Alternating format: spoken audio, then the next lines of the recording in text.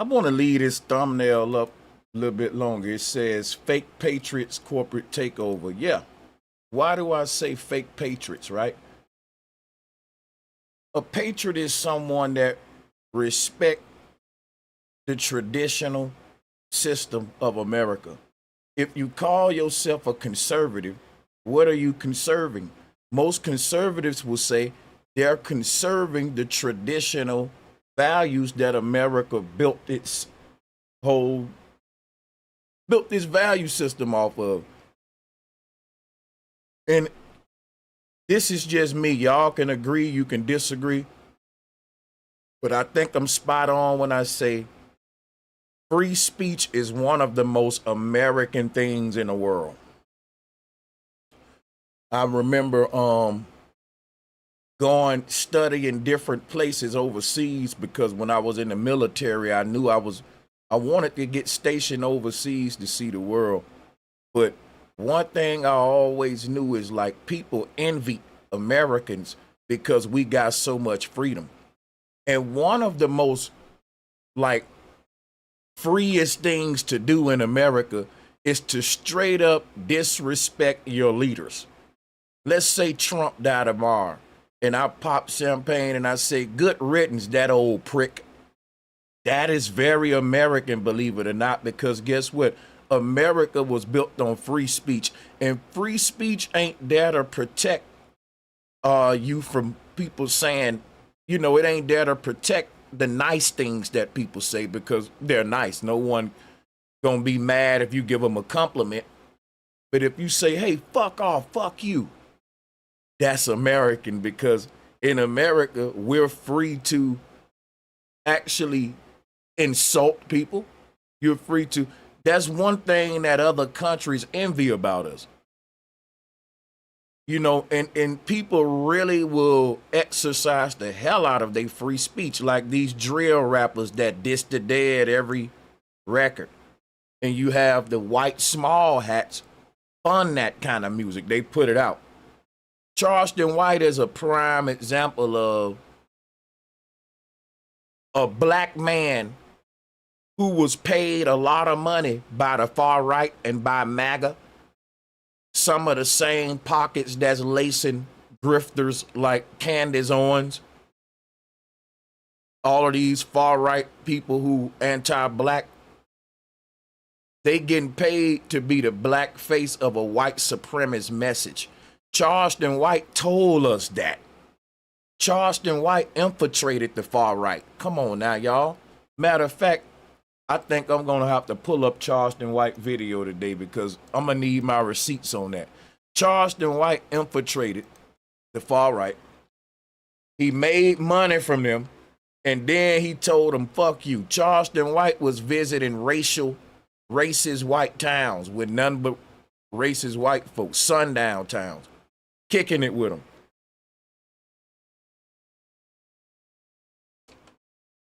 And he had Aiden Ross, all the white people was behind him.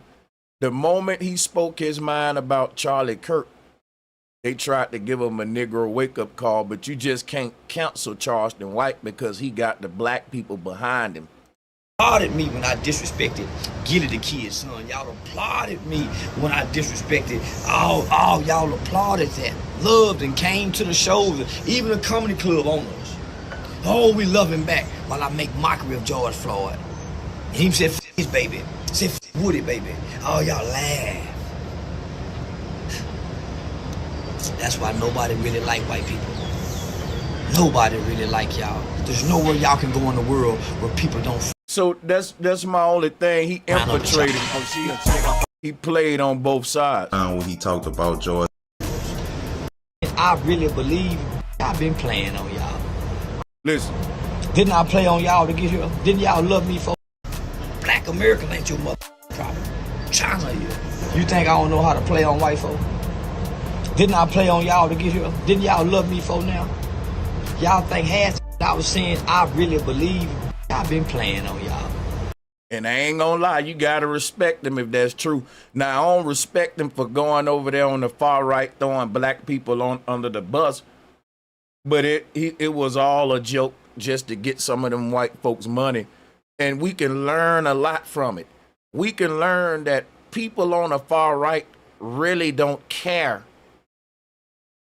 the type of person that they get that's black to represent their message. Long as you a black man throwing your people under the bus, they don't care if you a weed smoking, drug dealing, Crip blood. But then they would pay you to condemn that though. They will pay you to say, man, we got too much violence as black people. We do too many drugs. We do all that. And the dude that's saying that be the very spin image of what he's condemning. A lot of these black conservatives, I've seen them get mad and the nigga come out of them. They go to cussing at niggas, pull up on me, pull up. Then they go back on their channel with their little bow tie on with the white folks and say, you know, black folks are just violent. Black folks are violent as hell, you know. And you will see them, it's crazy, you know, because they're literally getting paid, y'all. It's big time money in throwing your people under the bus. It is. There's a lot of stuff that white people want to say that it ain't gonna hit right coming from a white person. But if you can get a black person to do it, to be the voice of it, and they're charismatic like Charleston White, and black people love them, that man made a lot of money dealing with these racist white folks. And now he's saying, and look what he's saying now. I was just playing them racist white folks. I don't really feel that way about my people. I was just playing on them to get that money. And the fact that he did that, it don't make him look as bad as the white folks that he played. Because it show you how desperate they is to make black folks look bad. And it show you that they don't care about doing nothing, no solutions for us, because they're getting the people like Charleston White, they're getting like Ringo TV, people like that, you know, people who got weird things on, like Charleston White, not him as much as the weird thing, he just infiltrated him, but Ringo really, come on now, PDF type allegations, but you know, we got footage on that. But my whole thing is anybody can get paid to spew these folks' messages, even if you are a very representation of the thing that message is condemning. So Charleston White was a social experiment that proved just what I'm saying.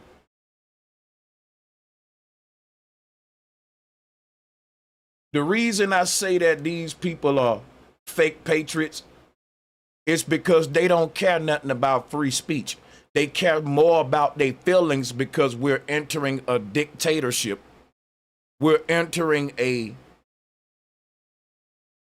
we got a administration and a party in power, that care more about their feelings and using their power to punish Americans and target free speech.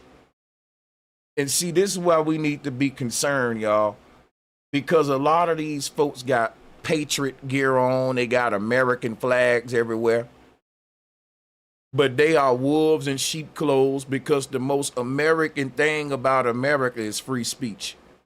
And you're so anti-American when you start celebrating people getting fired for losing their jobs. And you can't say, well, that's a private corporation. They do what they want. That's the most anti-American thing. So now you're on the corporation side who are operating outside the Constitution. Because remember, I didn't make this right here. I got to keep going to this right here.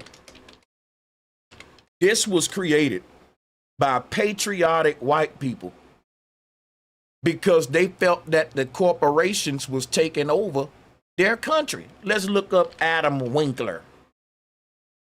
Let's look him up. That's a white man. Okay? This is patriotic white people in this country saying, listen, we losing our government to corporations who are undermining the Constitution. They're doing business on American soil, making more profit than any American because they don't got to play the game of monopoly by the rules. We do. So if there's a generational wealth gap the size of the Grand Canyon, I mean, you don't have to explain this by saying black people are financially illiterate. We need, they will come with all these other things like, we need more education, all of this other stuff. We need more equality. So I always got to keep repeating myself with this analogy, right? If we're all playing a game of Monopoly and all of us got to play by the rules, but these other people here, they competing with us, playing with us on the Monopoly board, but they don't got to play by the rules. They get bailed out every time they land on jail. They get bailed out every time they land on luxury tax. They get more than everybody else when they pass go. They get to buy the property without even landing on it. They got all these perks. Try to beat them in a game of Monopoly. Now, when these people start dominating the board, they're going to say, it ain't because of the rules. It ain't because we're outlaws and we can operate outside the Constitution. It's because y'all don't have enough financial literacy. Don't you know, in a game of Monopoly where I don't have to follow the rules, but you do, it don't matter how much financial literacy you get, my friend, you ain't gonna beat me. You can go and try to educate yourself on economics all day. You can be the smartest nigga in the room on finances, but you ain't gonna have more money than me, because I don't gotta play this Monopoly game by rules. You do.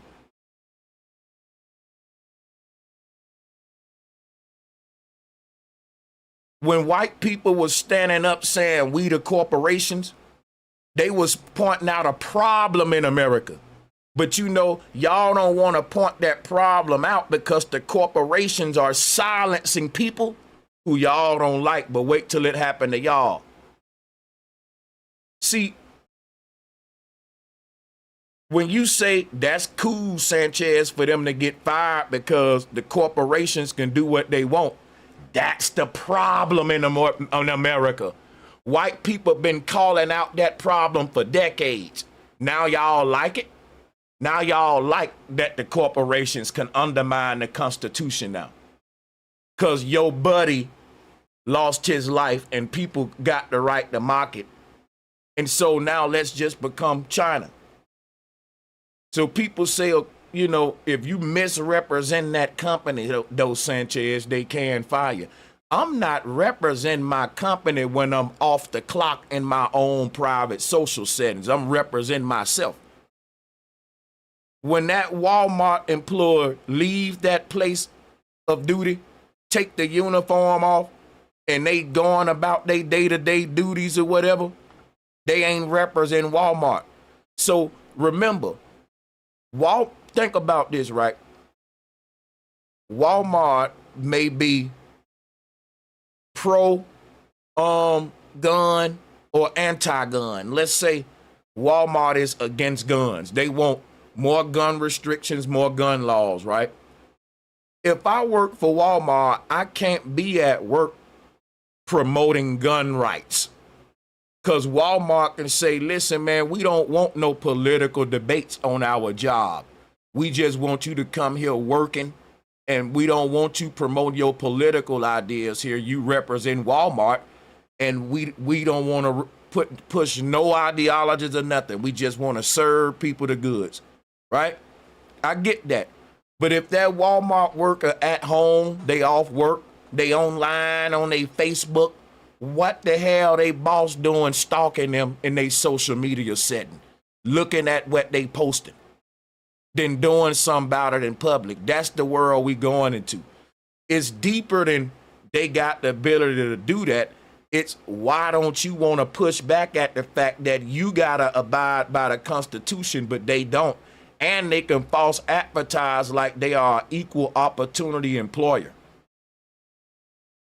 Because you got to give the man who is pro-gun rights an opportunity at a job, even though you're against gun rights. But you wouldn't know that man was for gun rights if you didn't spy on his social media. So people in America who are patriots will say we don't want America to be like China, where the corporations have merged with the government and they have like a dictatorship over the people. They policing them, they got surveillance everywhere, a social credit system.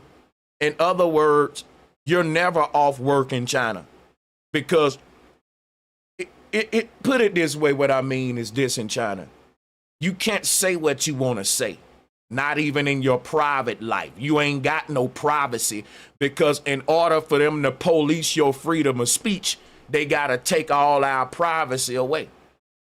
That means we're entering a new America where private employers are gonna, and they've been doing this. This ain't nothing new.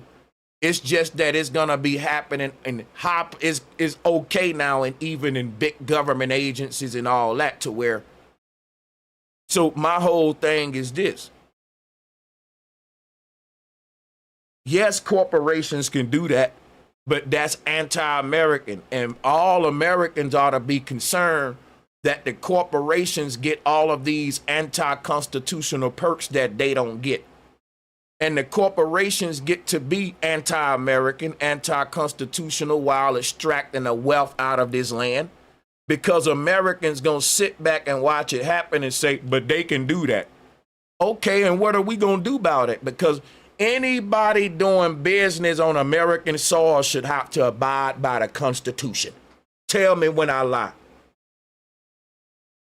None of y'all can go to China and do business outside of the rules that China government set up. Don't you know that? Think about what I'm saying.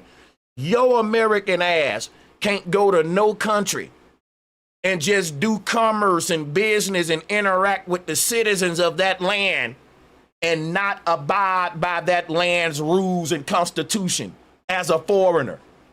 But the corporation's been doing it here for years, and you want to know why the wealth being extracted out of this land, why the dollar is losing value.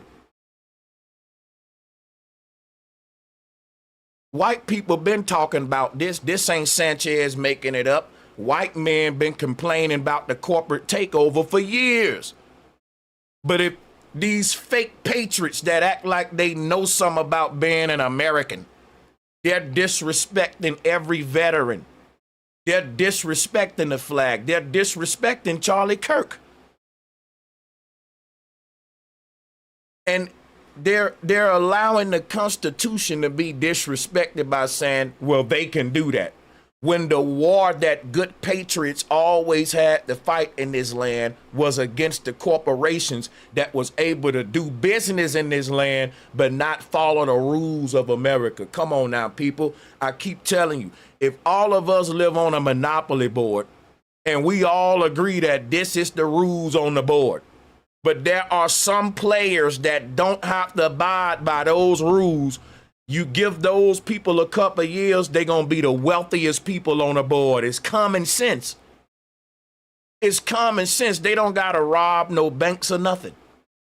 If I'm playing any game with you and you got to follow the rules and I don't, I'm going to win. It don't matter if it's basketball, football, Monopoly, Capital, it doesn't matter. If I'm boxing you, and you can't hit below the belt, you can't do cheap shots, but I can, I'm going to win. If I'm playing basketball with you and you got to follow all the rules and I can travel, I can do whatever I want, I can double dribble, I'm going to win. So Americans cannot compete with the corporations. The same people that we rely on for our goods, our children go to school with their children, and we got to compete equally. But it's like the richer you get in America, the more you can buy your way out of the Constitution and cross over into corporate America, and now you are outlaw. You can wipe your ass with the Constitution while still living in this land, extracting the wealth from people that have to abide by it. That's a dictatorship. And white folks been talking about this. These are fake patriots. I'm going to show you why. What I mean by fake patriots who are for the dictatorship. Watch this. later. Look, again, if you don't have anything nice to say, then don't say anything at all. Now tell me, we live in a kind of America where someone is telling you if you don't got nothing nice to say, don't say nothing at all. That means we gotta get rid of gangster rap. We gotta get rid of scary movies, murder movies. Everything in America now gotta be nice. Or do it only gotta be nice to Charlie Kirk and Donald Trump? Because that's a dictatorship. That's how it is in China. Everybody can be mean to each other in China, but you can't be mean to the royal family. If you ain't got nothing nice to say about Kimmel and the royal family, don't you say nothing at all. But you can say whatever else you want to say about anybody else, though. That's a dictatorship. We ain't in America no more. The thing about free speech is you're protecting my right to not just say nice things. No one need to be protected from saying something nice to someone. The point of protecting free speech is so protecting my right to cuss your ass out. That's American. That's American. You're promoting China, but you got all of this patriot stuff everywhere. It's a disrespect to every veteran and even to Charlie Kirk. I'm not the one to dox you from your job, but y'all. It sound like you're people's daddy and mama and daddy. Son, I told you if you don't got that nice to say to shut your mouth, boy. I'm like, damn, daddy, I'm off work. I clocked out. Your daddy is following you on Facebook. Give me your phone, son. What you posting over here? I'm gonna whoop your ass if you ain't being nice, son. See what you posting. Give me your phone. That's what your employer is doing to you. Don't you know that's what they doing to the Chinese citizens? No wonder Trump installed a Palantir surveillance. It's to spy on us. This is all an attack on free speech, y'all. If you don't got nothing nice to say, shut your mouth. This is coming from a dude who's saying he's a patriot. The most anti-American thing you can say to another American is that big brother ass statement. If you ain't got nothing nice to say, shut your... What? What country are we in? Are you my daddy? This ain't America no more, bro. This is crazy. To say, then don't say anything at all. I'm not the one to dox you from your job, but y'all got to stop putting your stuff out there on the internet. What? Stop being social on social media. Keep in mind, people on social media ain't doing nothing that Elon don't do, Trump don't do. Trump has celebrated the death of many people. Trump celebrated the fact that a man got beat with a baseball bat. Let me pull this up.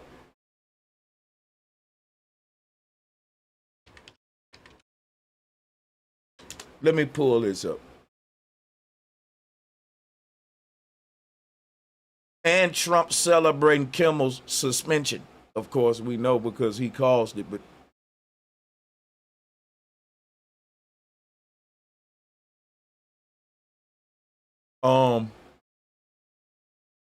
let me see. I'm gonna ask ChatGPT what this dude. This dude got beat with a baseball bat, almost died because Trump didn't like him. Trump celebrated it. A crime. This dude is evil as hell.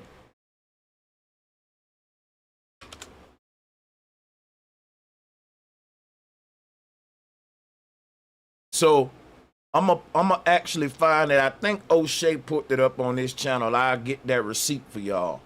But hold me to that. I will. I gotta point out that this video, like when you see the far right celebrating people getting fired from their jobs for having an opinion on their own social media, then you telling them, watch what you post on your own Facebook timeline. Damn, bro, what? This is so anti-American. This country falling apart, man, because grown people and their emotions. Now the Constitution can't be respected. People abusing their authority. And it's all going to be carried out through the corporations, through the corporate takeover and fake patriotism, right? You're going to have a bunch of fake patriots that empower these same. And why do you think the corporations get richer and richer and Americans have more and more inflation and less rights, less and less power as Americans? We finna be a third world country. And it's gonna be because of fake patriots who are speaking for the whole and the continued empowerment of the corporations who do not have to abide by the Constitution, which is blasphemous.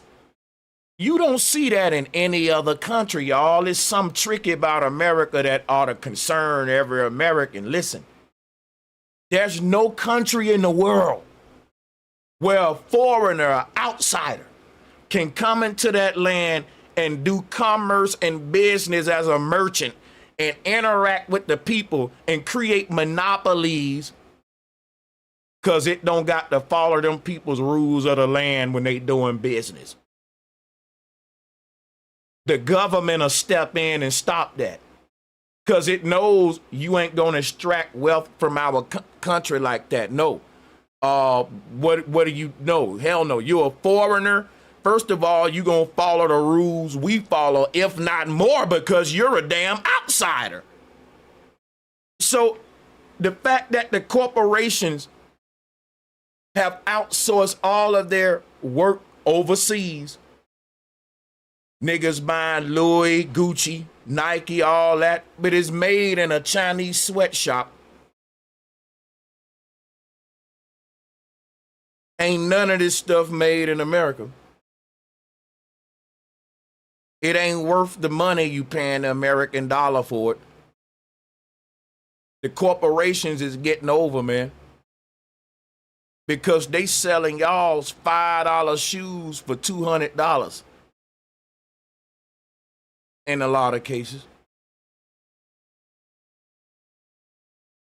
And this America is now a land that ain't about making you into business owners and CEOs.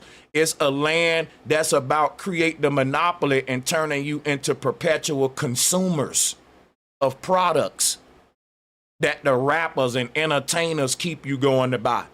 Look at America and tell me I'm lying. It's a corporate takeover in this country, economic warfare, and it's even happening on a government level. The real problem ain't the left versus the right. The real problem is foreign people, foreign entities. Because check this out. We don't care if your headquarters is on American soil. There ought to be a rule if 75% of your enterprise, your company, the thing that creates your product isn't on American soil, is not an American company, then we got to tax you more. But see, the loophole is I got my headquarters in Seattle, but I'm making the shit over here. I got my factories and all that over there. So you ain't doing nothing to benefit American people, but give us commercials to sell us the shit that you're making over there. So there's no real economy that bring anything back to Americans in the form of jobs or anything like that. If you got goods being manufactured for cheap overseas and there are less jobs in America, it's going to be a rise of crime.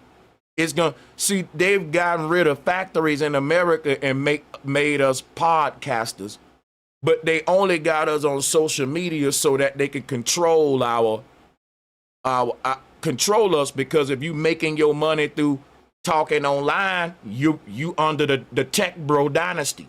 They control all this YouTube and Twitter, and you can't say what you want to say on these platforms, and it's getting harder and harder to do it. This what they got in China, man. In China, if you on your social media saying stuff against the leaders, they gonna ban you from speaking and having a voice, and then ban you from your jobs and all that. From saying what, yeah, because the government and the corporations are one big thing in China. So you literally work for the government at your job, because there is no government and the corporations. It's basically the government exercising power through the corporations. And it's one big conglomerate effort, and we see that in America, but they just ain't telling you that. We are China. And it's gonna become more and more obvious to see that as we move on. It's crazy because the far right literally has the same exact color red that China wear. I don't know if that's coincidence, I gotta point it out. But the far right, the MAGA, whatever color red shade they use, it's the exact one China uses. And if you really think about them, it's like Trump is the new China for America. Just think about it. Palantir is no different than what China does when it's surveilling its citizens. And then the Chinese government is in the bed with all of the tech bros in China that run the social platforms so that they can police you better. And look at Trump in the bed with Elon, all the tech bros. And look, they are starting to exercise. They've been exercising their power on their platform, censoring people that's anti them. I mean, if you owned a platform and you were a Republican, would you give liberals an equal chance on that platform? Probably not. You would probably censor certain liberal stuff. So, you know, it's crazy. We woke up one day and we was in China. You were no longer in America. So we're not fighting to not become China. We're fighting to become America again. I'm going to say that again. We're no longer fighting to not become China. We're there. We're there. We're fighting now to become America again. The America that I knew when I was a little boy. The America that I knew when I joined the military. You can say what the hell you want out of your mouth.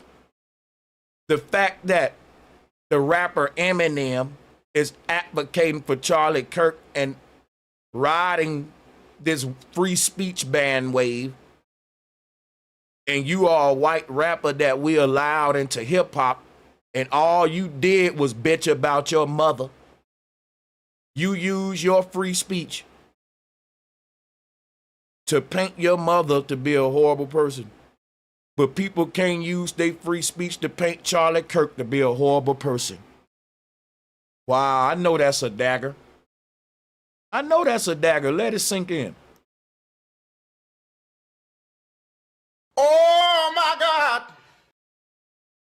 From your job, but y'all got to stop putting your stuff out there on the internet. TikTok. Now the Republicans like Anthony Brian Logan is telling you, stop putting your ideas out there on TikTok. Like, what the hell was these platforms created for? What you're telling them is only put to censor themselves.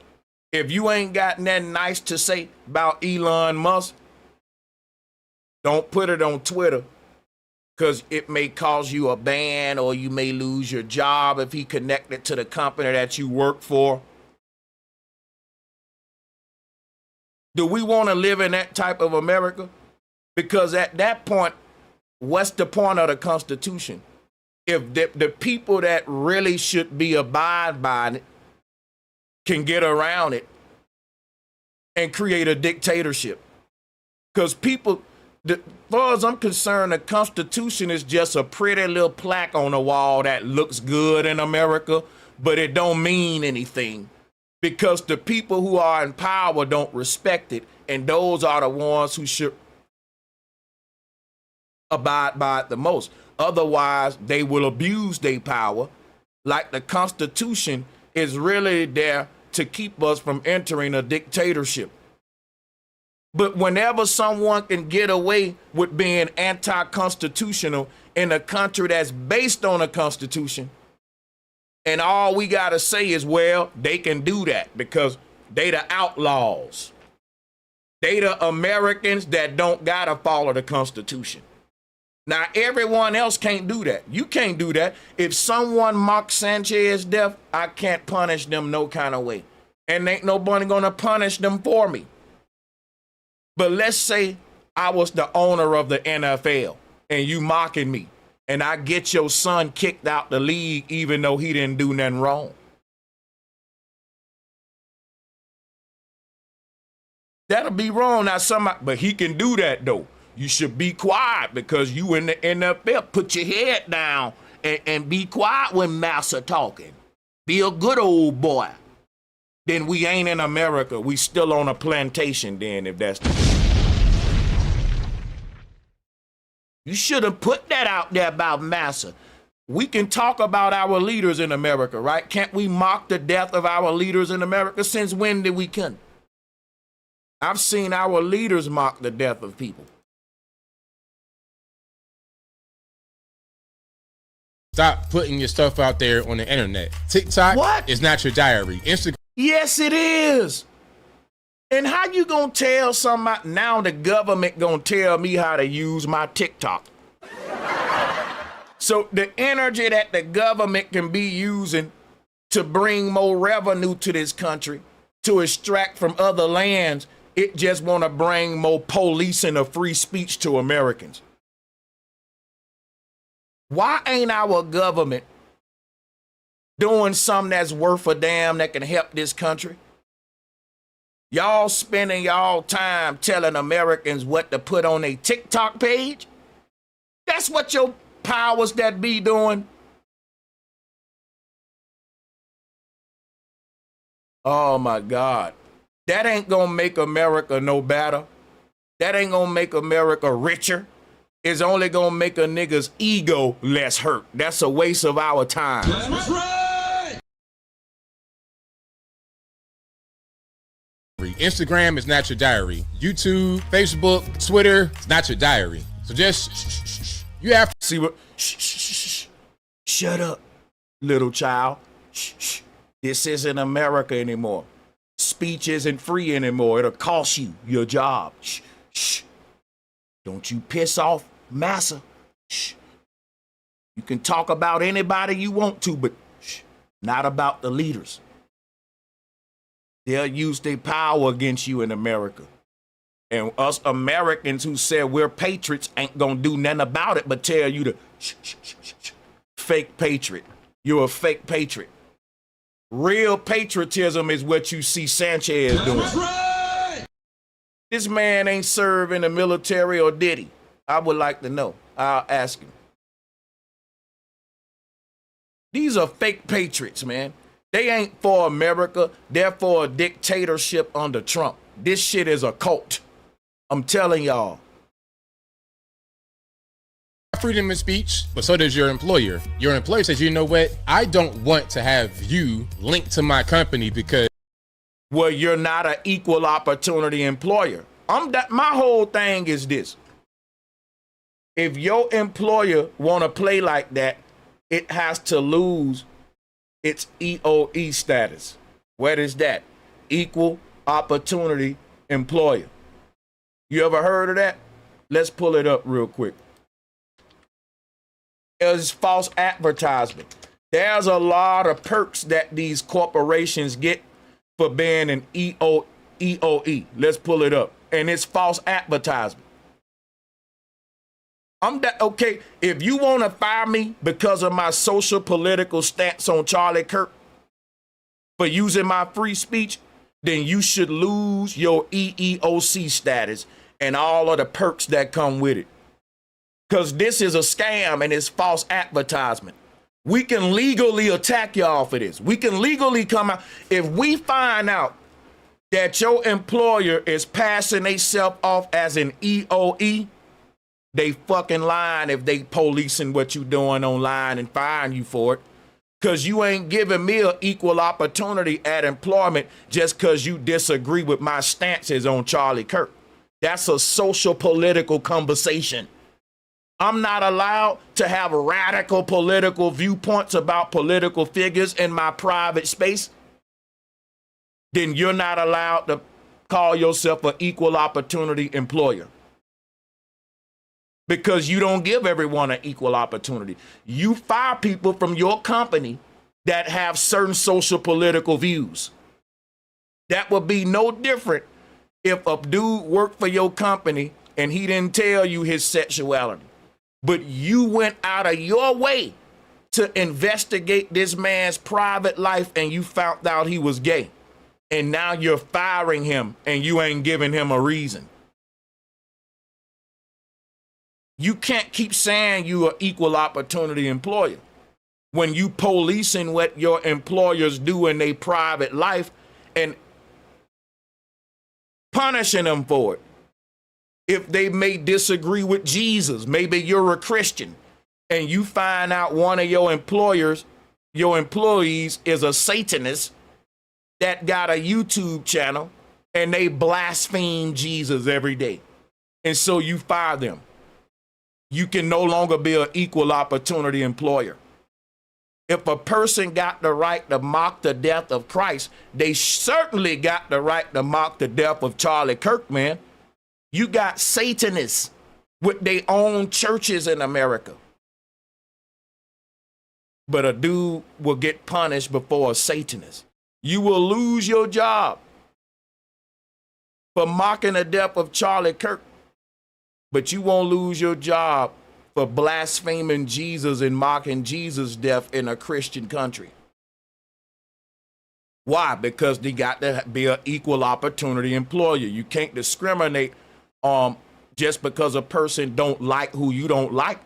So if they don't like Jesus and they want to mock Jesus, even though you're a Christian, you still got to get at Satan as a job. Or you ain't an equal opportunity employer if I gotta like who you like. See, if you like Charlie Kirk and you find out that I'm dissing him on my Facebook page and you fire me, you ain't an equal opportunity employer. So I'm down to play this game with y'all. This game of the corporations can do that. Okay, let's play that. Let's get us some lawyers and let's see everybody who fires somebody from Charlie Kirk, do they have EEOC status? Because we can get that pulled and they can lose a lot of perks that come with that.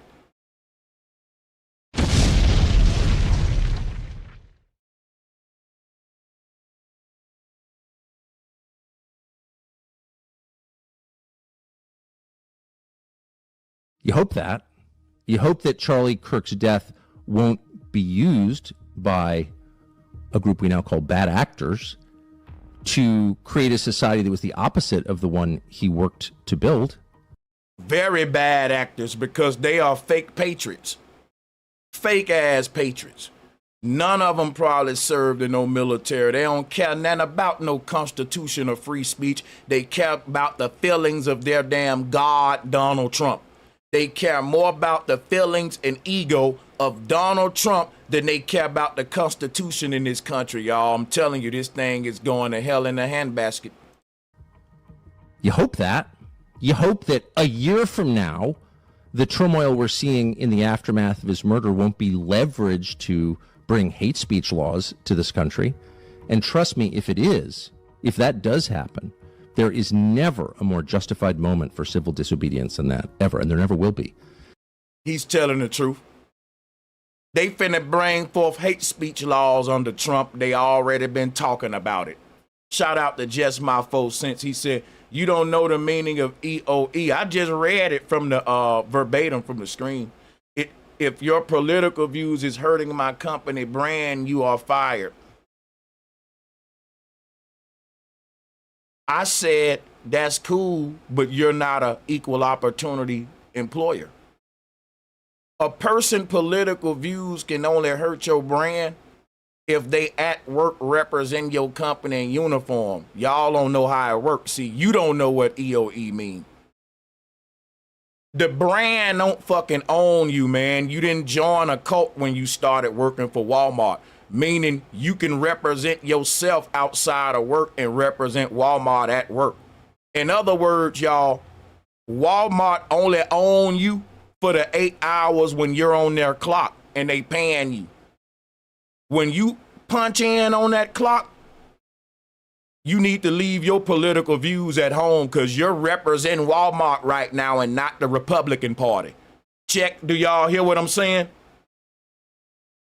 But when you get off work, Walmart don't own you. You free, man. They can't tell you what to do. You ain't always representing Walmart. There have to be a time where I'm representing myself now. Okay, I'm off work, my Walmart uniform off now. Let me go participate in this political debate. And I'm not showing up as the dude that work at Walmart.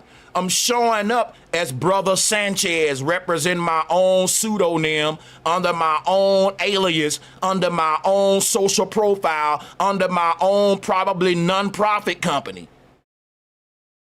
You trying to say that I'm a slave to my employer at all times?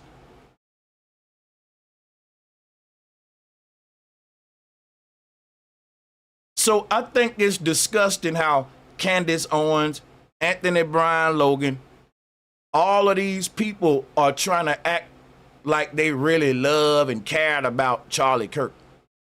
These people are evil. Just like Candace Owens, man, very evil because she don't care. Her and that man weren't even really on good terms like that at the moment when he died. She just milking this shit for money. Trying to make it like a big conspiracy, a big investigation. She ain't no damn detective. Hold on a second.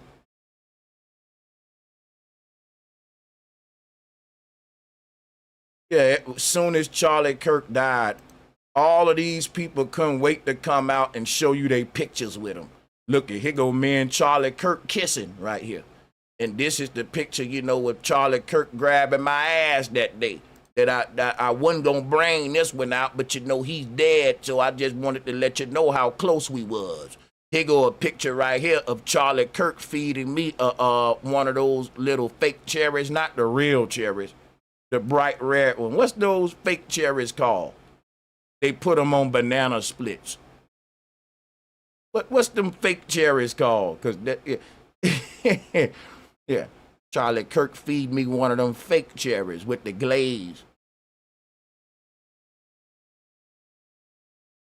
Everybody want to come out. Yeah, here go me and Charlie Kirk at the duck pond together. And here is me and Charlie Kirk right here where we're swapping garlic breads. I'm putting mine in his mouth and he's putting his garlic bread in my mouth.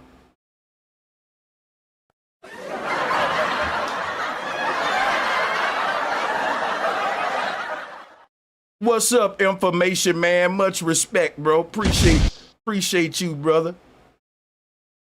These doggone, boy, let's unpack There's so much I need to say about my friend Charlie Kirk, and there's some updates into his assassination. Let's talk about it.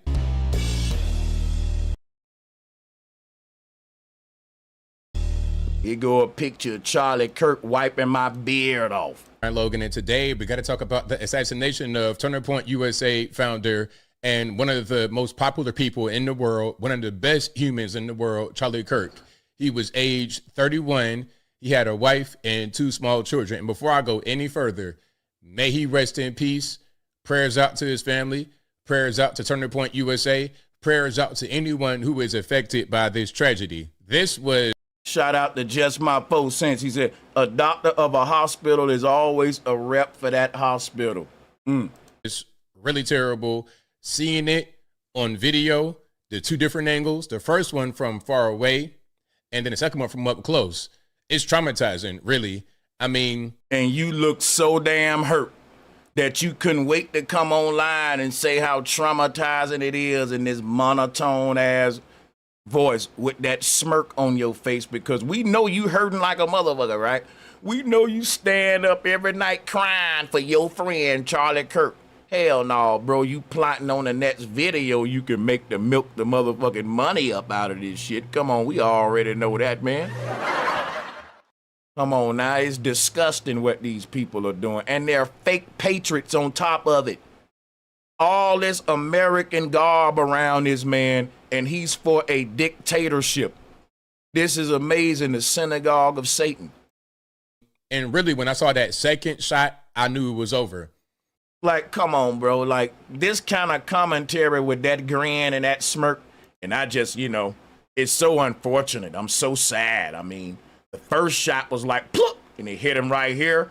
But then the second shot, I was like, oh, hell yeah, he's gone. But yeah, that was my good friend. And I'm writing a vlog about it. And follow my Facebook page. And yeah, we got to figure this out because the third shot was like, pop. There wasn't a third shot, but in my imagination, because I wanted to see more shots. Not that I wanted to see it. I mean, I just, it's like, pow, that second shot. And I was like, yeah, Charlie's gone, man. He was my good friend. Hey, load this video up for me tomorrow, sir. Like, goddamn, what's going on here? Y'all are so hurt about Charlie's death. So hurt that ain't none of y'all going to no memorials. None of y'all ain't doing this live from no funeral, no memorial. Candace Owens ain't go. Trump was golfing. They asked Trump, how you feel, how you getting over Charlie Kirk's death? Who? Charlie Kirk, the young white guy that loved you. Trump, his whole family loved Charlie Brown. The thing about Charlie Brown, no, Charlie Kirk, Trump, Charlie. Yeah, that Charlie. Yeah, we're building a new ballroom and it's gonna be fantastic. That's Trump response. And these people don't look hurt to me. They look opportunistic to me. And it's disgusting. And like everyone can see it who got their eyes open. And that you guys are fake patriots for real too. Because the most anti-American thing you can do is make someone pay for free speech. It's free. I mean, you don't got to pay for it. It shouldn't cost you your job. I was holding on to hope that he would pull through, but I knew that it was over right then. And it was so many emotions that went through me. I don't even know how to describe it. When we really believe all this, I was just so hurt that I was thinking, what would be the best YouTube video to come let all of them know how hurt I am? Like, this is so fake, bro. I don't care what you say. Fake. It's fake, man. It's disgusting. Like, there were so many feelings that were going through me after that second shot. There were little shivers going over my arms and, my butt hairs were standing up. And I was thinking to myself about that time that Charlie was cleaning my beard. And I was saying to myself, man, my good friend is gone. I wonder what'll be a good thumbnail for the next video about this. And meanwhile, Trump is golfing thinking about that ballroom. It was really crazy. It was really a surreal experience. Now, y'all know normally I stream on Wednesday night for ABO Live. I'm sorry for not being there last night, but I think y'all understand. Because I was in the fetal position under my bed saying, Charlie, come back. Baby, come back. I almost went live to speak about Charlie, but I was not right. I was not in the right state of mind. I was not. And we really believe that. We really believe you was tore the fuck up. You was broken. How many of y'all think, get the fuck out. This is how you milk them far right white people. Oh man, Anthony, me too, man. I was praying for Charlie. I was saying, Charlie. Charlie. Like, come on, bro. Come on with the fake stuff, man. Come on. I was not right. It only took me one day to get over the shit. Hey, shout out to Stacey Galore. Yeah, like I only needed one day because I was tore the fuck up. Now, we all know when you toe up like that, after one day, your eyes still puffy. When you doing a lot of crime and you toe up because your homie died and got shot in the head in live public that you saw, you vomiting, you crying so much that, first of all, you're going to need more than 24 hours, sir, if you was that toe up. Second of all, we would see some puffiness on your face. We would see some remnants. Yeah, that brother was crying his ass off. You can see it. Come on, man. This is horrible acting. Horrible actors. Horrible actors. Fake patriots that's against free speech and a dictatorship is what they want under Trump. Horrible actors. You hope that. You hope that Charlie Kirk's death won't be used by a group we now call bad actors to create a society that was the opposite of the one he worked to build. You hope that. You hope that a year from now, the turmoil we're seeing in the aftermath of his murder won't be leveraged to bring hate speech laws to this country. And trust me, if it is, if that does happen, there is never a more justified moment for civil disobedience than that, ever. Right. Man, bro, I'm here to advocate for free speech. I don't care who don't like it. I fought for it in the military, and I don't like what they doing with this country, with these fake patriots and people that's messing up what America is all about. I have a duty. Not going to be good for the show at all. Not only because you got emotional things going on, but also you don't want to say the wrong thing. You don't want to be in the wrong state of mind while you're streaming. I think now I've been able to relax, and now I'm better able to speak about my friend Charlie. Now, we got a few things. We got updates into the assassination. We have a potential suspect identified. We have some potential things that were written on the magazines. Spoiler alert, transgender. Like, we don't understand, bro. I needed 24 hours. Like, no, bro, we need about a week. My homie died on camera and his head get blown off right in front of me. I'm watching my homie head get blown off on camera. Bro, I'm not gonna be back on YouTube a day later looking like you look like you didn't even mourn, bro. You didn't miss a beat. Y'all are fake. Candace Owens too. Stuff, of course. We'll talk about that in a moment. But first, let me just show this picture right here. I got a few pictures that I'm and this is what you call milking the death of the man. See, because Charlie Kirk, they want to go ahead and garner his following. He's gone. They're going to go ahead and be the next ones to take on his message.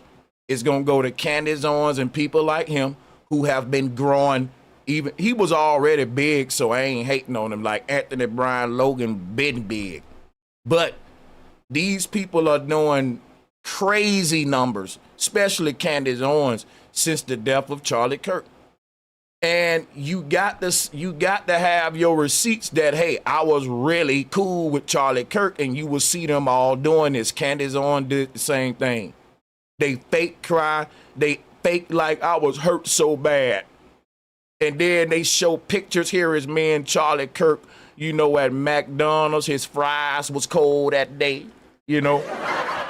Here's pictures of me and Charlie. We were chasing that little squirrel down the street. We couldn't catch him, no. You know, and they go into all this so that they can go and let you know, this is basically an exchange of power. They are capitalists, opportunistic. They know they need to get behind this while the emotions are still high. The reason I'm calling it out is because it is just promoting more division, this country falling apart. And like my title say, right? Charlie Kirk lost his life and people losing their jobs, and we all losing free speech while all this happening. I'm gonna share with you guys, but this is probably my favorite picture, I think. And if you guys were here, because we got quite a few people who were here, I'll name some names, but not everyone who was here is in this picture. I think this might have been the first BLS back in 2018 in Phoenix, Arizona. That's a Black Leadership Summit. Charlie put that on alongside Candace. Now, keep in mind, all of the black leaders that Charlie Kirk want at his summit are the ones that's pushing his far-right viewpoints to black people, like Thomas Sowell, Candace Owens. And who is this dude right here? That's Officer Tatum. You see that? You can only see half of his face. But this right here is Brandon Tatum. Yep. It's like they talking about a black leader summit. It should be a black sellout summit. All of y'all are puppets that Charlie Kirk paid for. Yeah, he purchased y'all slaves. Yeah, I'm gonna use some old language for y'all so it can strike home. Like what I see, it's a bunch of slaves and the man that purchased them. That's right. I don't care what you want to call it. You want to say this is Charlie's Black Leadership Summit. No, this is Charlie's and him and his slaves that he purchased to go out there and say something to y'all that he can't say. And that's the reason why you got black people mocking Charlie Kirk death, but them same people defending Candace Owens when she's saying the same thing he said.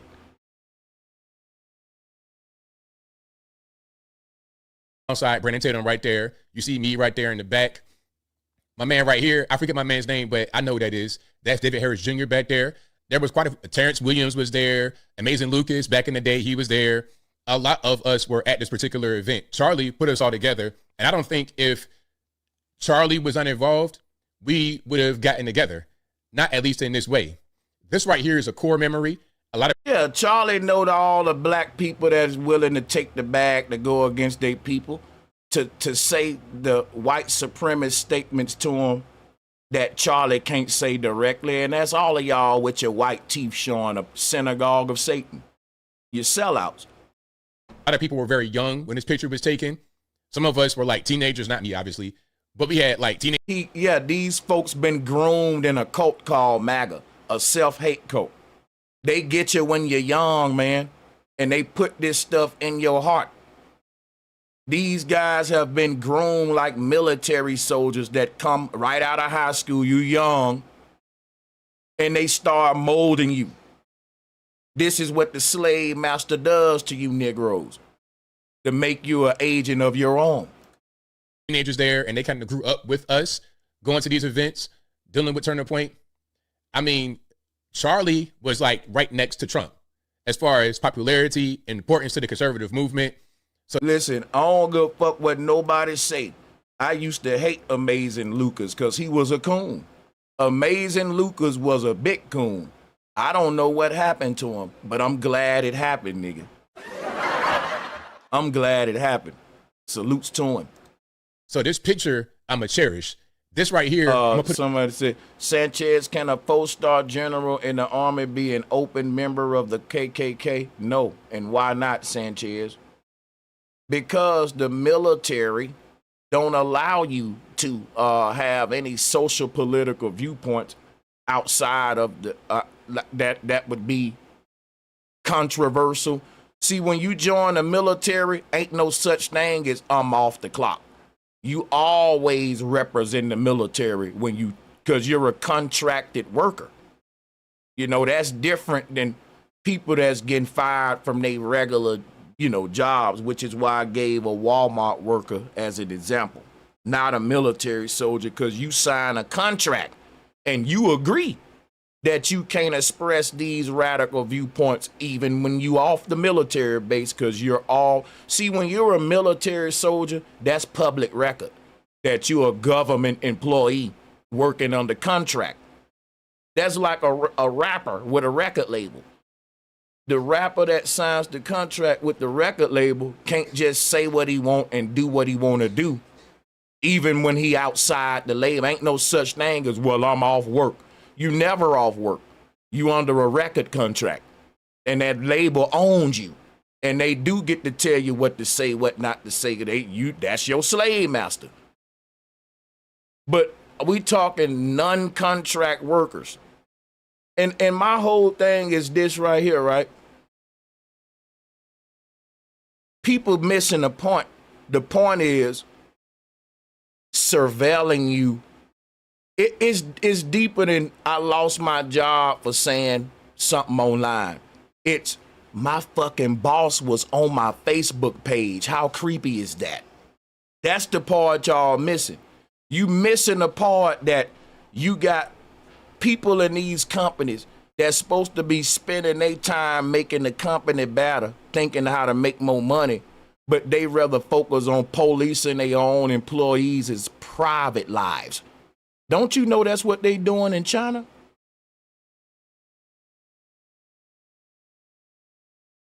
That's what my point was bringing up.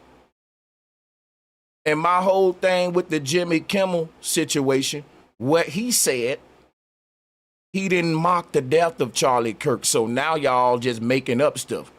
All Jimmy Kimmel did was make fun of Donald Trump for not really taking the death of Charlie Kirk as hard as we thought he would. And Donald Trump didn't take it that hard. He was talking about the ballroom.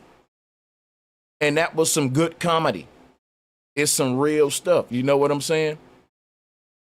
So when people say, well, Jimmy Kimmel got fired because what he did was disrespectful to Charlie Kirk and the corporations can do what they want, that man didn't even say nothing bad about Charlie. He didn't even mention Charlie Kirk. It was all about Trump and the shooter.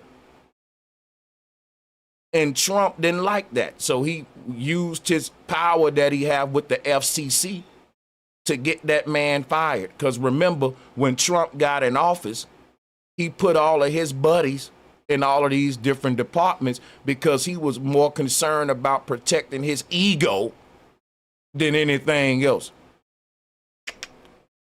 So, yeah, man, and Trump can reach anybody in any place and have your livelihood taken. He's making America China again. Because in China, saying certain stuff, you lose your livelihood and all that.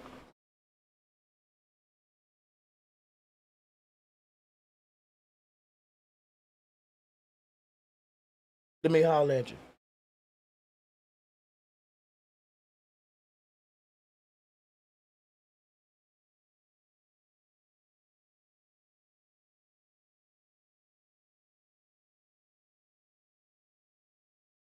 Put it in a frame, put it in my house.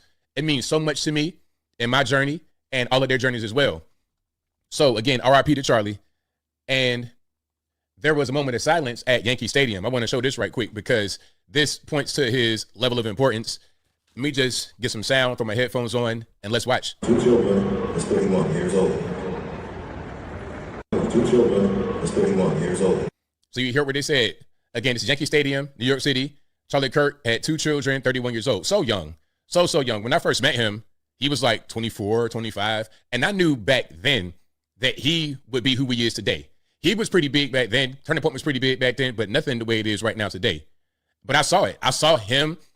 You saw the fact that the racist white people in this country said, this is our man. He's the guy that is brave enough to stand before America, make himself approachable, and spew our racist rhetoric to the world.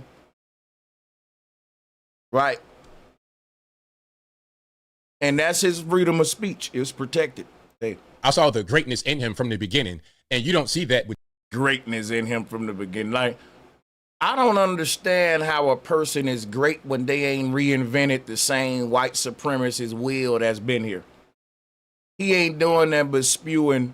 He ain't said nothing that ain't been said by a bunch of racist white far-right conservatives before him. People act like the liberals are saying something new that the old liberals weren't saying, and that the new conservatives, these people been repeating the same talking points for decades. Facts. That's right. He just another young white boy raised up repeating the shit he heard his grandma say, his granddaddy say about black people.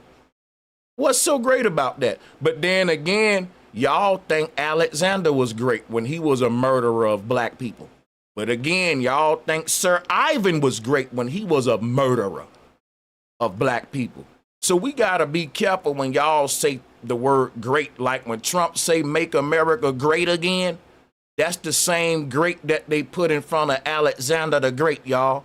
That's the same great they put in front of Sir Ivan and the rest of them. We should be scared of that kind of great.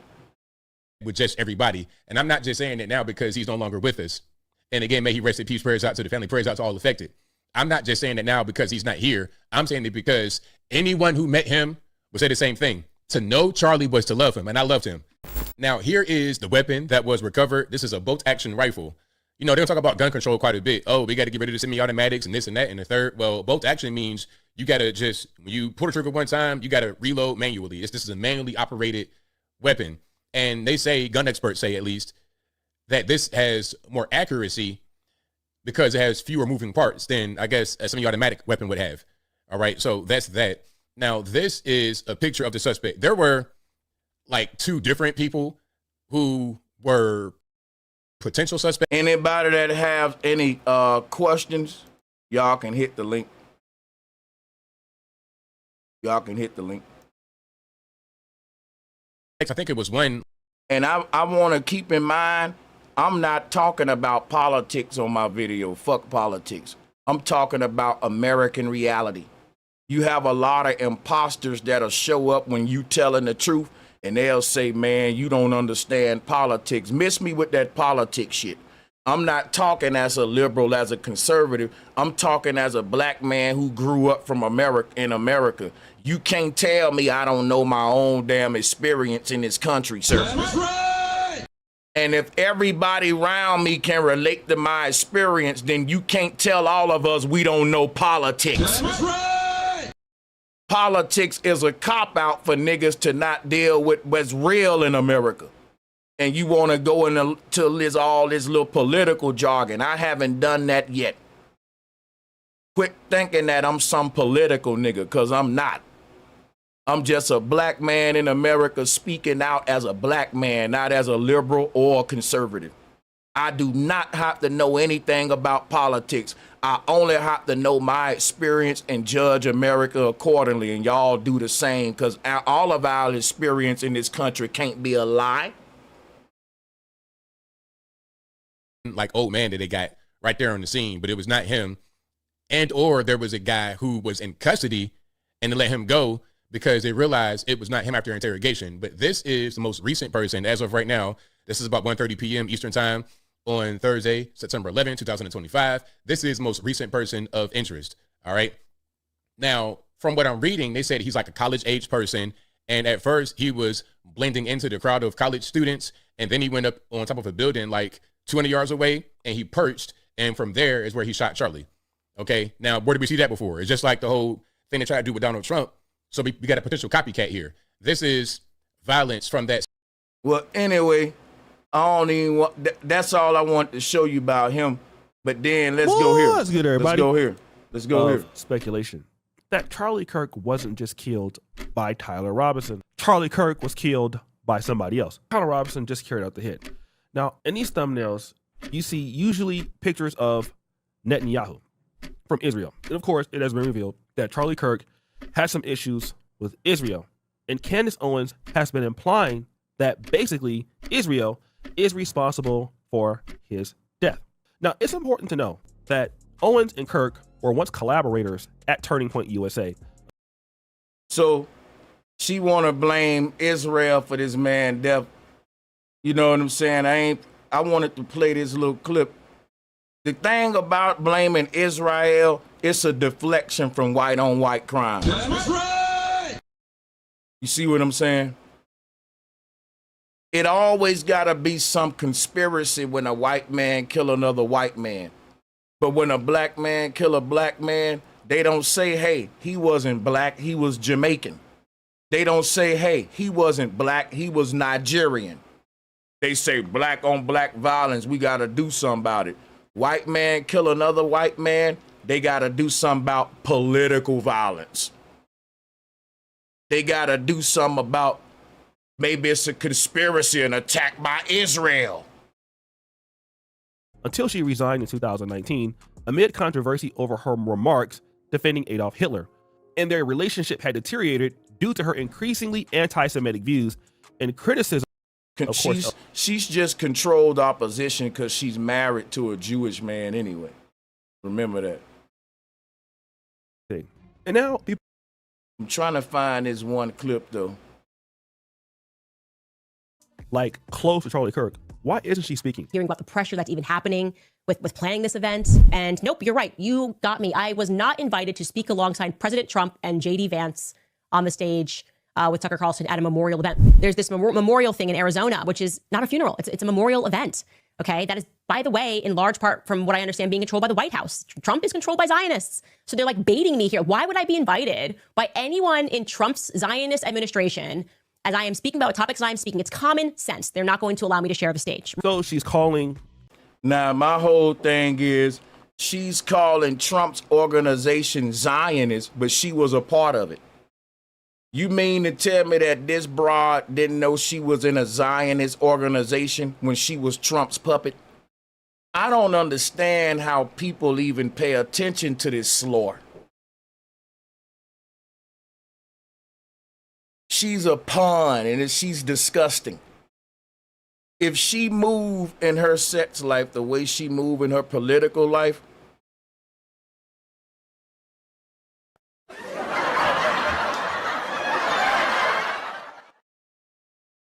right. Because she follows the bag.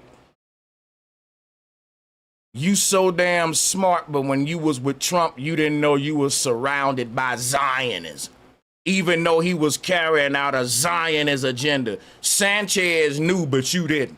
I'm just a nigga online. I knew that. And you just figured out Trump was working with the enemy when you left him. When he's done using you and don't need you no more. That's what women do. They break up with a dude and they say he got a small thing. You didn't know his thing was small when you was with him? I don't understand how y'all even rock with this chick. Trump, a Zionist, or he's supported by the Zionists, but it's incredible that Tucker Carlson is able to speak there. She mentioned his name. She recently just did a podcast with Tucker Carlson. So Tucker Carlson has been critical of Israel, especially when it comes to spending money on, the war or funding Israel. He's basically said many times that, hey, we need to put our money towards our problems and not Israel problems. That's crazy. These people are fake patriots, y'all. They are puppets for sale to the highest bidder. And don't nobody pay more money than white supremacists. If you a black person speaking against your people, is more money in that than being in these black organizations trying to uplift your people. That's facts. It's facts. If you thinking, hey man, I'm a charismatic brother, I can use myself to, get money. What can make me the most money? Yeah, if you're a black man speaking far right rhetoric, you gonna make a lot of money, sir. And actually you're gonna get pushed in front of the people more than the dude that's actually speaking the plight of black people. He's gonna get less support, less help, less publicity. And so most people, they want the fame, the money, they sell out. Of course, they're not gonna enrich Negroes for pulling themselves up and battering themselves and overcoming the very obstacles that the system put there. They're gonna pay Negroes money to act like those obstacles don't exist. And that's how you get these far-right sellouts. They're there to ignore systemic racism. They're there to say racists don't exist, but black violence is a problem. Make that make sense. But racists don't exist, but we can't just say violence is a problem. Yeah, it's crazy, man. Crazy. Play this. Which is something they've been trying to get, as you know, for about 150 years. And it's going to be a beauty. It'll be an absolutely magnificent structure. And I just see all the trucks that just started. So it'll get done very nicely, and it'll be one of the best anywhere in the world, actually. This is Trump when they ask him about, how is he getting over his friend's death? To, hey, well, they're doing construction in the ballroom, and it's almost done, and yada, yada, yada. Oh, is he holding up over the last 3.5 days? I think very good. And by the way, right there. Construction in the ballroom, and it's almost done, and yada, yada, yada. Oh, is he holding up over the last 3.5 days? I think very good. And by the way, right there, you see all the trucks. Now check this out. I'm going to show you how Candace Owens and Anthony Brian Logan are fake as hell. Anthony Brian Logan said he was towed the hell up, right? Now, when you tow the hell up, it take you more than a day to mourn. Candace Owens was crying on her video, and that shit was so fake, I just wanted to just knock my computer off the desk. It was so fake, man, the cries. Now, while these Negroes are online trying to grift from this man's death with they fake crying, fake mourning asses, Trump is saying, I didn't cry at all. I'm taking that shit quite well. I'm building a ballroom. I'm building a ballroom right now. And it just lets you know Trump was more close to that man than all of y'all. If anybody ought to be more hurt, it ought to be Trump. And Trump is golfing and all that. And y'all online crying now. Candace Owens, it was worse than Anthony Brian Logan because she went for the gusto. She wanted to make her cry happen online in front of the camera. That's always fake.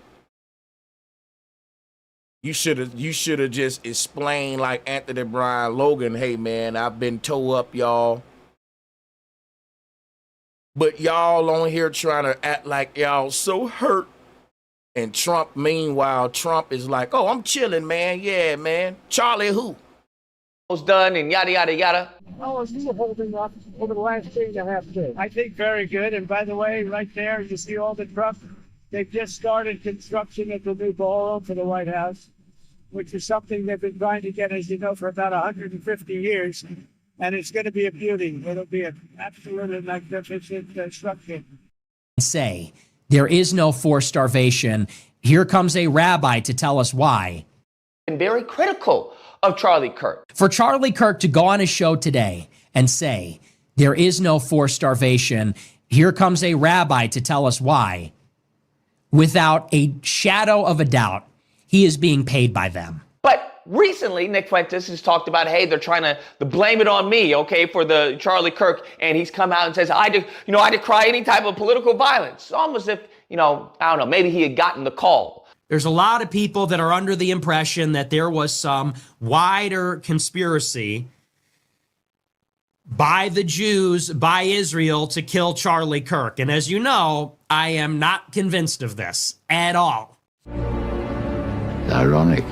Very different behavior. Very interesting. I have to take note of that. Then we juxtapose that with Candace Owens, who's going all in, talking about, hey, something doesn't feel right. Bill Ackman and everything. His top Jewish donors were pulling funding from him, demanding that Charlie take their name off of the building that they had donated to Turning Point.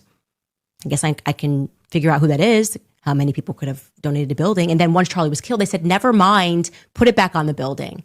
He went on to Patrick Bet-David's podcast. He went on to Brandon Tatum's podcast. He went on to the Nelk Boys podcast. Anybody find it weird he didn't do Charlie Kirk's show? And then she's looking over Netanyahu, which I will say was a bit off, okay? It's a bit weird of you saying or you putting words in a dead man, right? Because he wants to say that Charlie Kirk lived to defend for Israel. That was one of his greatest, accomplishes, being a Christian and everything. It's like, he told me, the Holy Land is so important to my life, it pains me to see support for Israel slip away. One of my greatest joys as a Christian, he said, is advocating for Israel and forming alliances with Jews to protect Judeo-Christian civilization. Why would Netanyahu want to kill the man if he talking like that? So Charlie Kirk was always speaking highly of Israel. Charlie Kirk said that he looked up to Trump more than any man in the world, in so many words. And Trump is an avid supporter of Israel. Why would he go against his OG? Like, Candace Owens don't make no sense. She's acting like she care about the man and she's trying to investigate stuff, but she's just milking it for money. And it's disgusting. It needs to be called out. what? I don't know. That just feels a little icky. You putting in words to a dead man who can't confirm or deny that he actually said that to you. But right. That's crazy what Candace is. So disrespectful. Who am I to judge, right? Who am I? Nevertheless. A lot of crazy shit happening, but I tell you. When we get Brigitte Macron, Bob's, and Vagine, those will be the most expensive ever purchased in history. Nick Fuentes is talking about the most expensive Negroes ever purchased. You know he ain't got no filter. He's saying what I was just saying about these sellout black folks. And I cannot wait. Was it worth it? Candace Owens is going back to the ghetto. She's going back to hanging out outside the corner store, outside the Kono store. Stuff like this, I rock with. This Nick Fuentes guy, I don't like what he say about black people, but I can say Nick Fuentes is real because he hate the black sellout even more. And that's some that you gotta respect about Nick Fuentes. Most real white nationalists, they really hate the black sellouts. And people like Nick Fuentes feel like white people don't need you coons. We can do this shit by ourselves. We don't need no black sellouts. We don't need your help, y'all, you know. And he's right. And I would love so much when all white men start thinking like Nick Fuentes. Y'all don't need black coons. And when y'all get done with these black coons, we got to make sure that they can't come running back over here, y'all. We got to lead them out in the goddamn cold. That's right. I don't know what accent that is. She's hanging out at the corner store with Unc on the lawn chair. Now, this is in reference to what's going on with Bridget Macron, okay? So now, at the same time... I still like what Nick's saying about Candace. I think Nick more realer than Candace. I think if I had a conversation with Nick Fuentes, he would tell me none but the truth. And Candace would be lying her ass off more than half of the time. Because Nick Fuentes won't lie to me. He'll say, yes, I'm a white man. I'm for white nationalism. I'm for my people. And yes, I think this and this and this about black people. People like Nick Fuentes, they might not like you, but they because they don't like you and they think that they're so superior to you, they don't feel like they need to lie to you. People like him feel like, what you gonna do about it? You know, whereas you have these other white folks that'll pay coons, like Charlie Kirk would go hire a bunch of coons to do his bidding for him. You see what I'm saying? Nick Fuentes, the type of white guy, you won't see him with a bunch of black coons. You'll see him by himself, right? You'll see him by himself as a white man saying exactly what he want to tell black people directly. Now, yeah, Charlie Kirk would do the same thing, but he's not effective getting it through to black people. He's only effective at attracting coons, but what good is that? Of course, coons gonna be coming to you. They trying to get this message into the minds of everyday black people for you to embody this self-hate towards yourself. Yeah, we are the problem, man. Yeah, man, we are on all that. You know, and forget the systemic actions that's being taken to create the conditions we live in and the social engineering behind it. You see, so Nick Fuentes is a one-man army, whereas Charlie Kirk knows he need him some black coons to surround him to help him do his recruiting, you know. So yeah, that's why a lot of black folks rock with him.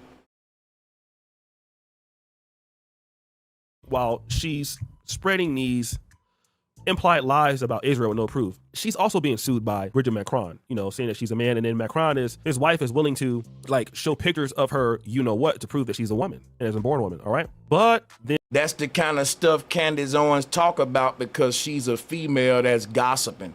This has nothing to do with helping American people get anywhere further tomorrow than where we was yesterday. That's right. This is gossip. So it's crazy that Charlie Kirk said that black women were incompetent and all that, and he hired one of them. We know what Charlie Kirk thought about black women. Then there's more. What you mean you don't take food stamps no more? I'm trying to buy food for my kids. I'm trying to buy food for my kids. What you mean you don't take EBT no more? What you mean you don't take food stamps no more? What you mean I can't get no food stamp? As you can see, he's making fun of her, saying that she's going to go back to the ghetto. She's going to be with Uncle on the porch. And so now they're looking at Candace Owens, not even as a black conservative anymore, at least he isn't, but somebody who is basically adding no value to the conservative movement altogether. She's not, when you think about it. Then he says this. All she did for the past week was gaslight the public. And by definition, that's what it is. Gaslight her audience, gaslight the public. Netanyahu lied. They shot him in the throat because they're taking his voice. I have all these receipts, but I'm not going to publish them. And then literally a week later, she's going to put on Twitter, oh, I never said they were behind it. I never said that at all. I just strongly implied it. We all know what you said. We all know what you meant. You dummy. You irresponsible, grifting dummy. I totally agree with this man. He's telling the truth now. Had it with that. And at the end of the day, she's just and defines low IQ anti-Semitism. I used to think it very much low IQ. Now, Charlie Kirk was literally talking about her stereotype as a black woman, and that's exactly the one he hired because he would feel inferior to a real strong black woman that really can think for herself and for her people. That's why he hired Candace Owens. He hired exactly what he stereotyped, which is ironic. It didn't exist. I used to think that low IQ anti-Semitism is just something that people would say to. Because you can't be a tool of white supremacy if you don't got low IQ. If you got high IQ, and I ain't talking about by the white man's standards and by what he told you to answer right in the classroom, I'm talking about thinking for yourself. That's right. You will never let yourself be a pawn like Candace Owens. You got to lower your IQ to be working for Charlie Kirk, and you got to ignore a lot of truths and realities that's creating the conditions for your people. You got to play dumb. But see, it's crazy because Charlie Kirk said that the black women, Michelle Obama and the other ones were dumb black women that mostly benefit from DEI, but he hired a dumb black woman who got to play dumb to go against her own people. You know why? The white man don't want to admit he the one dumb you down so you can be a tool of his. That's why all the black women he do hire play dumb as hell while they try to say that other black women are dumb and incompetent just because they stand up for their people. They can think for themselves. Counter the rising tide of people acknowledging power. Now I'm convinced it's real. And it has a name. That name is Candace Owens Farmer. Low IQ anti-Semitism. The idea that Charlie Kirk was silenced for being about to go against Israel, it's just on its face absurd and ridiculous. Now, Nick Fuentes is no friend to the Jews. So yeah, that's all I wanted to play from that. If there's anybody that disagree with me, the link is pinned to the top of the chat room. Yeah, man. So at this time, I'm going to leave the floor open for people to hit the link and call in with disagreements only. Disagreements only. Y'all go right ahead, click that link, disagreements only. Matter of fact, let me post the link one more time. Because we 2 hours in, and I'm going to say the rest of this time for any debates or any smoke, we want to welcome it, man. This is America. The people that want to take free speech from us often don't use it themselves. They don't value it. Channels like this allow you to call in and speak your mind. You don't got to hate from a distance. This is America. So there go the link. Click it because it won't be there for long. It's smoke only. It's smoke only. Me, myself, welcome to the call. Thank you for joining. Oh, yes, sir, Steve. Yeah, man. What's cracking, bro? Yeah, you know how to pick a fight. But hey, man. When we start agreeing that Netanyahu ain't telling no lies. That was the main reason. What? That was the spark. About what? About the support that Charlie has, like a huge, enormous crowd of supporters, right? Online around the world, right? Christian supporters. And right now, there's an actual genocide, a genocide going on right now, right? And so the fact that somebody like that, who is the actual president over there, would claim ownership after death of that movement or that amount of people is an obvious setup. I don't understand how we don't see that. That's the Claim spark why I ownership. had to click on it. Claim Yeah. ownership. What do you mean? No, I'm saying, what do you mean by, like, see, when you played just now, right, that clip of Netanyahu claiming that Charlie Kirk supporters should support him essentially after his death, you agreed with that, like Netanyahu won't tell him no lies. No, what I was saying was Charlie Kirk actually was very tight with Netanyahu, and that he was He speaking. had a lot of good things to say at first. Right, Charlie Kirk. But he changed at the end. Spoke. Yeah, go my bad. I mean, and so my whole thing is, you know, at the end of the day, he was more of a benefit to Israel as a whole than he was an enemy. His support to the far right and Trump is actually support to Israel. And hold on, I'm finna land, I'm just answering you. When I see people go against Netanyahu and Israel, it don't mean to me that they really beefing. I know that they also need controlled opposition. Just like, for example, right? Candace Owens is going against Israel, but she's sleeping with an Israeli man. She's sleeping with a Jew every night while dissing the you Jews. lumping them in like they lump us in over skin color. So hold on a second. Yeah, I do unto others as they do unto me. You should do that too. That's what we are taught to do. So don't get mad at me for doing what you should do. Because if somebody poke me in my face, I'm gonna poke them back in theirs, bro. You can let them poke you all you want, and you can't make me live like you. I'm a different kind of man. It's an scripture go there. No. But that's how I'm gonna interpret it. You ain't gonna tell me how to interpret it. I'm gonna do an eye for an eye. I like living that way, and you ain't gonna change that rule with me as a man. And if you're a man in the chat room that's about that eye for an eye, drop a woman too. How many people that's down? Ain't nobody gonna make me feel bad. It's an eye for an eye with me, man. I'm gonna do what you did to me. Back to that Netanyahu. Let's get back to the topic. All right, we get it. Yeah.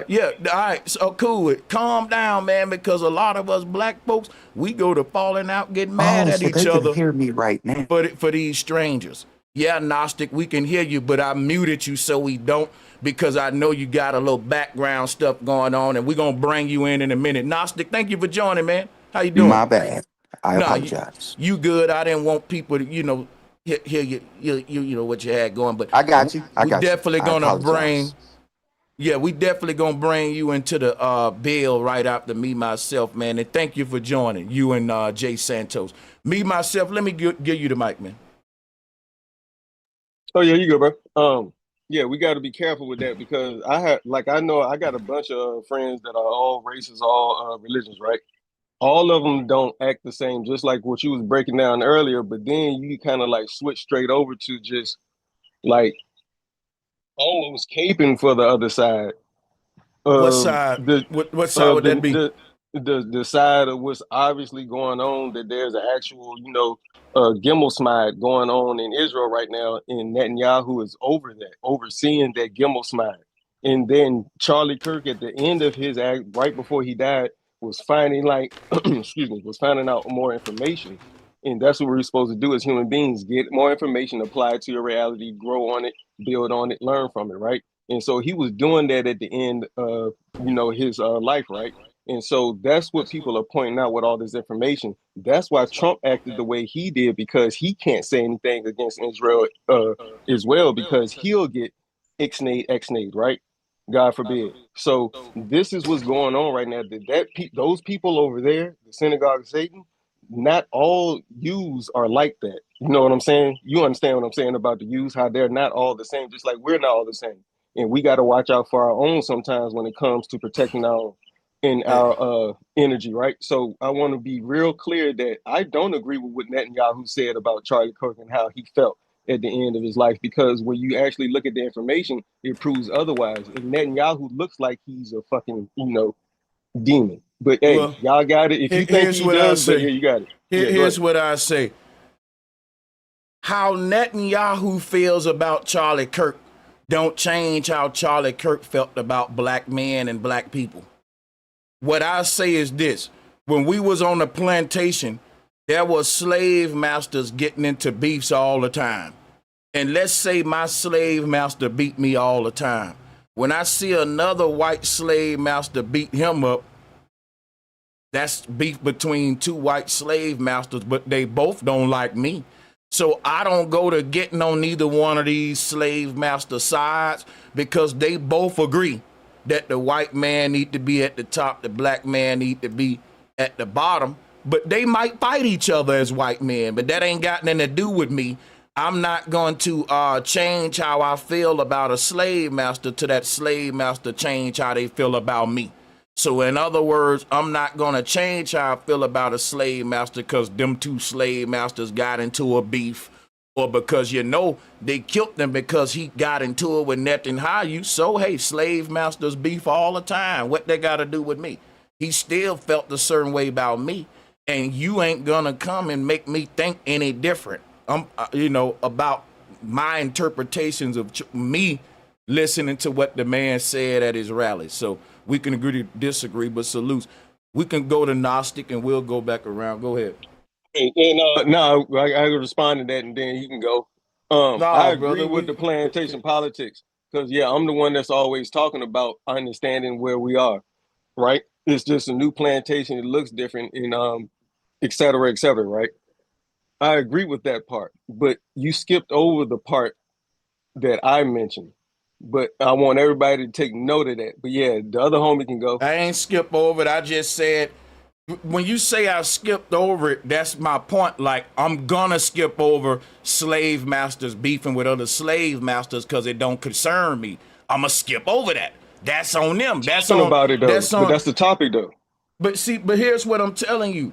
The topic is how you bringing up a situation between Netanyahu and Charlie Kirk. I'm responding to the situation saying it's none of your concern.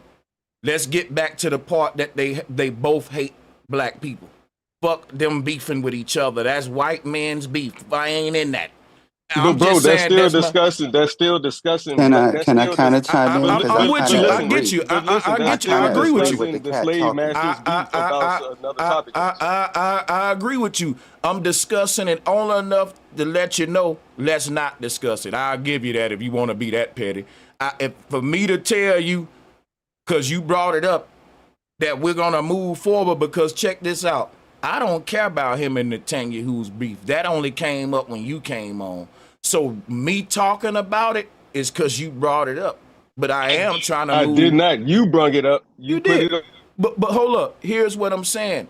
I didn't bring up them beefing like that. You did. What I brought up was to say that they're not beefing.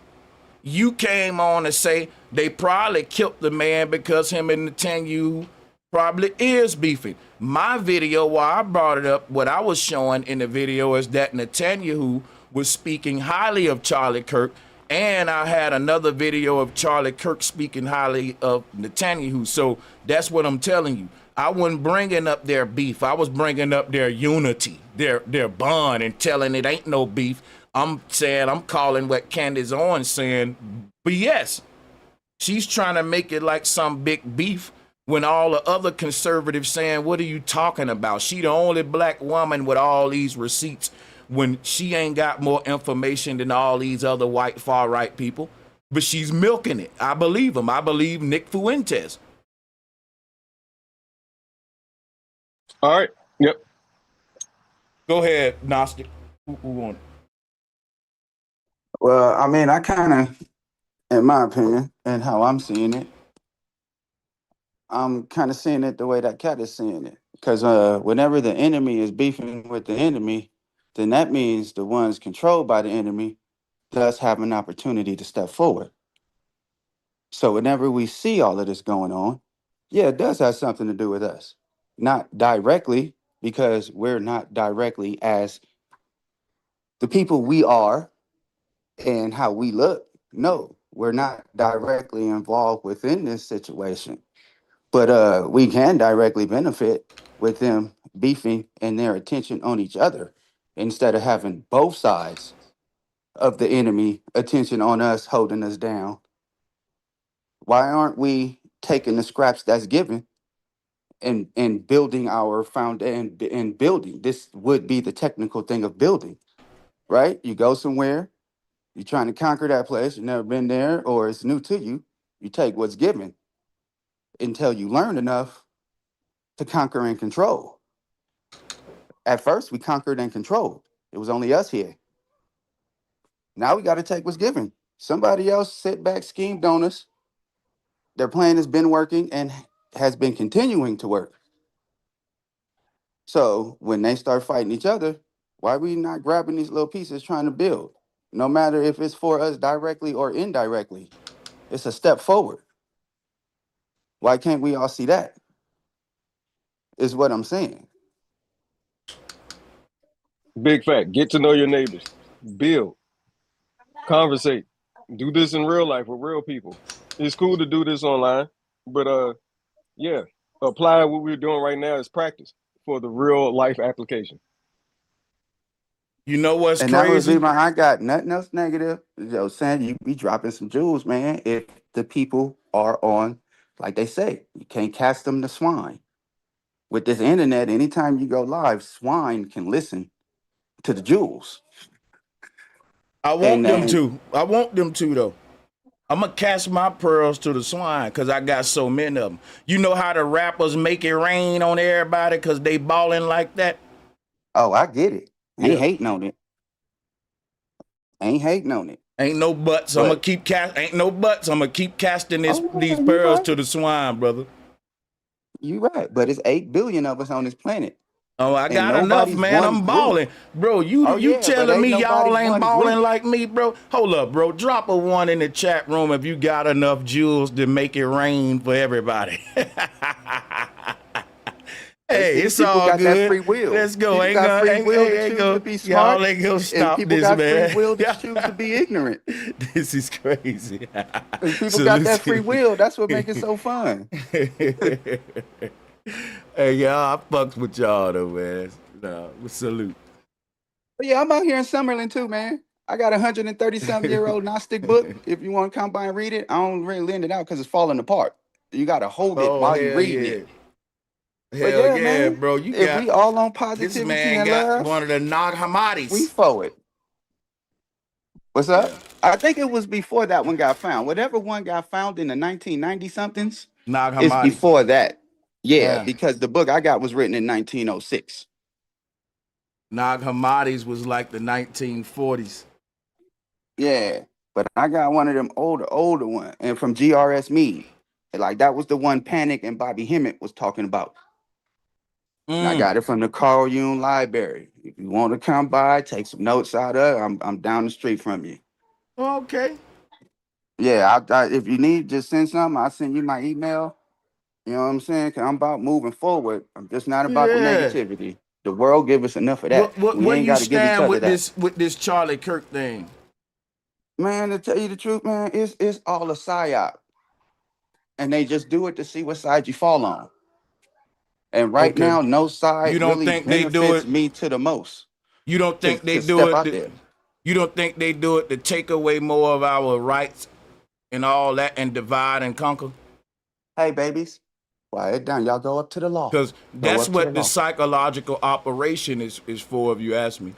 To take away freedom of speech right Facts. now and to divide and conquer. Oh, not just freedom of speech. I mean, like all freedoms. In order to control and oppress somebody, they truly cannot have freedoms. See, we truly do have freedom. It's, are we brave enough? Land of the free, home of the brave. Are you brave enough to fight for that freedom when majority of the world you live in have their foot on your neck? You gonna stand up? You gonna fold? If enough of us Big fact. stand up, we can exploit our freedoms. It's sad to say that we have to exploit our freedoms, but we can. If we look at who's in charge, they went through. They may have tricked the people who sacrificed their lives for this.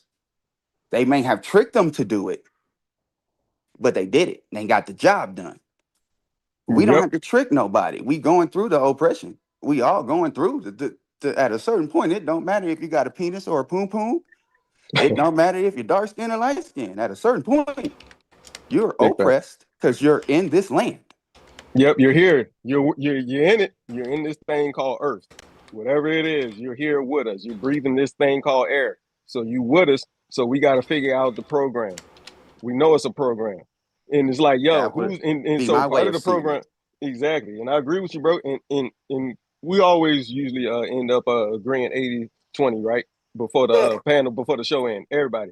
But like, and they depend on that 20 to keep us from moving on that 80. Exactly. From every single time, right? Now here, check it. Who's the leader? And now who's the real leader is what we've been talking about for about a decade on these panels, right? Almost, it's been over 5 years, right? So it's closer to a decade than it is half of one, right?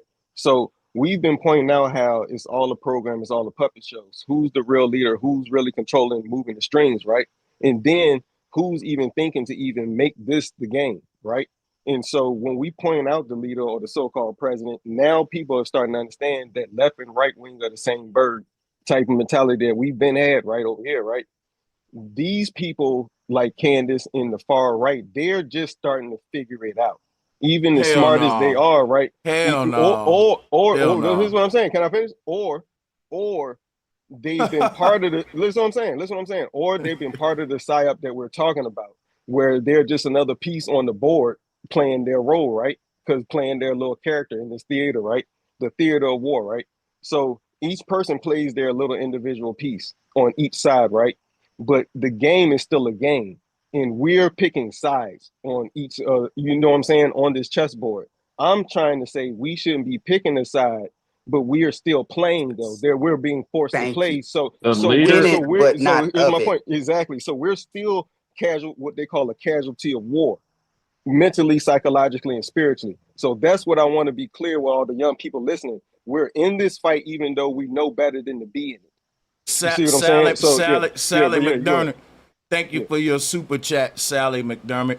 Well, I got a different way of looking at it, right? I get up and fight every day, but I'm not a fighter. It's like this right here, right? If you're born in the middle of a riot, you gotta fight your way out the riot. Not that you want to fight, you gotta fight for your liberation, to free yourself from, you know what I'm saying? So my whole thing is, at that point, we should fight unapologetically. When you realize, okay, I was born in the middle of a Royal Rumble, and I just want to get the hell up out of here. The only reason I'm swinging and punching is so I can leave. This motherfucker swinging and punching to come up in here. I'm swinging to get out. So I'm going to be unapologetically when I'm swinging. Big fact. But yeah, y'all go ahead. I can dig it. Well, I would say that's cool, because that would be the in it and not of it, because you need somebody to help you get to the gate, but only you can do the work to actually have a card to say I'm the VIP to get through the gate. But the leader, this is a dichotomy. Cut all that. The leader, you do need help.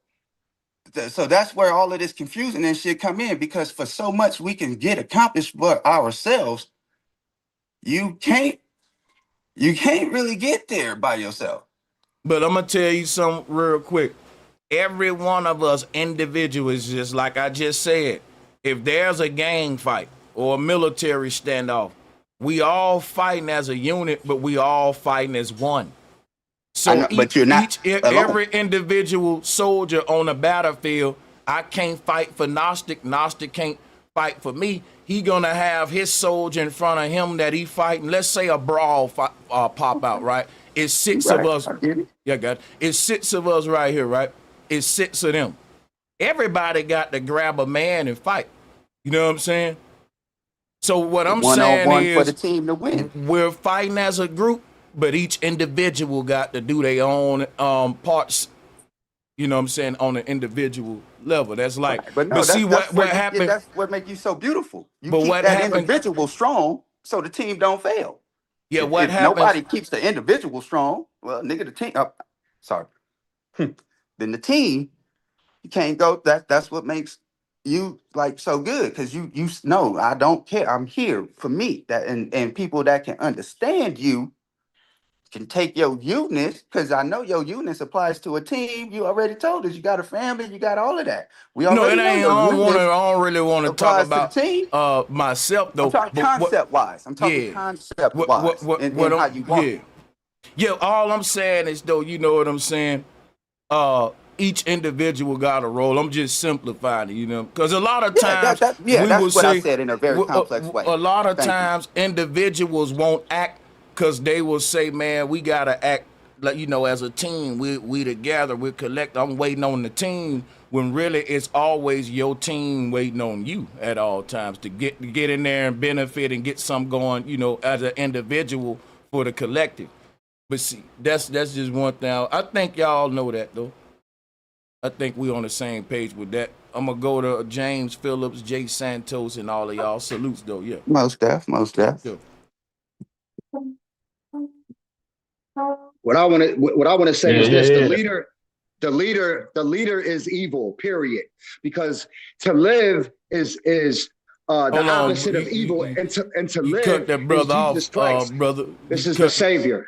You cut that brother off, and the only way you could participate in the show if we talking about Charlie Kirk, free speech, what the man stood for, people getting fired for mocking his death. It ain't really a lecturing show where we getting deep with any teachings or anything. We talking straight up race relations if y'all want to participate. But yeah, go ahead to James Phillips. Okay, yeah. I'm gonna sit back. I'm gonna interject when I see fit. Shout out to you, bro Sanchez. Shout out to the panel. Most Shout out definitely. to the whole channel.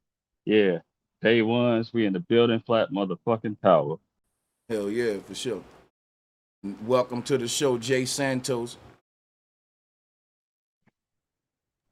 Although I will say this, the leader is the man who practiced usury, and we all know that. We all know that. Sit back and watch because if you taking money, come on, bro. If you got a loan, then you're a follower. If you loaning money out, you the leader. Point blank fucking period.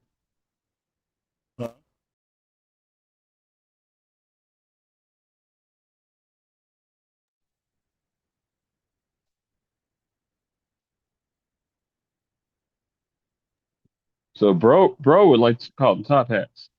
And he know.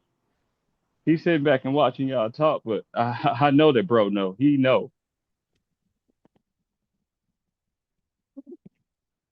Salutes to the bill. Shout out to everybody in the chat room. If y'all want to come on up, man, we got a poll going. Is it safe to say neither the left nor right are under attack, but free speech is? Hell yeah, we got most of people, 85% saying that's true. But see, this channel small. All of the big channels is saying, no, the left is attacking us and we the right. And the right is saying the left is attacking. So the Civil War propaganda is what we got going. But salute to everybody on the call. If no one else want to interject about this topic at hand, I got to go ahead and start getting out of here. Can I ask you a quick question? Yeah, for sure. I kind of got a feeling you're doing this on purpose because I got a feeling that you're trying to take something that's very big and you're trying to oversimplify it so it don't get, I'm about to say, that don't get misconstrued. but for how are you trying to talk? Because this what you're trying to say in the topic is way bigger than how you're trying to make it. And I'm trying to see if that's on purpose or not. That's why I hit the link to try to, because like no good or bad. Well, I'm just trying to answer you. You got to let me answer you. That's why I muted you after your question, because I'm trying to answer you. So I simplify things because I think that America has complicated what it means to be an American in this country. My whole stream was about free speech, and how both sides of the political spectrum is using this man death to bring forth a dictatorship where people get punished for what they say in their private lives, right? And I want to simplify my message. Now, people may not agree with my simplified approach, but then I would tell them, go get you someone who delivers a complicated message. Over here, I found it very beneficial to simplify things and that more people will understand you. So when people try to say, well, you oversimplified that, I pat myself on the back. I think the more we simplify things in this country, the more transparent we will be, because people hide behind confusion and complexity. And oftentimes things ain't that complicated, especially when it comes to race relations and black versus white. It's literally black and white. It's that simple. When someone try to make the race relations issue in this country complicated, I always look at them suspect. It's not complicated. You know what I'm saying? I could dig it. That's why I wanted to say no good or bad with that. Just wanted to see where it's going so I could have the right ears to catch your point. And I'm a brother that can really get complicated. Like I do symbols, syncretism, and all that. But when it comes to race relations, it's very simple. I ain't gonna even in fact, it would be wrong of me to complicate that. My mom was an English teacher. I could tell by the way you talk. You understand the English language, and you choose to use words how you choose to use them. I get that positive way. Hey, let me give a shout out to Stacy for the donation. Says simplification seems best. Appreciate the love. That's facts. Salutes, Demi. Thanks for joining. Yeah. Thank you for having me. Peace. Peace to the panel. No doubt. So I just have a question. So what do you think is going to happen after all is said and done? What do you think is the next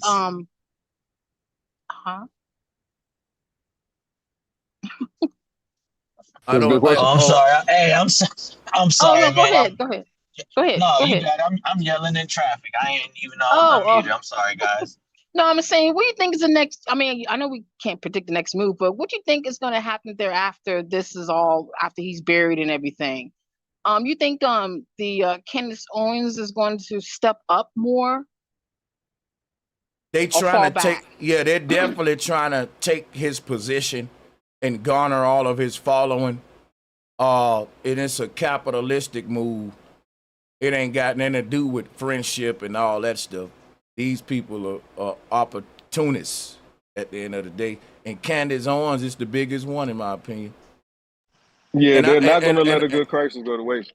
And I think that they going to milk it. And when they see that the videos ain't really getting that many views and people kind of moved on from Charlie Kirk, then they'll get on with the next thing at hand. Mission accomplished. They'll been had all of his following or whatever. Yeah, that's the main reason I clicked the link, because what we're talking about is millions upon millions of young people's minds that were locked in on what he was talking about, that was coming by the thousands to campuses, already there, but they not showing up for sporting events like that. So we got to pay attention to that's what they're after, is the future minds. And so the future minds is when we play with dude with that look, with the big ears, right? I don't want to keep bringing up his name because whatever, it's strict, whatever. The dude with the big ears over there with the Star of David, or whatever you want to call it, right? He pretty much was like, yeah, all of you people, trust me, he was on my side. When at the very end, he was like, nah, look at what's going on over there. We shouldn't be following that. And then pow. So just pay attention, use your common sense, please. But yeah, that's my final point. I don't really think that that's using common sense. I think common sense is always working in what's in your best interest. And I'm gonna go back and say what I've been said. Two white men beefing ain't got nothing to do with you and me, man. Let them be people beef, bro. Now check, my whole thing is, if a white man got beef with me and my people, him having beef with another white man that don't like me too ain't gonna make me get cool with neither of them white men. I'm still got smoke with both of them white men. Netanyahu is a white man that think he's superior to blacks, and so is Charlie Kirk. And you're gonna have white men that hate each other, but they both gonna agree that they should be above you. And I don't like to get into the white man's beef. I just want to fight my war against the white man that hate me.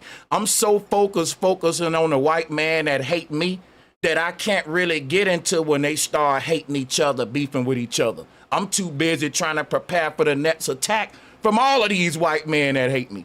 So good kudos, okay, they beefing with each other, but it just don't benefit me to even speak about it. I gotta keep talking about the next attack that the white man gonna do to me tomorrow versus, because I can't never forget that I'm under attack just because them two slave masters beefing. That's on them. What are we gonna do to stay alive tomorrow?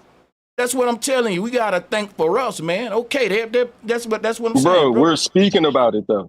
That's what the topic of the show is. And that's why I'm letting you to speak about it. I'm allowing But you to do just that. muted me. All right, okay. Hold up, I'm still talking though, bro. My whole thing is this right here. I want people to speak about it, but I'm telling them why I don't choose to speak about it. I can't control what a person want to spend their mouth and time to talk about. But when it's my turn to address the topic, I'm gonna keep on saying I think we wasting time talking about what they doing to them versus what they doing to us. That's just where I'm gonna keep you. Now, the people who want to talk about that, they ain't gonna like that. I'm gonna keep doubling down on that, but you could keep talking about it. I ain't saying that to censor you. I'm just saying when the mic get back on me, that's gonna be my response every time. But go ahead. Okay, I got it. We're talking about it already, so we're talking about it. I don't think I understand. Yeah, I'm with it. I don't get it though. But what I'm saying, the part you don't get is this right here. I'm saying I don't really want to talk. The part is this right here, right? I want you to get it though. I want you to get it. I want you to be quiet and listen because we going in circles right now.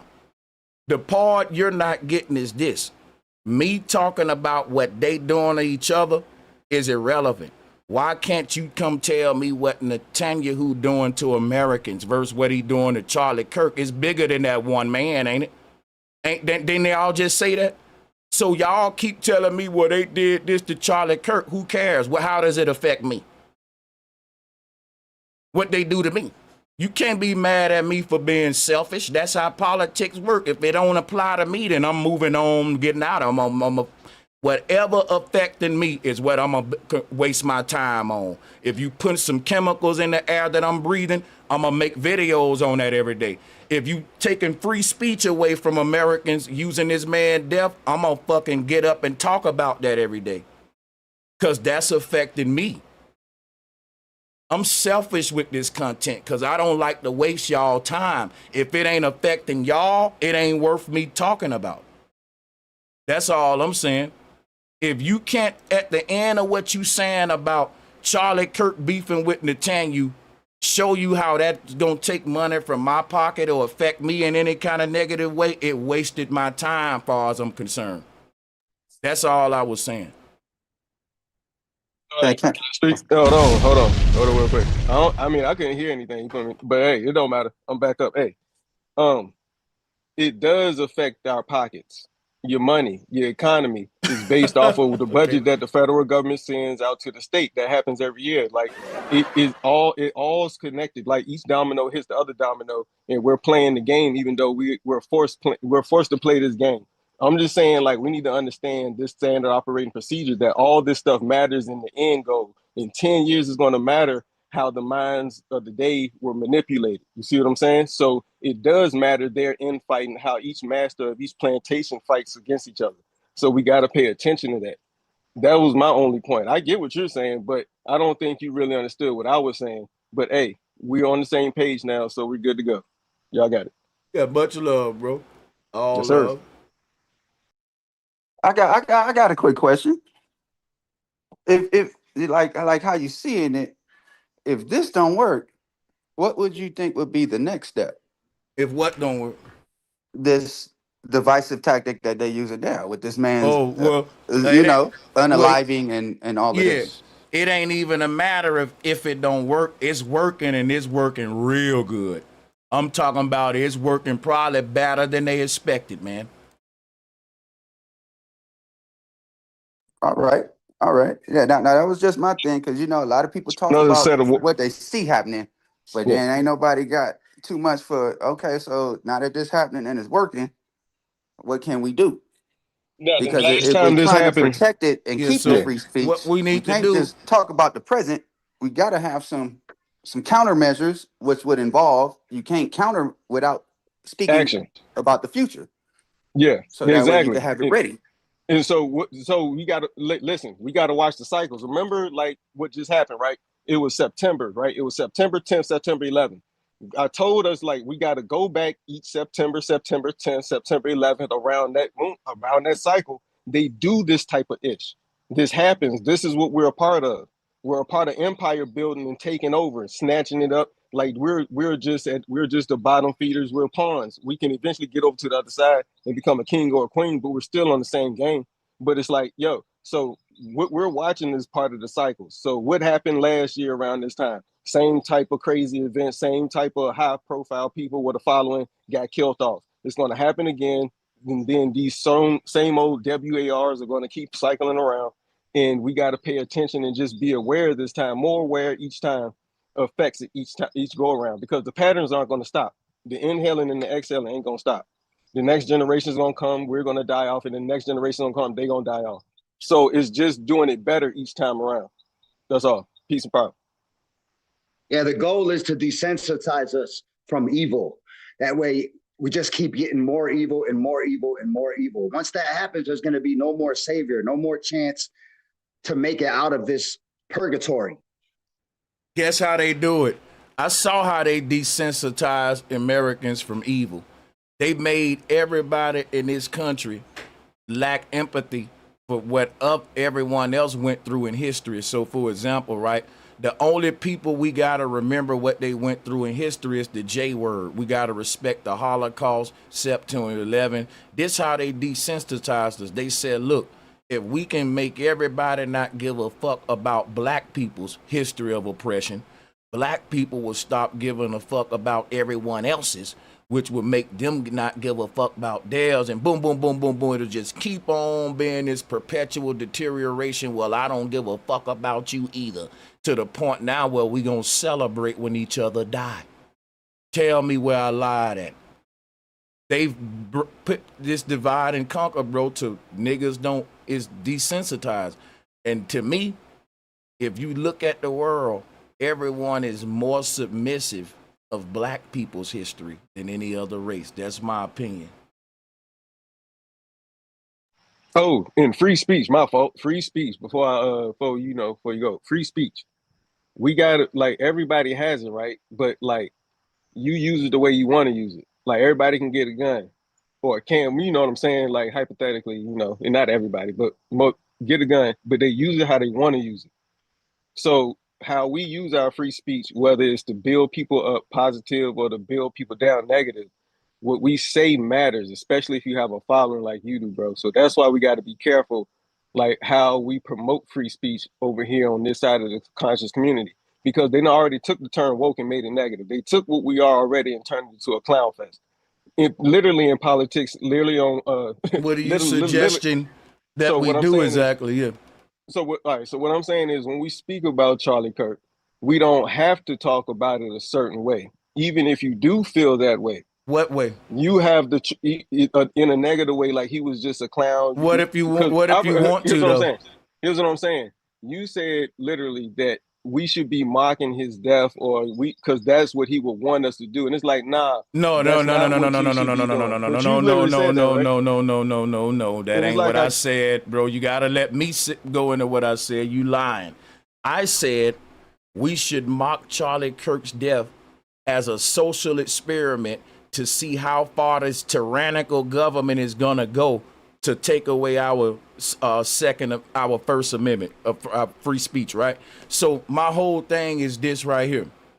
I was saying, if Charlie Kirk was an advocate for free speech, the worst thing you can do now that'll get you silenced in America is mock his death. So if you were a person that was trying to advocate for free speech and see the boundaries that you can push free speech today and as a revolutionary protest, then you would have to say fuck Charlie Kirk. Cause that's the most, they ain't censoring you for nothing else in America right now for that. You can say fuck everybody else but that. So let's say you was an advocate for free speech. That would be your challenge right now. You would have to go out and protest with it ain't that you even really want to desecrate his death, but that would be your political protest if you wanted to have this social experiment to fight for free speech. Because that is the thing they're targeting. You would basically be saying, do something to me then. I'm an American and I'm going to say that because we should be able to say whatever we want and not get punished for it if it's free. If it's free, it mean I don't got to pay for it. I can say what I want and ain't no cost to pay. That's why I can mock, listen me myself. That's why I can mock your death when you die and ain't nothing going to happen to me. So it should be the same for everybody. Yeah, for sure. All right. Now, this is why I wanted to bring back up the conversation of free speech for everybody, because that was a deep conversation that we needed. I forgot about that because, but that's cool. But look, hey, listen, hold on. Let me finish my point real quick, and then y'all can go. All right, my point is, you can do that, and I understand the war on free speech right now. And you cannot say it's a whole list of things we cannot say online right now that we are banned from saying, or things will happen. And we're trying to fight to get that back, though. We're trying to fight against that. Let me finish my point. I get it. My point is, the people that are controlling that are the people that the guy who was for free speech, they silence with physical action. Now, I'm against that completely. You shouldn't have to lose your actual... Now, here's the thing. What he was talking about was the people that are manipulating and controlling and trying to steal that free speech from us. At the very end, that's what he was speaking on, right? And so when we do our research, you'll find that out.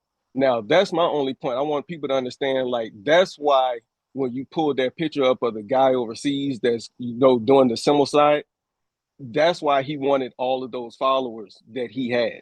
So we got to pay attention to the manipulation of the minds, because that's what this is really about, of the future.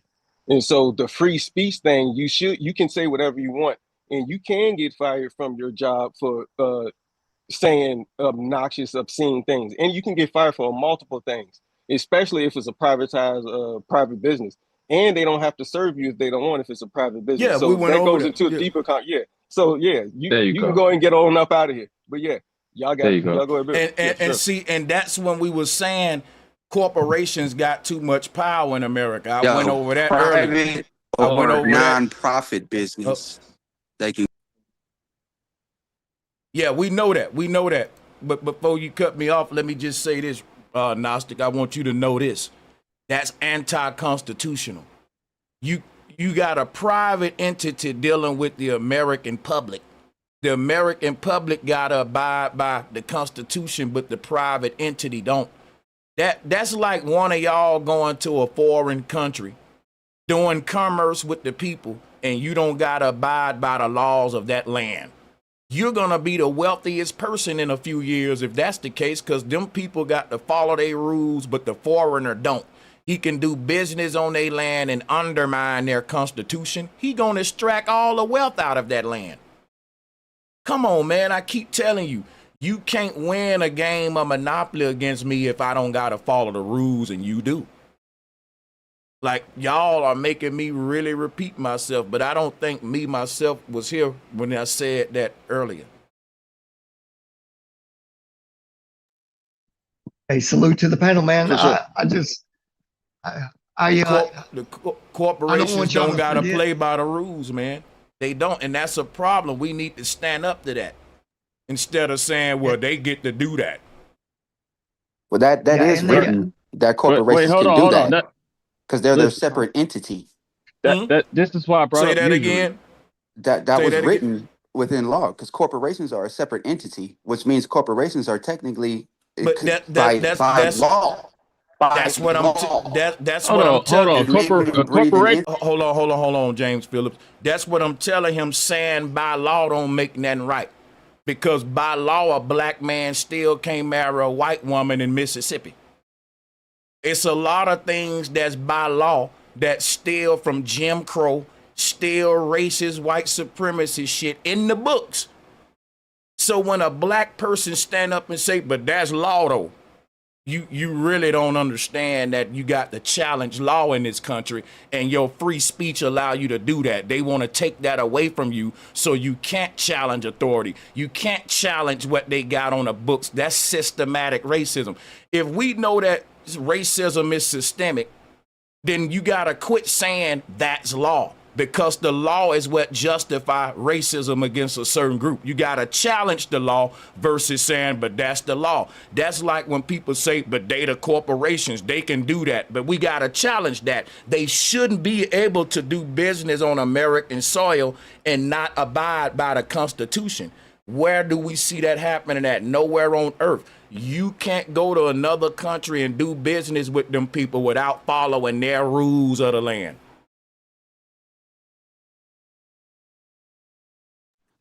I think that would go back to a thing. That's why I said this is a way deeper to accomplish what you're trying to do. We have to get into some like stuff way outside of that, because this is only America because some people came over here and decided to take the name and say that and change the definition, which is all we do anyway now, even with the N word and all kind of stuff.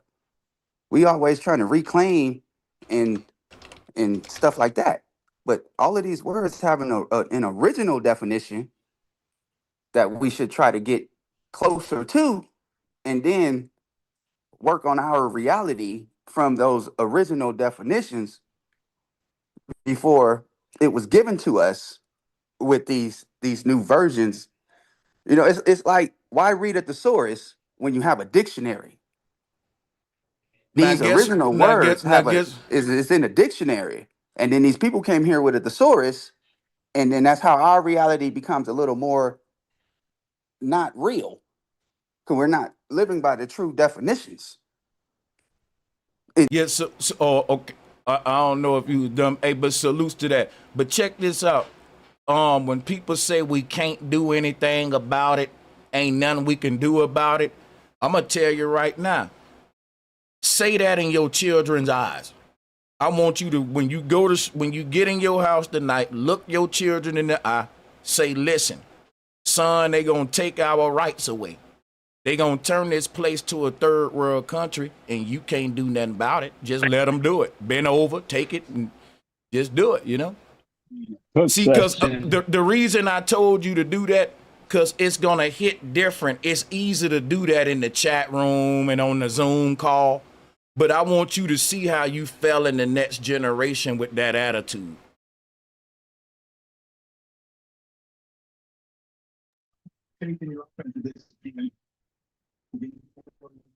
Crickets. Crickets.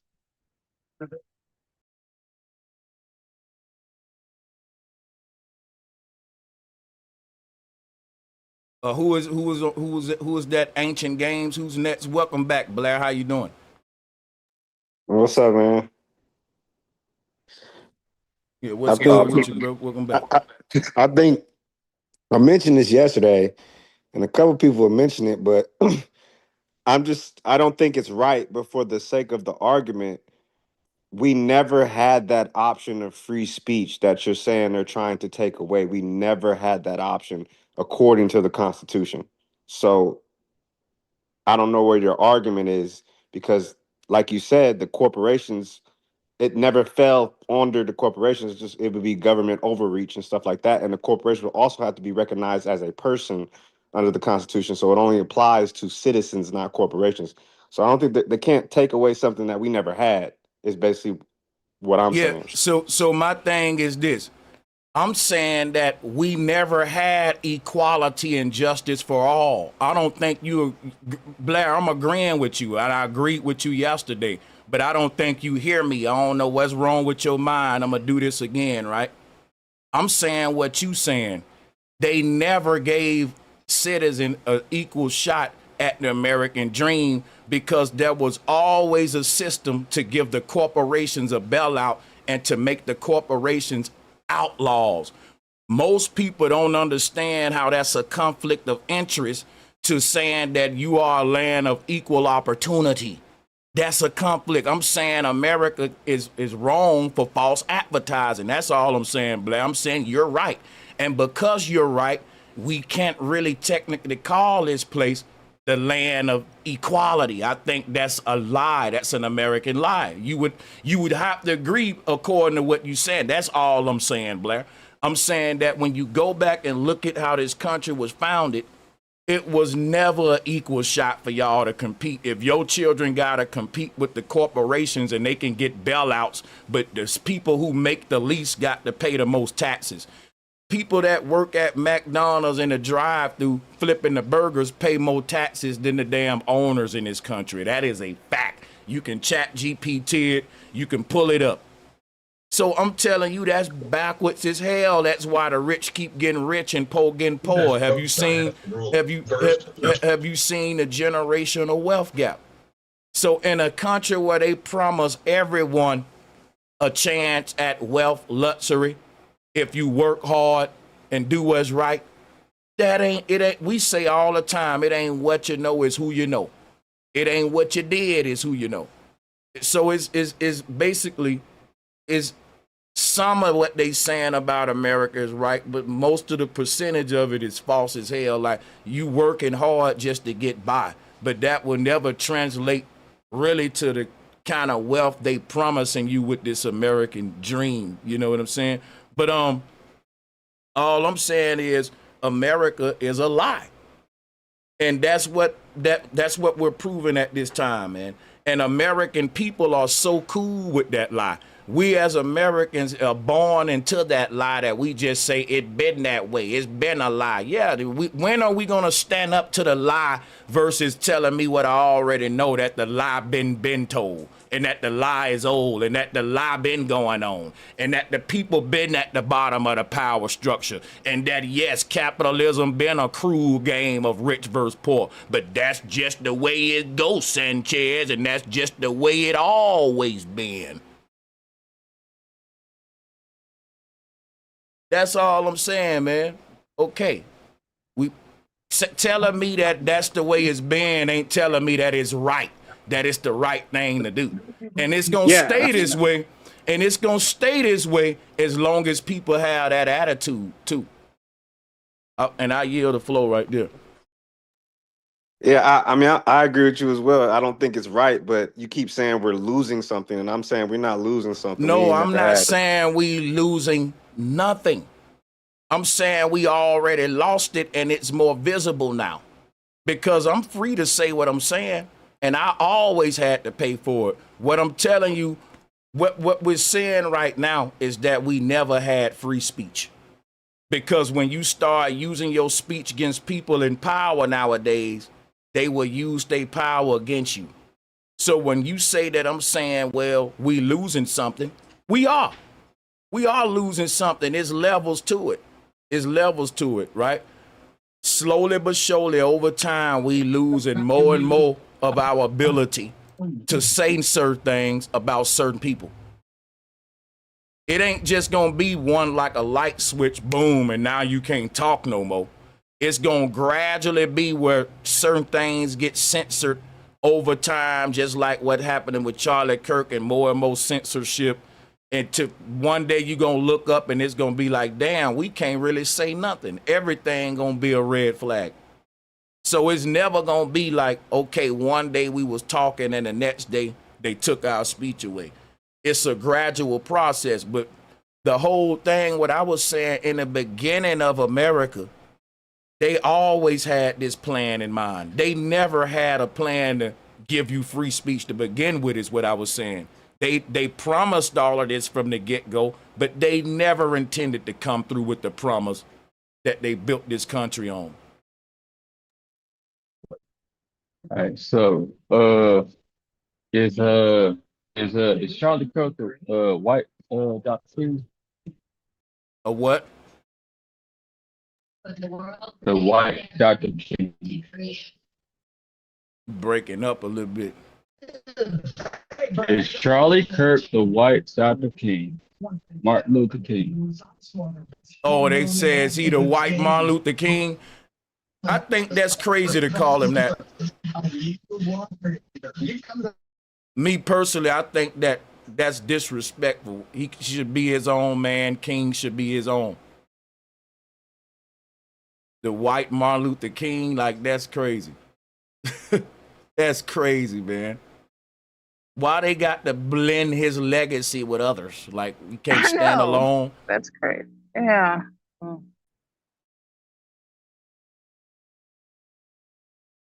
But yeah, I don't know what to tell you about that white MLK other than I just think he should just be who he is, man. Just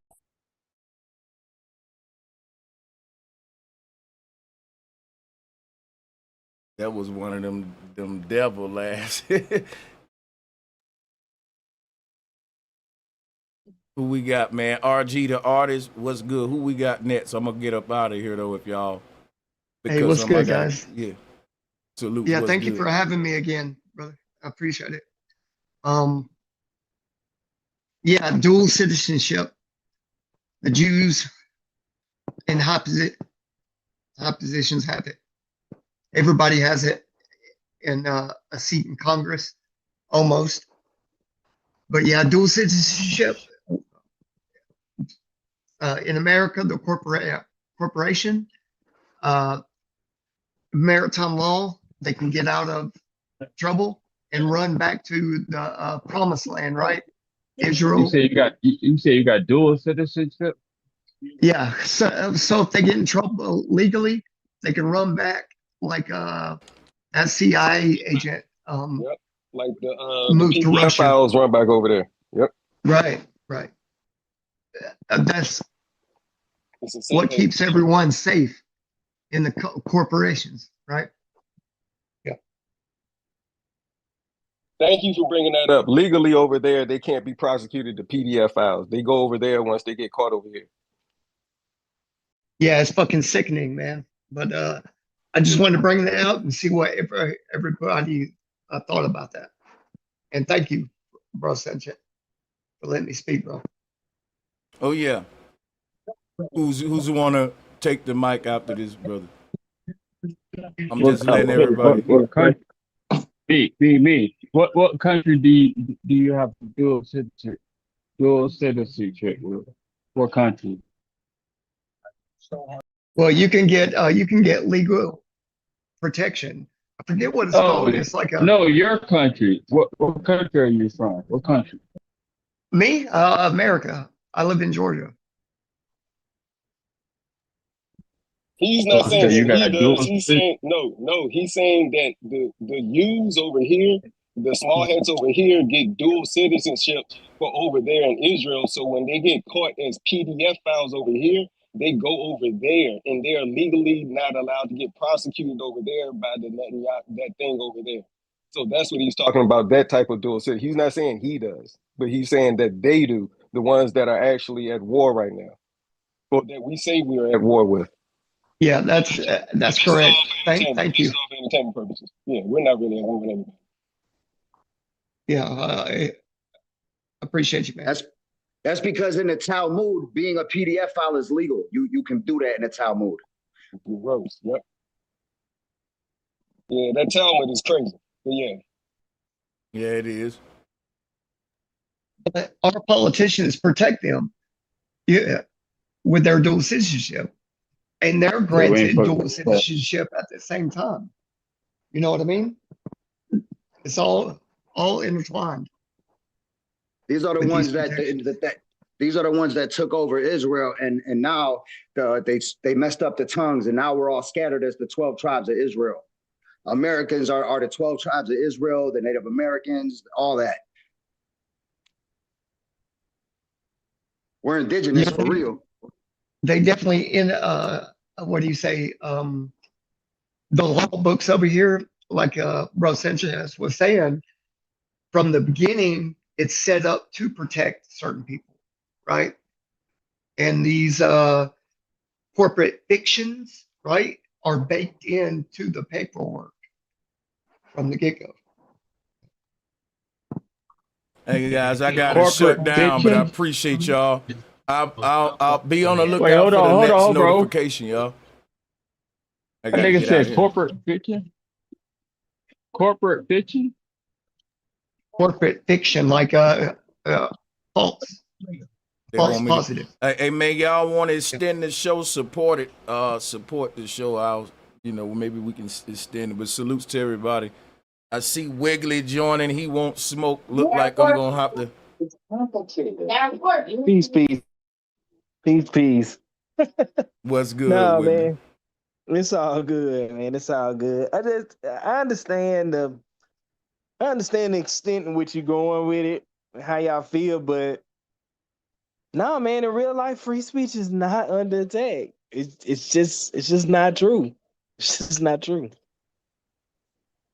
Okay, so let's break down what free speech is, Understand. right? I'm Yeah, you gonna mind if I? stand with Wiggly. I'm gonna You stand mind? with Wiggly. You mind if I talk to my brother Wiggly, y'all, for a second? You real quick. Salutes to you, Wiggly. Peace. Salute, He man. came Salute up to to you holler too. at me, and I just Right. wanted to respond to him. Yeah. Welcome back, by the way, man. But yeah, All to right. just respond to you, man. Free speech is your ability to say whatever you want to say freely without any repercussions. The moment you gotta pay for what you said, it ain't free no more. So when somebody say is free speech under attack, right? The thing, let's look at it this way. Let's say this. The concept of free speech in America is under attack because it is a lie that they've been telling that you can speak freely with no repercussions. Now we starting to physically see people in high places get repercussions for what they said, right? And now we got that question, was free speech free anyway? Because there have always been people complaining about being discriminated upon based upon having certain stances, but it's never been a big national thing until Jimmy Kimmel. Jimmy Kimmel went through what a lot of people been going through in the regular corporate world anyway before Jimmy Kimmel. But it was raising a big conversation of free speech in America because most Americans is now seeing what they don't really see every day because it's happening to somebody big. Now they get to see, yes, this is happening in America. People are facing very big punishments for the stuff they say online and all that. And Americans are getting scared, not just me, and they're re-questioning, hey, is free speech even free anymore? And the answer is, if we keep going at this rate, hell no, you're going to pay tremendously for what you're saying. How that's free? So I would say the concept of free speech in America is under attack. America no longer can claim that we offer free speech. We have to say, well, we allow you to speak, but we will make you pay for some of the shit you say if we don't like it. Right. We still sound like we're talking on different levels now. The level I'm talking on, if we break down the word freedom, we talking about being free, being unapprehended from a government, which means our time taken and thrown in a cell or something. That ain't what it means. Courts run through the measures of the governmental system. Long as we're not being held and apprehended from what we're saying by our government and being locked away and thrown away, that's the level I'm talking about. See, the level you talking about is well, when we dealing with companies. Who is that? Hold on. Hold on. I just looked it up. Hold on, guys. Let Wiggly finish because some of y'all got a lot going on in your backgrounds. His background is quiet, man. Him having a good exchange is legible, and it's just get automatically chaotic when y'all do that. Hold on a second. Go ahead. With companies, corporations, businesses, things like that. Okay, so when you talking and running your mouth in the public square and you're dealing with a company or a corporation and they don't like what you say, I do apologize. It's written within their policies that they reserve the right to remove you from their company. However, I get that. Right. However, I get that. and I'm on right here.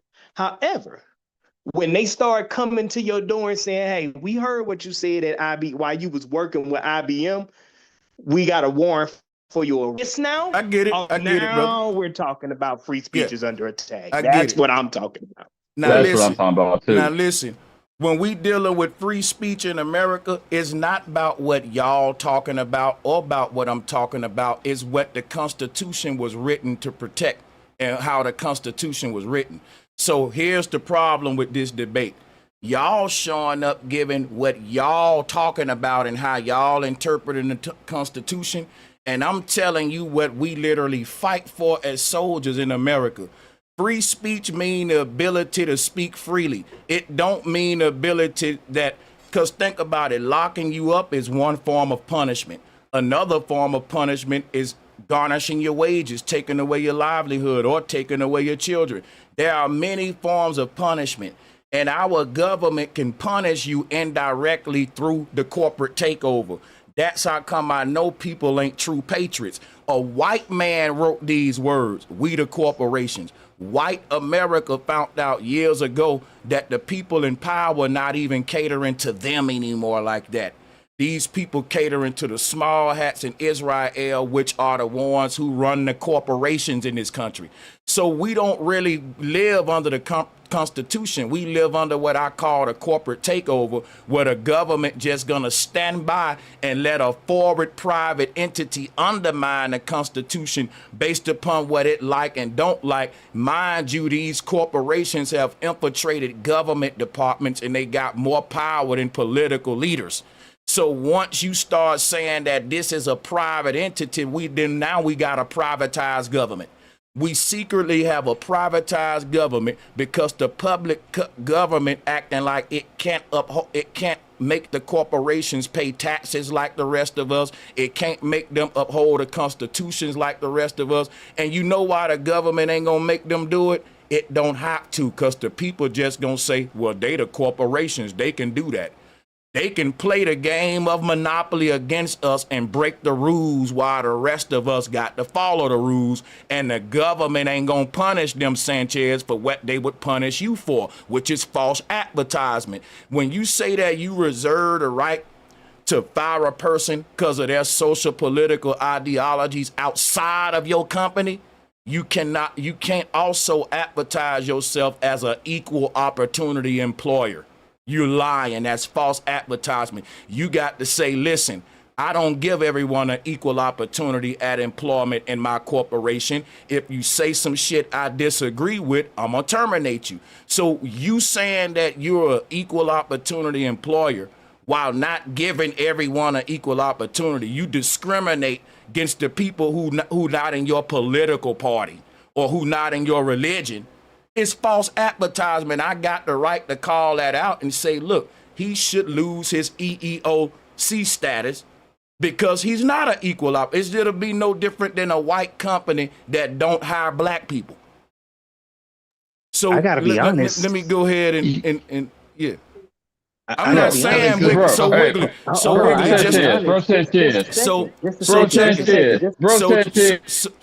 quick, whoever that screaming my name, hold on a second. So just to conclude on what I was saying, right?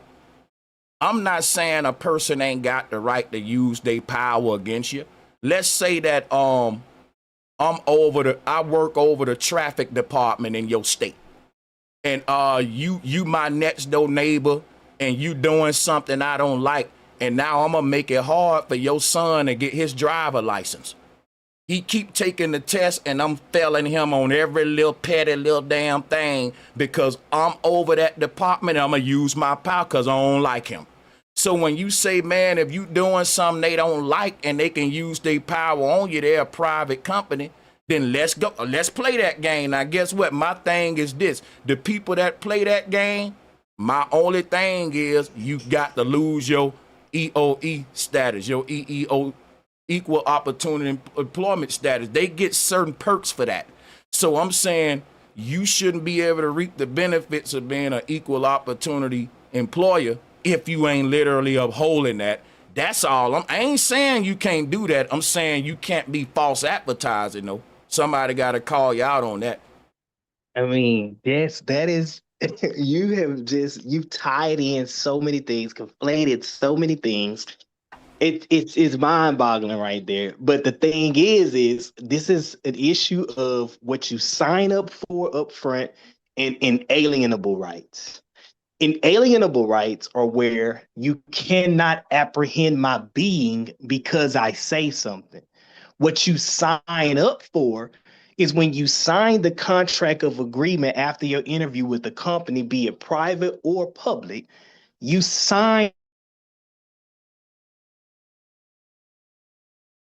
I'm agreeing with you on that. I'm saying that when you work with a company, I'm saying what you saying, Wiggly. I'm saying that when you work with a company, yeah, they can fire you if you sign that up in your contract. For example, I mentioned that earlier. I said if you are a rapper and you under a contract with a label, ain't no such thing as I'm off the clock, I can do what I want to do. You are a contracted worker with Universal, whatever label you with, and you just can't say what you want to say in the camera, in the interview, because you represent your record label at all times. What I'm saying is people shouldn't be forced to represent Walmart at all fucking times. They should be able to take their uniform off and say what the hell they want to say on Facebook without their boss on their page saying, I'm going to fire them next week because I'm a Republican and he a Democrat. That's all I'm saying. Well, now that's true. Now look, and that's true, and I believe that we as citizens are protected.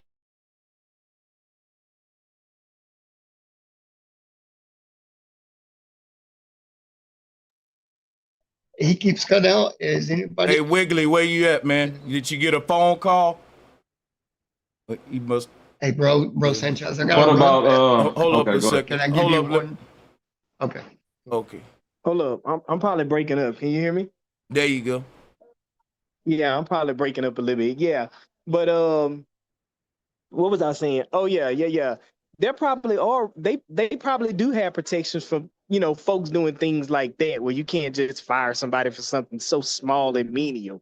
But So when you I'm get out agreeing and you with you, start though, but talking you can about get- if you religions and politics in the public, then companies do reserve a right to do that, and they probably write that up front. The issue is, I'm sorry it's that way, but you still have that American freedom to go and make your own company then. Go make your own business. Go make your own living. So the whole thing ain't about because Hello. listen, I got you. Whoever that is cutting in the middle of people speaking, just hold on a second. Be patient. So the thing is this right here. I understand what you're saying, but I'm telling you, what you saying is why so many people, including white patriots, have been saying this ain't the America it used to be. Y'all are pointing out America that we live in today, and this has been normalized, but we actually live in a privatized government that has been undermining the Constitution ever since the 40s. Your real patriots in this country know what I'm talking about. That the real government been left this country. You have got this Circus Act in power, and these are a bunch of private families and corporations posing as a government over here. So you really want to go into this fiat system that we in? Because that's what I'm doing. Because the reason we never deal with this thing, because people just go along with it. They say, man, that's the way they wrote it. That's the law. That's the way. And I'm like, bro, but that ain't what they advertised in the beginning of America, because it was never supposed to be the way we see it today. It was never supposed to be America where the rich get paid the less taxes and the poor pay the most taxes, and rich get tax bailouts and poor people don't. It was never supposed to be the kind of America where a citizen is held more liable than a medical institution. For example, they can go overseas and even domestically and practice certain, cures and medicines with little repercussions on the defects that they have. So y'all can't do that. The thing is, we are competing with the same corporations we shop with, and we ain't becoming nothing but consumers. You can't compete with Nike and all them because they get tax bailouts. You don't. You can't. If you're in a capitalistic game, like I call it, it's monopoly. if they say to everybody that play this game, everybody get an equal chance, all I'm saying is that's a lie. Now the people that's playing this game with me catching hell, they saying, but Sanchez is betting that way. They wrote that into the game. What are you talking about? And I'm like, you're right. What's the only thing that's never changed in America is the people here never woke up to the level to see how much we being played to revolt like other countries did.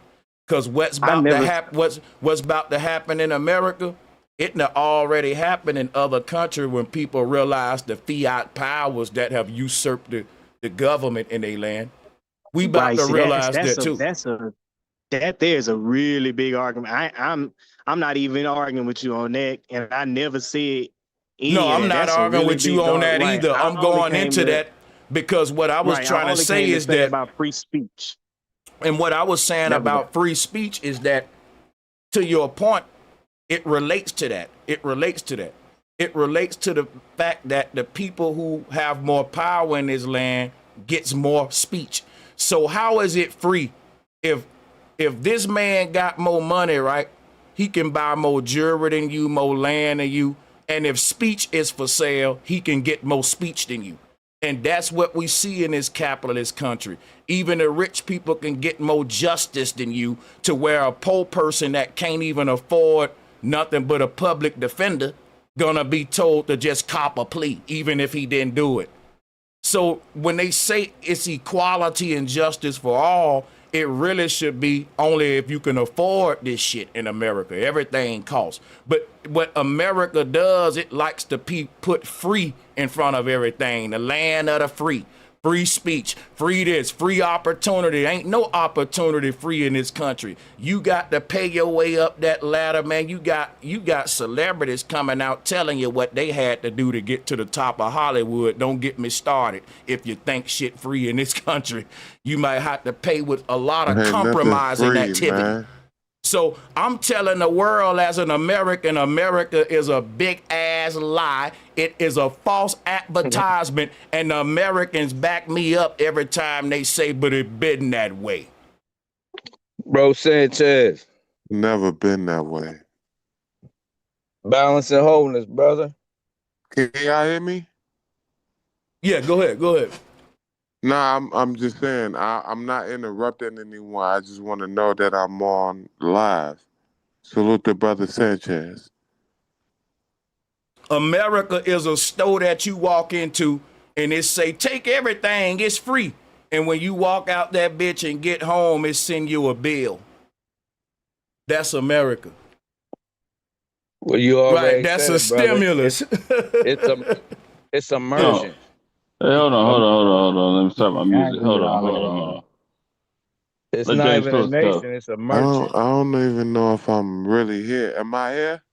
We can hear you, man. We can hear you. Yes, we can hear you. All right. Pardon me. I'll mute myself. I just want to make sure. Pardon me. Okay. Peace. Yeah, I agree with everything you said on that level. What you talking about and when you speaking, I agree with everything you talking about right there. I'm just talking about on the layman's ground of turf and dirt. Free speech is not under attack, but if you with somebody and they employ you and you talk some shit and they find you and they don't like it, they might fucking fire your ass. But you still free in your being to go pick up a lawnmower and start your own damn business. I'm gonna tell you why. King Infamous. Hold on a second, brother. I'm gonna tell you why that's dumb, right? How is some free if you had to pay for it? Free mean it didn't cost. Listen, bro. Free means, right? You gotta go, bro. This dude a troll. Free means you don't gotta pay nothing for it. It means it ain't gonna cost you your job, your freedom, none of that. It don't mean, hey, we didn't take your life or your freedom, so we just fired you, nigga, so walk away. No, once we allow you to take a person's livelihood, next you'll be taking their freedom, then next you'll be taking their life. It's the first step of the attack on free speech. So I will say this to be fair. I should word it different. Free speech ain't under attack. The concept of free speech that America is selling the world is under attack because the world is starting to see that it's bullshit and it ain't free because it'll cost you your job. There we go. Okay, I mean, in other words, you gonna pay something for it. If it ain't nothing but your job, you pay something. Listen, if I gotta pay a penny for it, it ain't free, Wiggly. It ain't free. I know what you're saying, but that's not. That's straight I guess facts. it's over to the concept. No, brother, if you can pay for it, it's like this right here. Our government can't undermine the Constitution, but they can indirectly do it through the corporate takeover. If anybody on the panel don't understand that, you just up here playing dumb, wasting people's time. We know that a white man was the first one to say these words, we the corporation. So if the black man can't see what even a white man saw back in the dang on, when did Adam Winkler write this book? This is an old ass book. Listen, bro, white people been said the government ain't even catering to us like that no more. And we was telling the white man when he started making those statements, welcome to black people's experience. I remember it. Now black people acting stupid. Like, this is weird. It's like a psyop. Like when people say, get your thoughts together, Winkle. See, what y'all are doing is this, right? Y'all trying to re-educate us on how this bias ass system work when we know that. We agreeing with y'all that this shit been this way and how it worked for the corporations, how they get tax bailouts, how Elon Musk can build an AI data center in Memphis. Sanchez, and you know, Elon can build an AI data center in Memphis, right? And he can pause in people and nothing happen to him. He can break environmental laws. You see what I'm saying? So but let me make my point. What I'm saying is, if you don't agree with that, you shouldn't agree on anything that the corporations can do and get away with that we can't get away with. That's called, the Constitution is there to make sure everybody's treated fairly in America, no matter how rich you are, even if you're a corporation, right? So what I'm telling you is, if the corporations can undermine your speech by firing you with their power, then next they can undermine your health by putting poisons in your environment and get away with it. That's why I keep telling y'all, if you let them get away with one thing, you just bowing down to everything. You gotta fight back on all areas. These big corporations want your free speech and they want your good health too. They don't just want to take your free speech away. They want to build toxic shit in your city where the po at, because you can't and pausing you, not the rich. That's what I'm saying. And guess what somebody gonna say? That's just the way it go. You need to move out the hood then. They gonna always victim blame instead of us fighting back for the fact that the rich get to do too many things and get away with it that the po don't. And they get to mock the dead, but we don't. They get to pause in the air, but you don't. They get to do a lot of things, and free speech is just one of them. But if you care about any of them, you care about all of them. Hey, salute, Sanchez, salute. My question is, Can I jump in real? Hold on, I'm asking this and I'll be done. My question is, My question is, how is Al DS Tires gonna allow me to continue coming in this company talking shit about wetbacks? If I'm just coming in and saying y'all wetback, that ain't what we saying. Let me answer your question. I'm saying if you going into hold on a second. I'm saying if you going into your company doing that, dude, you know I ain't that dumb, bro. Come on, you wasting time. I'm finna go to the next caller. I've been saying the whole show that if you at work, you can't do what you want to do. You can only do what you want to do in the privacy of your own social media spaces, because now my employer will be spying on my damn Instagram wall to see what I'm posting. I can't help them with that. If you don't like biased statements, why are you seeking them out? A person should be able to, that's just like if I work for a racist white man, he ain't gonna call me nigga at work, but I can't go on his Facebook page and look at his Facebook at him talking to a white supremacist group saying nigga and try to sue him, because guess what they gonna say? He didn't call you a nigga at work. That worked both ways, and he can't do that to me either. He can't go on my social media and start getting back at me what I'm doing. So, bro, I ain't talking about at work.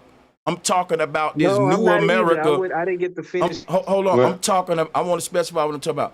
I'm talking about this new America of your damn employer scouring your social media pages. That's creepy. We're in a surveillance state if that's the case. We're in China now. Well, can I say something real quick? What's up with it, everybody? If you ain't in the military, NFL, My nigga Bobby NBA, Knight. right? If you ain't in none of that, then, and shout out to Bobby. I'm finna turn it over to Bobby. I'm just got, cause this going on too quick. It's certain places where you shouldn't be allowed to just say what you want. And like I said, you're a military soldier, NFL person, you on contract. You're always representing the NBA, NFL. People know who you are, LeBron James. If LeBron James say some crazy shit in a store one day with his family in private and get kicked out the NBA, I understand that. I understand that because in his contract, the NBA told him, we own you. You don't got the right to just say what you want. I signed up for that in the military. So I get that. That ain't what I'm saying. You notice, hold on. Y'all notice that I keep using the example of a Walmart worker to give you an example of what I'm saying.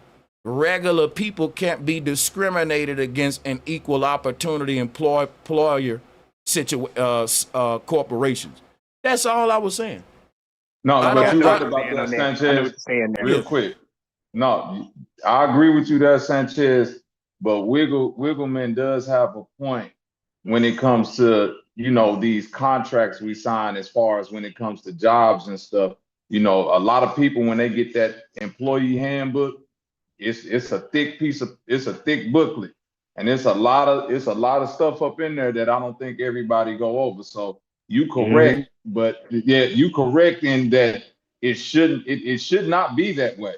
But the problem with social media today, and not just with, let's say, your employer policing you or watching you, you literally got doxing going on because social media space is just like damn near like being in the public. You understand what I'm saying? So with a lot of these jobs, as far as equal opportunity, they kind of lay out the stipulations of what that entails. So it goes into discrimination, age, sex, religion. Some jobs will tell you they can't discriminate on how you wear your hair. Some jobs will lay out political party. Wait, that ain't in there though. The political part ain't in most jobs. You see what I'm saying? What I'm saying is at most jobs, they don't care if you're a Democrat. Most jobs ain't gonna fire you for being a Democrat or Republican. They gonna tell you. No, that ain't what I'm saying, Sanchez. Go ahead. What I'm telling you is these corporations encourage us to vote. So they know if they discriminate with politicians and politics. Think about the corporations and politicians in the bed together. So why would they discriminate on you for playing into the division of the left and right? So that's what I'm saying. That's true. Right. I'm saying they don't necessarily, but they what I've seen in most of the jobs I work at, they have it in their employee handbook, and they'll make sure they sit down and tell you not to have no political discourse at the job. There you go. Oh, you're right. And if it's some like what they deem inappropriate shit that you're speaking about politically, that they can deem inciting a riot. I don't know about that one. That no job I had. No, Sanchez. Hold on, Sanchez. I'm talking about today in 2025. This is why I'm telling people, y'all might need to go look over your employee handbooks. I work with a dude that was into Batman, right, Sanchez? This nigga loved Batman. White dude. He had a Batman tattoo. It was another white dude. We was coming out of the break room. A white dude walked past him, saw his tattoo, and said, "Man, fuck Batman. He ain't on shit." That white dude went to HR. He went to HR and complained. He said that caused him mental stress because of his feeling. No, but that's the point that I'm trying to let you know. Like we're in that era today. You see what I mean? To where That's different, man. no, you Yeah, saying that's that it's different. different, but that's still a part of his freedom of speech to be able to say. But think about it. We talking about freedom of speech. Nah, You he see what I'm literally saying? came up to him talking shit. He came up I, talking I, shit No, to me. but I bro, want to take this listen, time. listen. Hey, Bobby. Hey, Hold Bobby. on, don't cut me. Hey, Bobby Don't cut me Knight. real quick. Bobby Hold up, Knight. Let me hold up, finish hold my up, Hey, let me hold Bobby. up, finish y'all. my train of Bobby thought. Knight. My bad, Let my me bad, my bad. let me finish my Hey, train of Bobby thought because Knight. I'm about to lose it. Come on, James, please. Can I finish it, Bobby. bro? Then you Okay. got it, Yeah, I bro. got you. Man. Right. I'm saying this, Sanchez.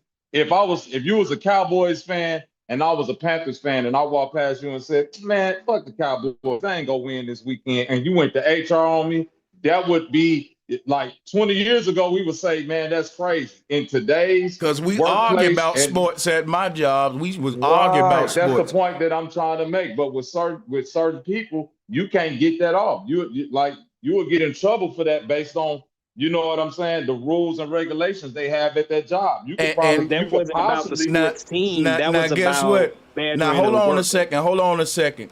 Don't y'all know you more likely to get fired for standing up for civil rights, something that goes against the corporate system? Think about it. The corporations want to make a certain group consumers buy George Nike chains, not really, the prison industrial complex. Now let's say you work at a job, but you got a company on the side saying, look, I want to teach black people how this country is really working against them. But this company you working with is a big fashion company with a big conglomerate, right?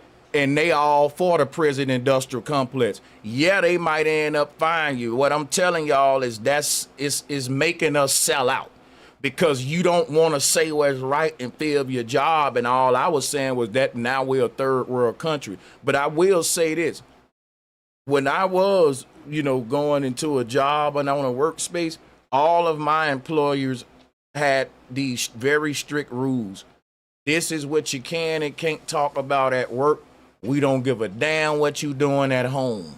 Now, guess what? That's going to be for the most everyday worker because you working at like McDonald's, Walmart, stuff like that. They won't be able to have a staff if they was picky. Because if you McDonald's, you got so many McDonald's all around the world that if you was talking about, well, I ain't gonna hire him because he like that or like that, you won't even have a staff. The whole thing is, these companies will tell you we don't want that stuff at our place of business because it distracts you from your work. Niggas will be arguing about politics for 40 minutes and ain't even working like that. The company is about their bottom line, but they ain't trying to police you outside of work because they ain't got the personnel to do that. They will have to hire people to watch your Facebook and do all that. So long as you acting right on a job for the most part. But when we enter in a world where the corporations are now policing us, I've been predicting this. This is part of the New World Order agenda. How do we push back at that agenda? We quit talking about it like it's normal and okay, and we start getting shocked about it. We start saying, hey, let's do something about this. That's called the awakening. We see what they're doing now. We're acting on it versus saying they get to do that. That's what they can do. That was my whole thing about what I see happening in the world, that the evil is prevailing because it's been doing it for so long. People is just saying, well, they've been doing that, That's like when a dude get hung in Mississippi, ain't nobody really talking about it on social media because they been hanging niggas, right? Hey, Sanchez, I'm 100% with you on that. I'm definitely. So let me just say this. Hold on. Let me ask you this question. And this is Zab, by the way. Salute to you. Salutes, brother. Y'all hear My me? brother Zab. Hey, much love to my brother Zab. Hey, thank you for coming back, Zab, for sure. Hell yeah. You got it. Yeah, for sure. So with that awakening process that you're describing, right? I see how right now on social media, there's a lot of talk on the other side and they're forming their narratives. We always hear people talk about people being in their own echo chambers or bubbles, but we also see that that echo chamber, when they're on a march, when they're on a crusade, when they're about to make moves and actions, we got to go out there and we got to confront them. So I'm asking you, like, we see how, like, to me, I see Twitter or X as like the main central point of this world that you're talking about, where America is ran like China. It's all kind of surveillance and all that going down, because we know that Elon Musk, we saw him back with Trump. They're all friends with he's friends with all of the technocrat dudes. And they may even beef in public, but I think they're all on one accord and on one agenda, which is bringing in that mass surveillance state like how they got in China, because they got the technology now. And I think that it's foolhardy to believe that they're not going to utilize the technology to make America like China. So my question is, do you think that we should go over on Twitter more and start engaging in some of them debates and pushing back? Because the thing about when people debate, people who are listening in, it doesn't matter the bias that they may present. People who are listening in, if they have common sense and morals, they could see what's going on. And the only way we're going to stop the mass surveillance state is by confronting it head on. We can't let them gather over there in Twitter and blow up and just start making real life moves, because we see how these technocratic dudes, they're really out here making moves, making laws. We see how the small hat people, they're really out here making moves. You know what I'm saying? So they really out here doing things. And I really think that the only way to stop the massive takeover is we got to confront them head on. We can't keep pretending that we don't see where this thing is headed, because I really don't want this world to be the future that we inhabit. We all heard the stories about the mark of the beast, and we're living in that right now. We are here, right? This is that moment. Brother Sanchez. Yeah, Can you hear me, brother? I can hear you. Balance and wholeness to you, Shout out to you, Chief Ironbush. Thank you I for just joining. want to say I didn't mean to interrupt the good brother from sharing. I just wanted to tap in before I forget my thought. See, I salute everybody here, and I salute everybody's opinions and input, because this is where it starts. This is where we connect. This is where we start to build on what we're gonna do. See, there's 5 levels to action, you know. And we about at the 2nd level right now. We're in either contemplation or preparation. And that's where we at with it, and that's where it starts, somewhere like this. Okay, but what we have to understand is you'll never win by confronting them in their own game. It's their game. We ain't trying to play their game, so why are we going to try to fight to play their game? All they do is move the goalposts. So us confronting them is literally feeding their game. All we got to do is take our ball and go home and play with our family and who is around us and who decides to go home with us, and take your authority back over everything, and not in a violent way. They want you to respond in a violent way so they can put you in a cage or worse. We're not talking about violence, though. Yeah, like, ain't nobody and I talking don't want you about to violence. insinuate. Yeah, I don't want you to insinuate that we're being violent. We're talking about dialogue. No, I might not have been speaking directly to you, brother. I'm just speaking. Yeah, but ain't nobody over here. We're a non-violent community. We on that MLK shit, that non-violent Well, shit. that's Yeah, what's up. over here. That's what's up then. Chief, I gotta go, but I got a suggestion. Hold on. I got a quick suggestion. Non-violent than a motherfucker.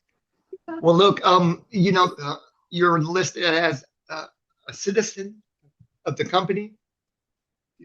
First, you got to file for your sovereignty. You don't got to file for nothing. You're an one eternal second, soul. Please. You're an eternal soul, brother. I got you, bro. But listen, please, man, please. I got to go, but you could be listed as a native or a sovereign, right? And y'all you can't be. detach- Y'all can't. Hold on, you listen. detach from the company. Okay, go ahead, RG. And then you try to tribe up again. You know, like the last Heaven's Gate, Jim Jones. They formed a group and they formed their own nation once they detached from the company. This is crazy. Okay, I'll let you go. Let me say this, man, because I was I'm not cut telling off you what to do, bro. right in the I'm middle of giving you an option. my I mean, bill. suggestion. My bad. All right, can I just move the bill forward by it's cool, man. We can agree to disagree on that one. Let the next person grab the flow, man. Just to cap it off, I agree with you in that respect of what you're talking about when it comes to free speech. That could be a systematic approach that they're having when they're coming toward the corporation and then, going to begin to descend upon us in the free world. They had the First Amendment audit videos too, where those people be exercising free speech, and even some of those guys have gotten locked up, even if it was from cops that didn't know their job at the time. It still, put them in cuffs, took them to jail, took them to courts, paid money to get things dismissed. And so, I don't know. You could be right in that aspect. In a grand scheme, yeah, thinking on a wide scale, it Man, I could be see something like free that. speech as being able to speak freely. And that's what I was talking about when I said we should confront them. We should confront them and speak freely the truth. Because if we just allow the lie to run rampant and go home, like the other brother was saying, then the lie will spread and win. No, the lie has to be confronted with the truth at the end of the day. The lie grows with observation and energy, and that's all you giving it. You're giving it life. If you stop giving it life and stop worrying about them, not everybody is love and not everybody is truth. You got to accept that, brother, and move on. You can't sit to try to change and make the whole world love. You be the love. You be the eternal soul, the truth, and be the cure in every life that you can touch. We should all be teaching at all times and only use words when necessary. Not everybody out here got to be yelling. I agree with you, Chief. I agree. But there's a contractual paperwork There ain't trail. no damn contract, nothing. We ain't signed nothing. We ain't never sold no your name. mother, So I your don't know mother what signed you it. talking about. Everybody's You don't mother even signed speak it my at birth. mother's name. You don't know nothing about my mother. Nothing. He's talking about when a Well, I was baby just is. saying it. He's Okay. talking about when a baby is born, the whole birth certificate, social security card, and all your that. mother. Yes, sir. Yes, I sir. just That's want the to clarify paper trail. so that y'all don't get worked up. Right on. Yeah, that's what I believe the mark of the beast is, but that's so deep. I ain't even gonna go into that. But since the topic, right, like we're observing how they're using the Charlie Kirk martyr to bring in this New World Order system that we all talk about, where it's like China, it's a whole bunch of monitoring, like things just getting worse. So we see it going down. And I understand, like, you don't want to breathe life into it by partaking in it or observing it. So I guess, like, it's really, I'm like in the middle with that. Yeah. It's a choice you're going to Don't have to give them make, energy. brother.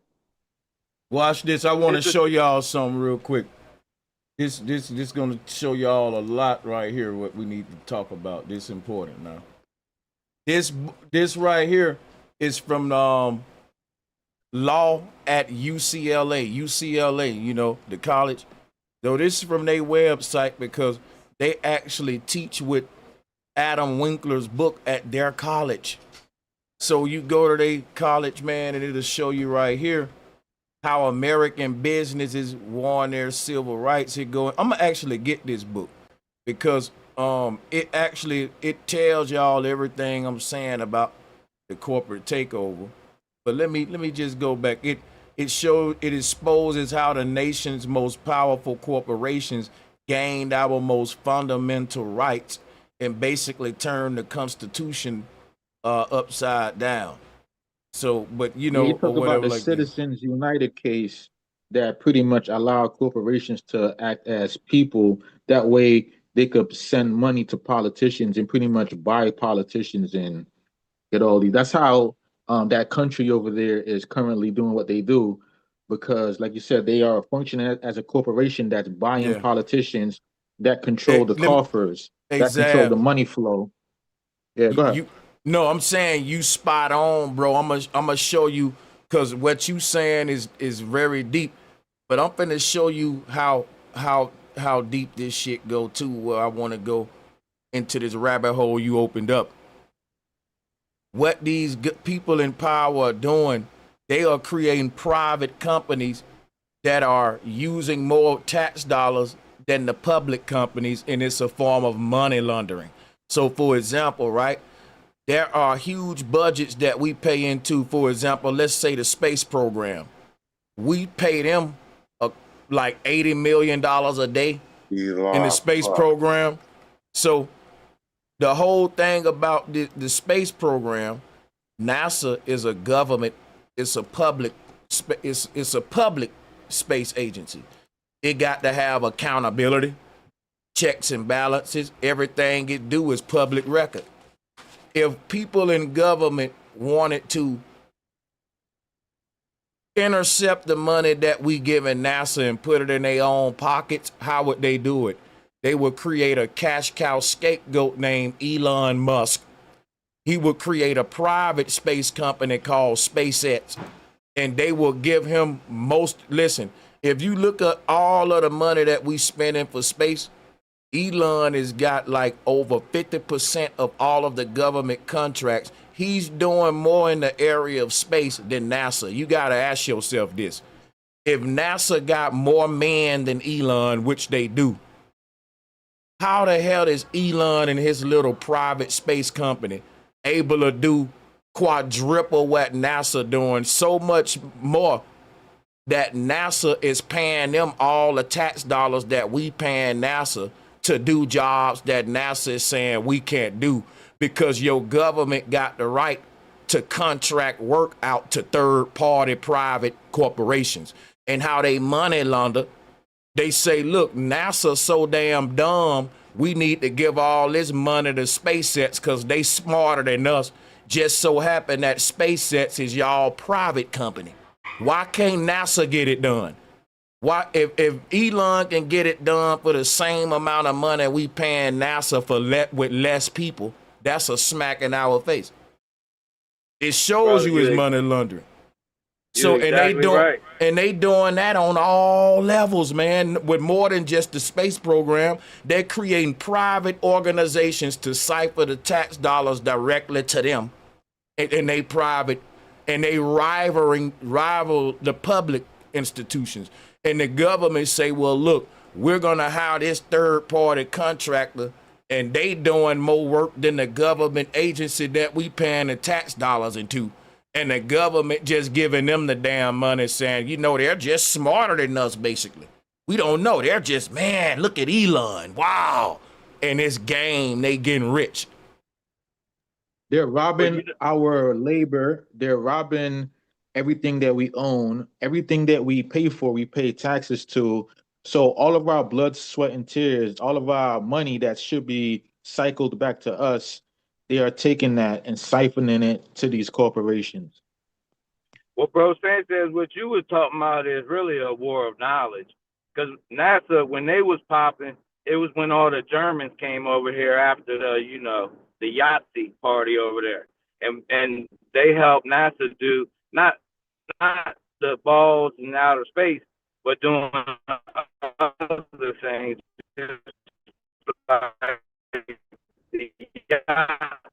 Borging out. And then now that generation has died off, and now Elyon, you hear me? Yeah. You hear me, bro? You know, yeah, you was borging out a little bit, but yeah, go ahead. Those people are mean, nasty, and inconsiderate. Basically what I'm saying is NASA, like you said, NASA fell off. Elon, it runs, he's in the Tesla lineage. Tesla came out and he admitted he was working with entities beyond the veil, whatever you want to take that as. So a lot of people can spookify and call it fallen angel tech or whatever. But even SpaceX is just the word escape. So they're stuck here. They're trapped here, and they can't get out. And they cut their umbilical cord to the womb of the Great Mother, which womb is just where organic minds begin. They're stuck in time. That's why they worship Saturn, because that's their god of time who eats his own kids, the goats, the greatest of all time. And and they're trying to figure out a way out of here. And they disguise it through the little system, keep us preoccupied. There ain't even no money. United States Corporation is $39 trillion in debt, and we're passing a reserve note. It's a note. It's if you look in Black's Law Dictionary, it's an IOU. That means you're literally passing around bounce checks every time you go to the store. United States don't have any money, none. And we're running around here, it's people taking people's heads off in Chi-Town and stuff everywhere. In small towns, cousins, brothers, over these mushroom head greenbacks. We don't even know who these people are. Look down at the book. We looked up. We had their book. They have our land. It's only been a couple hundred years. It ain't like they've been here for thousands. And it's time for them to pack up. And we can't keep playing their game. You can't expect them to pack up when you're playing Monopoly with them. They're not going to pack up the board while you still sitting there talking about, I passed go, I need my 200. Like, it's not going to happen. You have to eventually choose. You can't serve two masters. You have to choose. Are you going to go separate yourself, come out So from among them? that goes back to what I was saying. What you're saying is basically get out of Babylon before it fall, go off grid, go back to the land and nature, dig you a well, basically, because if you ain't saying that, then I disagree. But if you're saying that, I totally see what you're saying. Yeah. That's what I'm saying, but they even injecting the wrong an indoctrinated form of that into the consciousness. Like you gotta go without, like you out in the middle of nature, like butt naked with no electric. We got the knowledge to. We can have electric. We can have water. You got solar panels. You can be out there with the internet and all that, but you just ain't. Exactly. Yeah. It's not about going back to like some dark age. It's about being sovereign and stop relying on them. Don't go to we got to get to a point where we're not going to the grocery store. We go to our backyard. And if you asking people to not care so much and not to want for so much. Can you get that across to people? It's only one thing. It's convenience. It's not one thing. It's so much. It's only one thing they want. Convenience. No. It is one thing with them. The people grow and they want homes. They want houses. They want degrees. They want paperwork. They want experiences. They want money. They want it all. You see what's going on. That's true. Honestly get that's the reality. Stop wanting so much and not care so much. To Can you get people to do that? Yeah. But can that's you get why you got. Yeah, well, it's not on you to worry about who you can get to do it. It's about you doing it. And enough talking. It's time to get walking.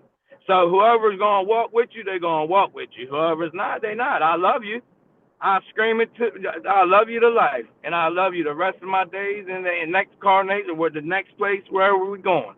But right now, it is what it is. We in this moment. The world is what it is. You're an eternal soul. You're here. You have the authority to make the right choice. And it don't gotta be with them.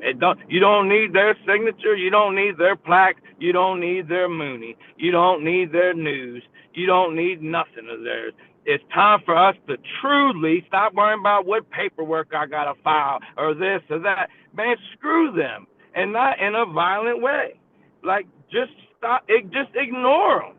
But we have to plan for it. You can't do it overnight. You got to back out. You have to plant your seeds now and let them grow and take care of them and tend to them. And it starts with right where you're at now, not on Twitter, not nowhere else. It starts wherever your 2 feet are right now here in this stream. You're the one in your community. Stop waiting on somebody else to come.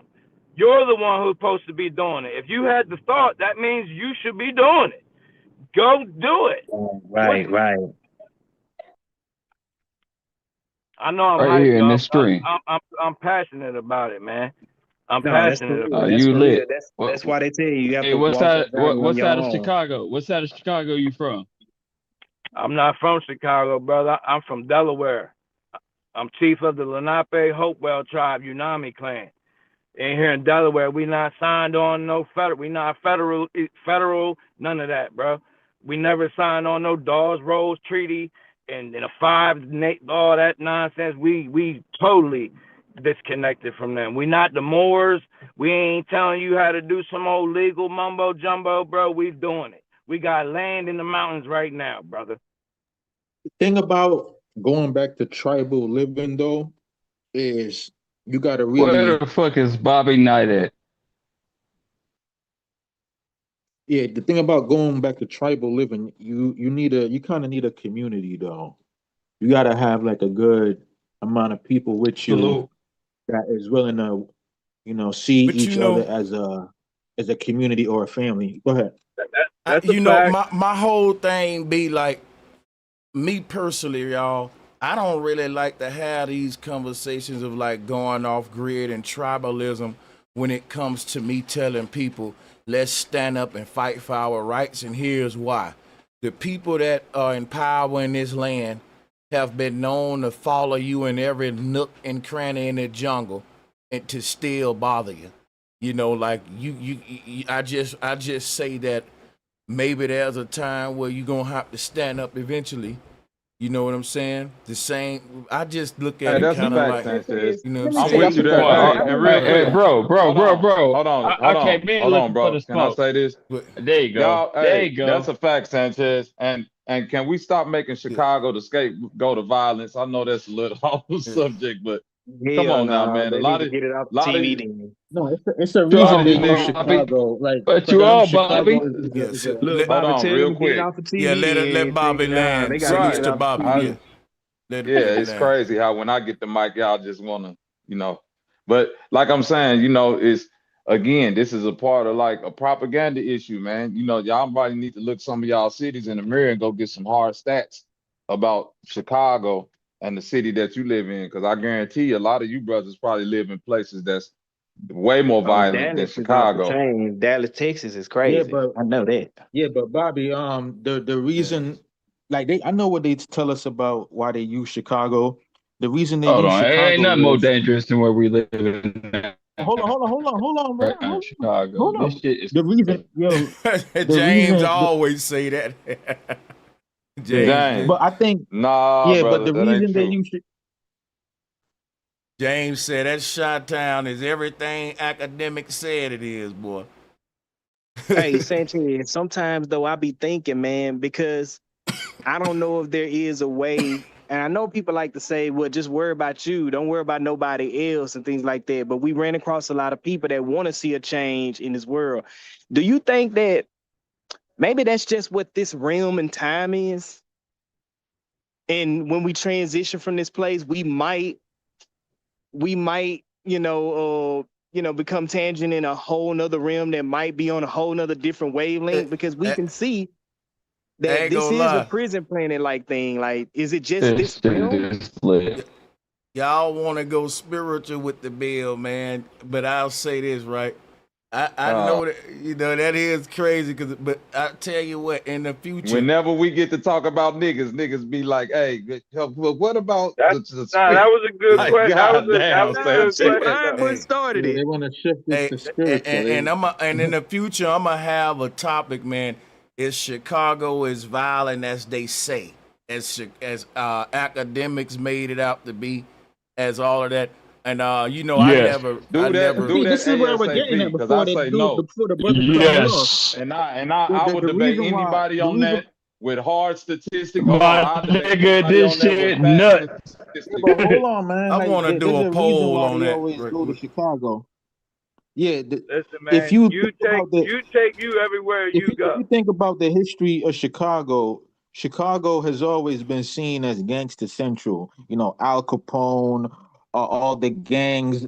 So I think they are targeting Chicago, like the people above, because they understand the spiritual um, side of what Chicago represents, and they understand that that's the focal point of where they got to aim because that's where the energy coming from. Chicago is a James, very powerful, energetic place. If you believe in like the whole concept of ley lines, Chicago got I that got you, energetic brother. But we frequency. talking about. I'm saying, bro, listen. I hear what you're saying, James. How old are you, brother?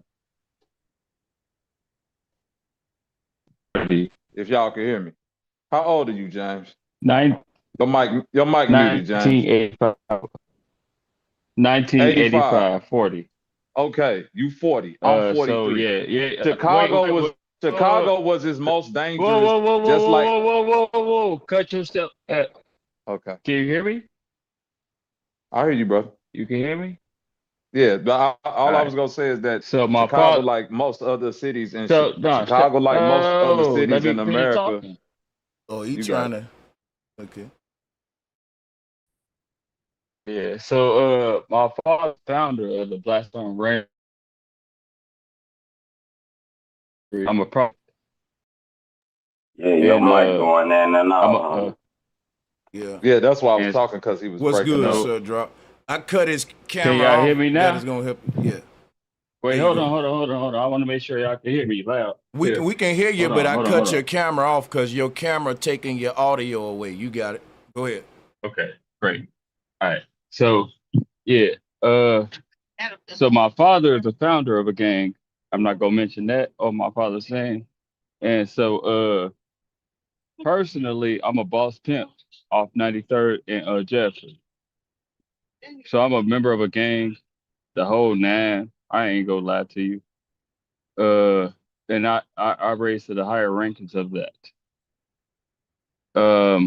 You got any more questions? So wouldn't that make you biased? Wouldn't that make you biased to violence in Against Chicago? what? Because Yeah, no, I'm saying that will absolutely. make you. You Absolutely got it to go to does. the Absolutely it source. does. That energy Hold is on, coming from real quick, Chicago. brother. Real quick. Let me finish my statement. Do you know the people that started the gangs that you probably speaking of? You know that they right now Come on, are brother. chiefs Can on the Bobby land. Man, what? unpack that? Man, Because I this just was told getting you my good. Can father is a Bobby unpack founder, that, please? bro. I just told you my Okay, father is a Meaning founder. that It what ain't you gotta well be. then told I us. We ain't guarantee gotta be this. It ain't gotta I be this Go ahead, guarantee Bobby, your volatile, unpack father cause it. it ain't that volatile. It ain't gotta be this volatile, brother. Just I yeah, we could do it guarantee one your mic at a father want time. I guarantee your Chief father want Iron, peace brother. on the land. Come Hey, it on, was let's getting not good do with what that, Chief Bobby was Iron. asking. Can y'all let Hey, him get it? cool, man. Let's just start off with Bobby and go down the line. Let's have some decorum. Yeah, Y'all Yeah, got we it. thank you, did. sir. Yeah, Drop. man. Yeah. Thank you. Because all I was saying is that if this a brother that came up in a gang, so that would make him biased to speaking on violence in Chicago, especially from his point of view, because he's knee deep in it. Do you understand what I'm saying? So it'd be hard for him to give you a unbiased opinion about the violence in Chicago being in the gang. I'm speaking on the hard statistics. I'm speaking on somebody who grew up in the hood and then who branched out and went to other places as I got older and start to recognize like, oh, it's people from this part of Chicago that don't know shit about violence. It's people on this side of town that don't know nothing about drive-bys and gangs and all of that. So when you really get to looking at it, the violence in Chicago is cordoned off to like Sanchez. When y'all say violence in Chicago to you and DJ Academics, you go talk about 63rd and O Block, right? You right. His Do you whole know how small that yeah, is, Sanchez? Do yeah. you know how small that little 2 or 3 block area is compared to the entirety of Chicago? It's 8%. It's 8%. It ain't even That's a 8%. It's lot. probably God damn, that's a lot. 0.08%. Oh, No, it's probably 0.08. It's probably 0.008%. I'm about to say That's how shit. It's small O 8%. Block is compared to Chicago. No, I'm saying that area, that's how small that area is compared to the entirety of Chicago. So, like, Oh yeah, Sanchez, where that you yeah. from? Fact. Where you Fact. from? Bessemer, Alabama. That's way more violent than Chicago. The brother that was on here from Georgia, Atlanta, Georgia is more violent than Chicago. I heard somebody Don't say remind me. Dallas. That's more violent than Don't Chicago. remind me. Memphis is more violent than Chicago. Houston is more violent than Chicago. I can go on. Little Rock, Hey, Arkansas is the more violent than Chicago. the gripe I got. Cleveland and motherfucking Columbus, Ohio is more violent than Look, Chicago. hey, look. The gripe I got with the violence is they got the community thinking black neighborhoods is nothing but gang bangers and carjackers, right? They think if they go outside, all they gonna see is gang bang. This is what black people is representing over like 4 blocks of a whole side of town. The whole side of town is probably 4 blocks that's doing that dumb shit. The media put it on the camera, and now you think anywhere you go in Chicago, you can die. Hold on, that's Sir John. Hold on. That's asinine. Hold And on. what Hold make it on. even more Hold on. and Yeah. what make it even more asinine, people don't realize that it's been a great exodus out of Chicago of black people. In the 80s, Chicago was 50% black. You know what I mean? And now because of, not because of violence, but literally because Chicago people are being forced out of their homes because of high prices and taxes. Do you think white people are leaving Chicago? No, they moving in by the droves. They're moving in because they understand the opportunity that's there. Chicago and New York, the only places in America that have a stock exchange. You see what I'm saying? Chicago is literally the railroad hub of America. So when we talking about goods and services and things like that, it's really only 3 places in America you're really dealing with: LA, New York, and Chicago. You did what I'm saying? So that when it comes to violence, why is it not affecting these millions of white people that's moving to Chicago? And it's only affecting the black people that's in Chicago. Like that's a serious question. Yeah. And when it comes to the most violent cities in America, why you can't find Chicago in the top 10 or the top 20, 25 on none of these lists? Hey, Nah, before y'all grab the mic, let me say one thing. Shout out to Sally McDermott, to poet Renika Rain. Thank you to Renika Rain. Appreciate the love. To Joshua Tellington, to Fela B. She said private banks are the problem too. Oh yeah, that's true. And to Golden Spark said not supporting Bro Show is a problem too. Oh, I see what you did right there. Salutes to everyone that supported the show. I really appreciate y'all, and salutes to all the channel members. I'm gonna keep this show going for y'all. Let's see who was responding. Go ahead. Got it. Yo, James, I think it's the music too, bro. Because when Chief Keef first came out, that sparked a lot, bro. Well, I'll say this, man. Come on, don't do people that. say, people like No, every we're place. gonna say that. We're gonna say that for sure. Every place Bobby, where you point out, every place you point out that's violent, for sure. the people that's committing the violent crimes, everybody know they ass. All the police, the sheriffs, all of them for the most part in that particular area. Like because they keep getting out, and it's the same repeated people. So even in these other cities, like for example, you want to know in the hood, it's so many churches, but it's so much killing. Truth is, most of the people in that hood is going to them churches. That's the majority of the damn hood. Is like Memphis got a church on every corner. But you know, the whole city will be called a violent city when it's really a Christian city, but it do got the gangs are the only groups that's the It's all main put together. bulk and cause of the violence. Like, you know what I'm saying? But see, my thing, they will make it like I see what you're saying. They'll make it like the entire city violent versus addressing specifically the gangs and all that The in the city. areas are violent, right? Yeah. It's sort of And just to like the point, with the, and to the let point me where say we, this right my quick, fault, drop. Bobby. I'm gonna give it right to you. I'm gonna give it right to you. And You're this just is the sir. problem I got with the. Hold on, listen. This is the problem I got when they blame rap, right? Rap promotes this shit, right? Rap don't cause this shit. These little dumb motherfuckers see this shit and they go in the studio and rap about it. Then the rap promotes it, but that's not, the rap is not the cause of none of that shit. It promotes it to keep it going. And that's the headbutt I be having with when they say, because the rappers that's doing it, half of them don't do nothing. They don't bust a grip. They're rapping about something they saw in somebody else's life that's really doing it that don't rap. So you can't say rap is the cause, but y'all got it. I'm gonna say this real right. quick, watch this, Hold on, drop. hold on. No, rap is Go ahead. definitely the cause. Yeah, Rap is Hold on, hold on. Let definitely me the cause. definitely. Rap is definitely the And I'm gonna cause. tell you what's so No, crazy it's about not. that too. Go I'm ahead, gonna Yes, tell. it I'm gonna tell. is. I can't Hold let on, me hold on, respond to hold that. He on, was cooking. hold on. Go Let's ahead, give him Yes, some. it is. Let's give him some pushback. So we got to have an argument that's made on one side, then a rebuttal, then a comeback, then a staggered. You know, like that. So I'm gonna go back and push back real quick on what Drop said, and I'll let someone else. You know. But my whole thing, and I've debated this with several people, man. Hip hop well, I can't say hip hop, that's a whole nother genre. Rap, gangster music, trap music. It is the cause of what we call the perpetuation of the prison industrial complex. And you know how I know it's the cause? One thing, you got rappers that's literally in the industry, respected people, that's telling you it's the cause, like Crazy Bones, Scarface, I can go down the line. Even Prince was exposing a lot of corruption and shit. But my whole thing is this right here at the end of the day, man. What is it the cause of? It's the cause of a certain mentality that's perpetuated, right? That actually come from the music. You know what I'm saying? So for example, right? If a person was sipping syrup back in the day in Houston, at a certain point, you just wanted to try it out just because it got so popular on the music.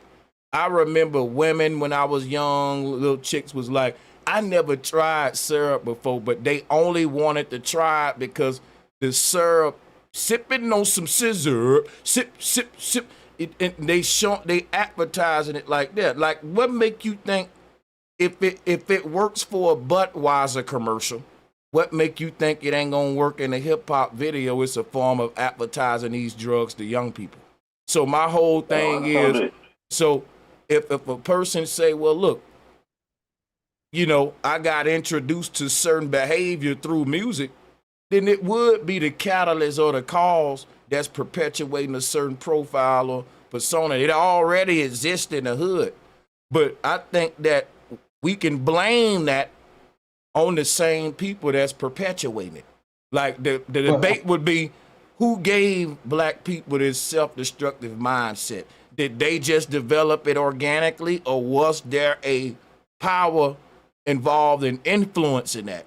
Right? And then we would say, is there a power now capitalizing off perpetuating that? That would be getting into the prison industrial complex conversation and all that. And that'll be me playing the Crazy Bone video and all that going into that. So yeah, it's definitely. Bro, I didn't know nothing about Well, kick I think though. it's a combination. Let me say this one thing, the bro. video Let started. me say one thing, bro, and I'm gonna give y'all the mic. I'm gonna mute up.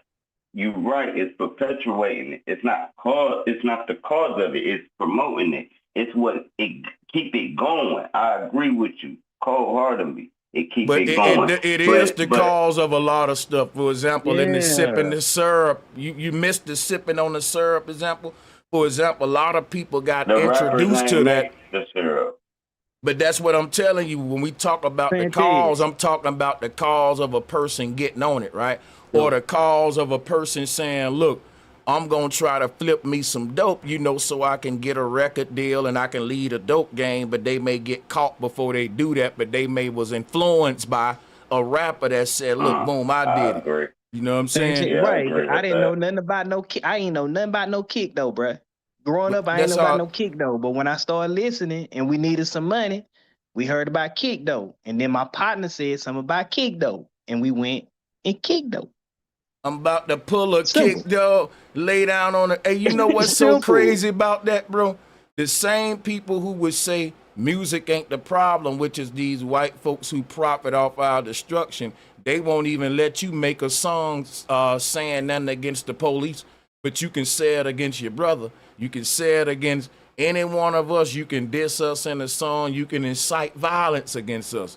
You can diss the dead and sell the record. Like, But they won't let you do that.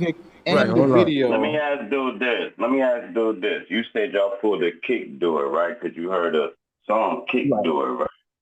I'm telling you, people was kicking doors before the song kick door. All right. But see, what he's saying, Drop, let me tell you what he's saying. Yeah, Drop ain't hearing what you saying. What he's saying, Drop. Go ahead, my bad. Like, think about it. People been selling dope way before black people even. Like, dope been around since the Middle Ages, right? But I'm saying it didn't become a popular thing for the black man to want to be a dope dealer until trap music came out. When trap music was popular, everybody wanted to be able to say, nigga, I used to sell dope. You know, I was a dope boy. That was just a thing. Everybody looked up to Scarface and Dope Boy. It was a whole era, man. It became a whole music genre. You know Yeah, what we I'm were down here saying? listening to Screwed Up Click and shit, Zero and them and shit like that. When we were teenagers and shit. And all Zero was Wait, talking about was when time got hard. but Putting a but kick on. can I what we yeah, can go I ahead, go speak ahead. to my You go fault? ahead. You Yeah, got I it. Go want to ahead. say this real quick. You right, Sanchez, and y'all right. But where you wrong at is that the white boys who live in the suburbs listen to the same music, but because they're not in the same environment, they don't have to perpetuate those actions, right? When you go back to the 70s, niggas was listening to Marvin Gaye, Curtis Mayfield, Isaac Hayes, and still selling dope and pimping. Do you dig what I'm saying? So it couldn't have been the music because they was listening to some quote unquote high vibrational music. But because they situation in reality allowed that to still go on, like niggas was selling dope to Smokey Robinson. Niggas was shooting niggas to Marvin Gaye. Let Back me then, the respond to fixes Bobby weren't real in at quick. the time. Let me Go respond ahead. to him. I think his example ain't a good one because what he's At all. missing is the white boys was in a different environment, but they was listening to our music, right? But the music ain't catered toward them. It ain't talking to white boys. It's talking to black boys. The people that's making the music is making it to a certain specific person. If the white boy in his nice neighborhood want to actually be a part of that culture, guess what they'll do? And all of y'all can relate to this. You will see white boys hanging out in the hood that don't supposed to be there just so they can prove something. And the niggas ain't gonna tell them the right thing. Like, bro, you living in the suburb, you doing it. It's literally rich white boys in Cali that died in rich rolling gangs just to have that status, just to be able to say and throw up the sign and be part of the culture.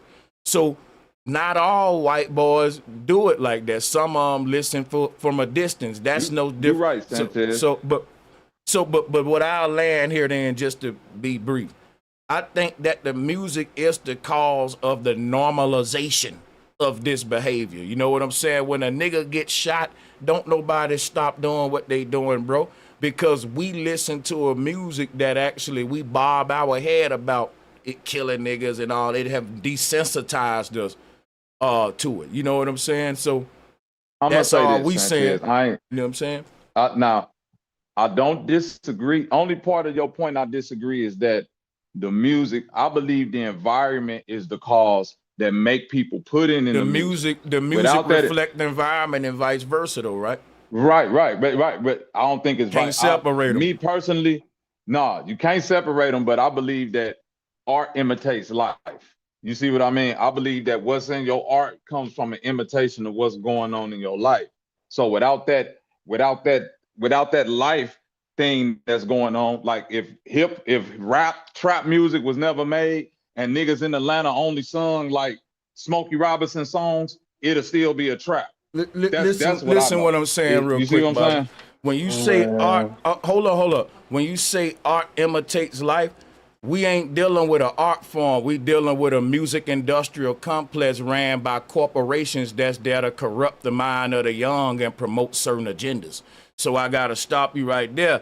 If it was an art form simply imitating life, then I would agree with you, but that is not what rap, trap music, and drill music is. It's an extension of the prison industrial complex. So the whole thing I want to point out is this, right? You have dudes say they got it out the mud, right? You have dudes that don't have to get it out the mud, but they'll hang out in areas and do things that project kids do or niggas who gotta do like that. How many of y'all on a panel know somebody, and I know every one of y'all do, that doesn't even have to be in the hood like that, but they wanted to have that status of, nah, nigga, I'm street, I'm hood, and there's only one way to get that. Bro, what we see right now, man, is that when hip hop got popular in London, they started becoming Crips and Bloods. And not only did the dudes in the UK and London become Crips and Bloods through the music, because guess what? A lot of people gonna say, where the gangs went to the UK and started putting niggas on, right? That's what they gonna say, but here's the thing right here. That might be true too.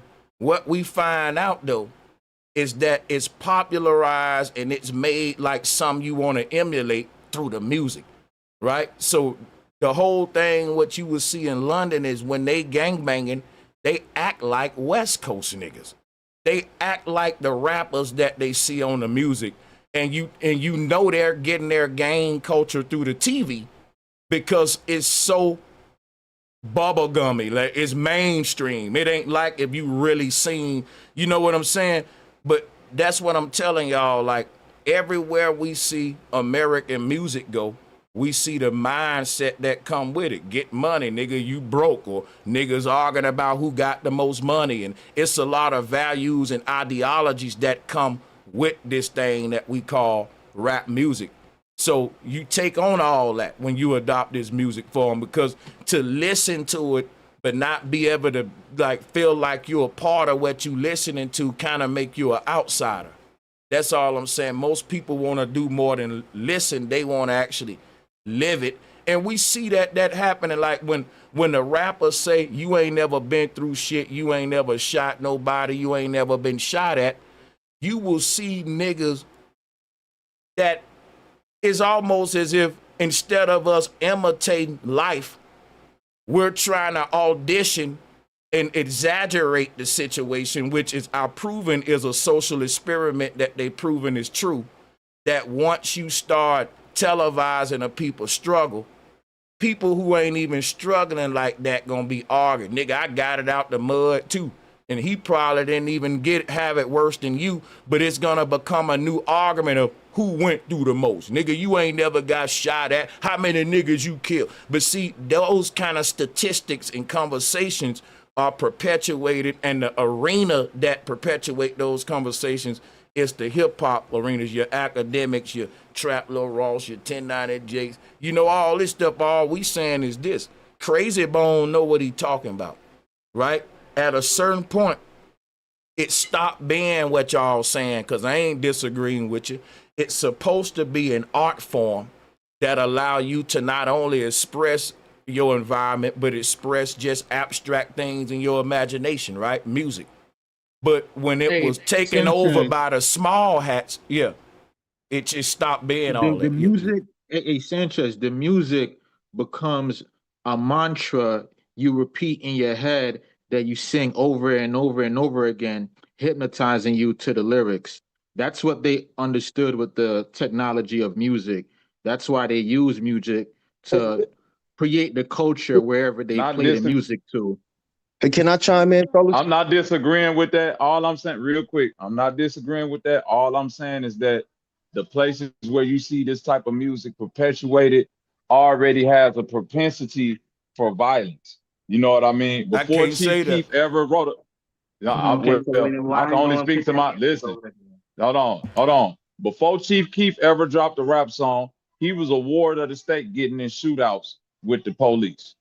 Before King Von ever rapped, he was in jail and had we ain't saying that they rapping caused them to be violent. We saying they normalized their violent character as something you gotta be to be a man as a black man. And if you ain't no street nigga, then you like beneath the other. And I agree with you that I'm saying I agree with you that the music does go hand in hand, but I'm saying, but even before hip hop music, there was a thing, especially going on in Chicago, that you had to be some type of street nigga in order to get your, you know what I'm saying, your props. You know what I'm saying? Now everybody want to be tough. Now everybody want to be tough because of music. Think about it. Right. But I'm saying, I can only speak about growing up in Chicago. My Uncle Roy got killed when I was 6 years old. That nigga used to ride around playing Billy Ocean and shit, Sanchez. This nigga was a fight. You see what I'm saying? This nigga was one of the biggest dope dealers, shoot niggas and all that. That nigga was not listening to rap. My uncles guess and shit, what? your uncle, now guess what? They was lover men. They was trying to go somewhere and lay down with them some. You know why? They was listening to love music. So if I can listen to love, I'm speaking on mine. You speak on yours, right? I'm talking about. Okay, you right. I'm talking about pimp shit, fly niggas, bumping them some. You know what I'm saying? Some shit, you know, that's they music was catered toward love, being fly, diamond in the And back that type don't mean shit. that You wasn't know what I'm the saying? motivating factor. No, They I'm saying music, they they A lot was of was still them some gang old dudes, a bangers, lot of school. them dudes Sanchez. that go out there and I do the I most ain't even, dangerous but thing, listen, bro, they're Bobby, motivated by. hold up, Bobby, y'all gotta let me land, Zab. Hold up, Zab. Hold up. Bobby, you gotta let me land too. You missing the point. What I'm saying is, even though they was gang bangers, they didn't promote that through the music. They promoted love through the. I would have never known that a lot of those old school niggas that was so fly singing that R&B shit were gangsters. I would have never known it because Man, they me didn't either. promote that shit in their music, which is what I'm saying about niggas don't want to be lovers today. Everybody want to be a damn killer because the killers is actually promoting that through their music. I'm going to say, look, what if you had niggas that was killers, but when they put the music out, they said, don't be killers? That's kind of like what the old school niggas was doing without saying don't be killers. They was just saying, look, I'm a gangster, but I ain't finna get on a song and promote that shit. I'm finna sing about my woman. I'm finna sing about All right. my Cadillac, But watch this, right? Sanchez. Watch this. Hold on. Watch this. Although them dudes was listening to that music, that don't mean that the music wasn't driving them forward. Because if you're motivated for getting money for your woman, or the love of your woman, or you're doing it for your family, or you're doing it for your woman, that music, that love music that you're listening to, can be a motivating factor to why you go out and do dangerous things. We all know the story. Like, a man will do anything to But feed his my family, point, but even if it Zab, I means want I killing. want you to understand my point. I don't think y'all listening to my point. Please, brothers, hear my point. The No, point I hear is, you. the point is, when you say art imitates life, I'm telling you, if there was old school dudes that were into gangs, they didn't put that in their music. Because what they put in their music, what you put in your music is what you want to be remembered by, what you want to push and promote. What y'all saying is that the old school niggas was still gangsters, but they still, why didn't trap music exist or drill? Guess what? You had old school dope boys back then. They wasn't snitching on theyself on the music. They rather rap about a good woman. You got young niggas right now convicting theyself on the record. They was most smoother than the young niggas. They knew, okay, I'm gonna put music out that's gonna help my people. It ain't gonna promote no bullshit, and I ain't gonna promote the criminal activity that I'm engaged in my community, because I ain't proud of it. Even if I'm doing the shit, I ain't proud of it enough to go and make a song, a whole 3-minute song about it. I can respect the old heads for that. And that was you'll find maybe a few your Pusher Man songs here and there, but they was rap. You know what I'm saying? And it wasn't No, really I him know what you're promoting saying. I yeah, was that's just what I'm saying. pointing out that the music does drive the culture. Like, it Yeah, still is the I ain't against motivator that. that. Yeah, it drives it. No, Zab, finish, and then whoever else after you for sure. Y'all got it. So, Hey, so the last thing I want to say is, when we look at Chicago, that is the birthplace of drill music. You know, people who say it's not the music, all you got to do is just look at how drill music is in these other countries. Like, they got drill music in Africa, you got drill music in London right now, and with that comes the whole GD BD culture. It comes it also comes with the I gotta get my ops culture. It also comes with I'm gonna kill you and then make a song about it culture. Brother, And we see listen to that happening what I'm now telling over you. in them Chicago areas. is It completely transformed those areas that they did with the music. when you say completely Hold on. transformed, I'm saying Chicago is less violent today than it was in the late 80s and the early 90s, before Yeah, drill but it music, served its before purpose. hip hop Chicago even, served its and rap. purpose.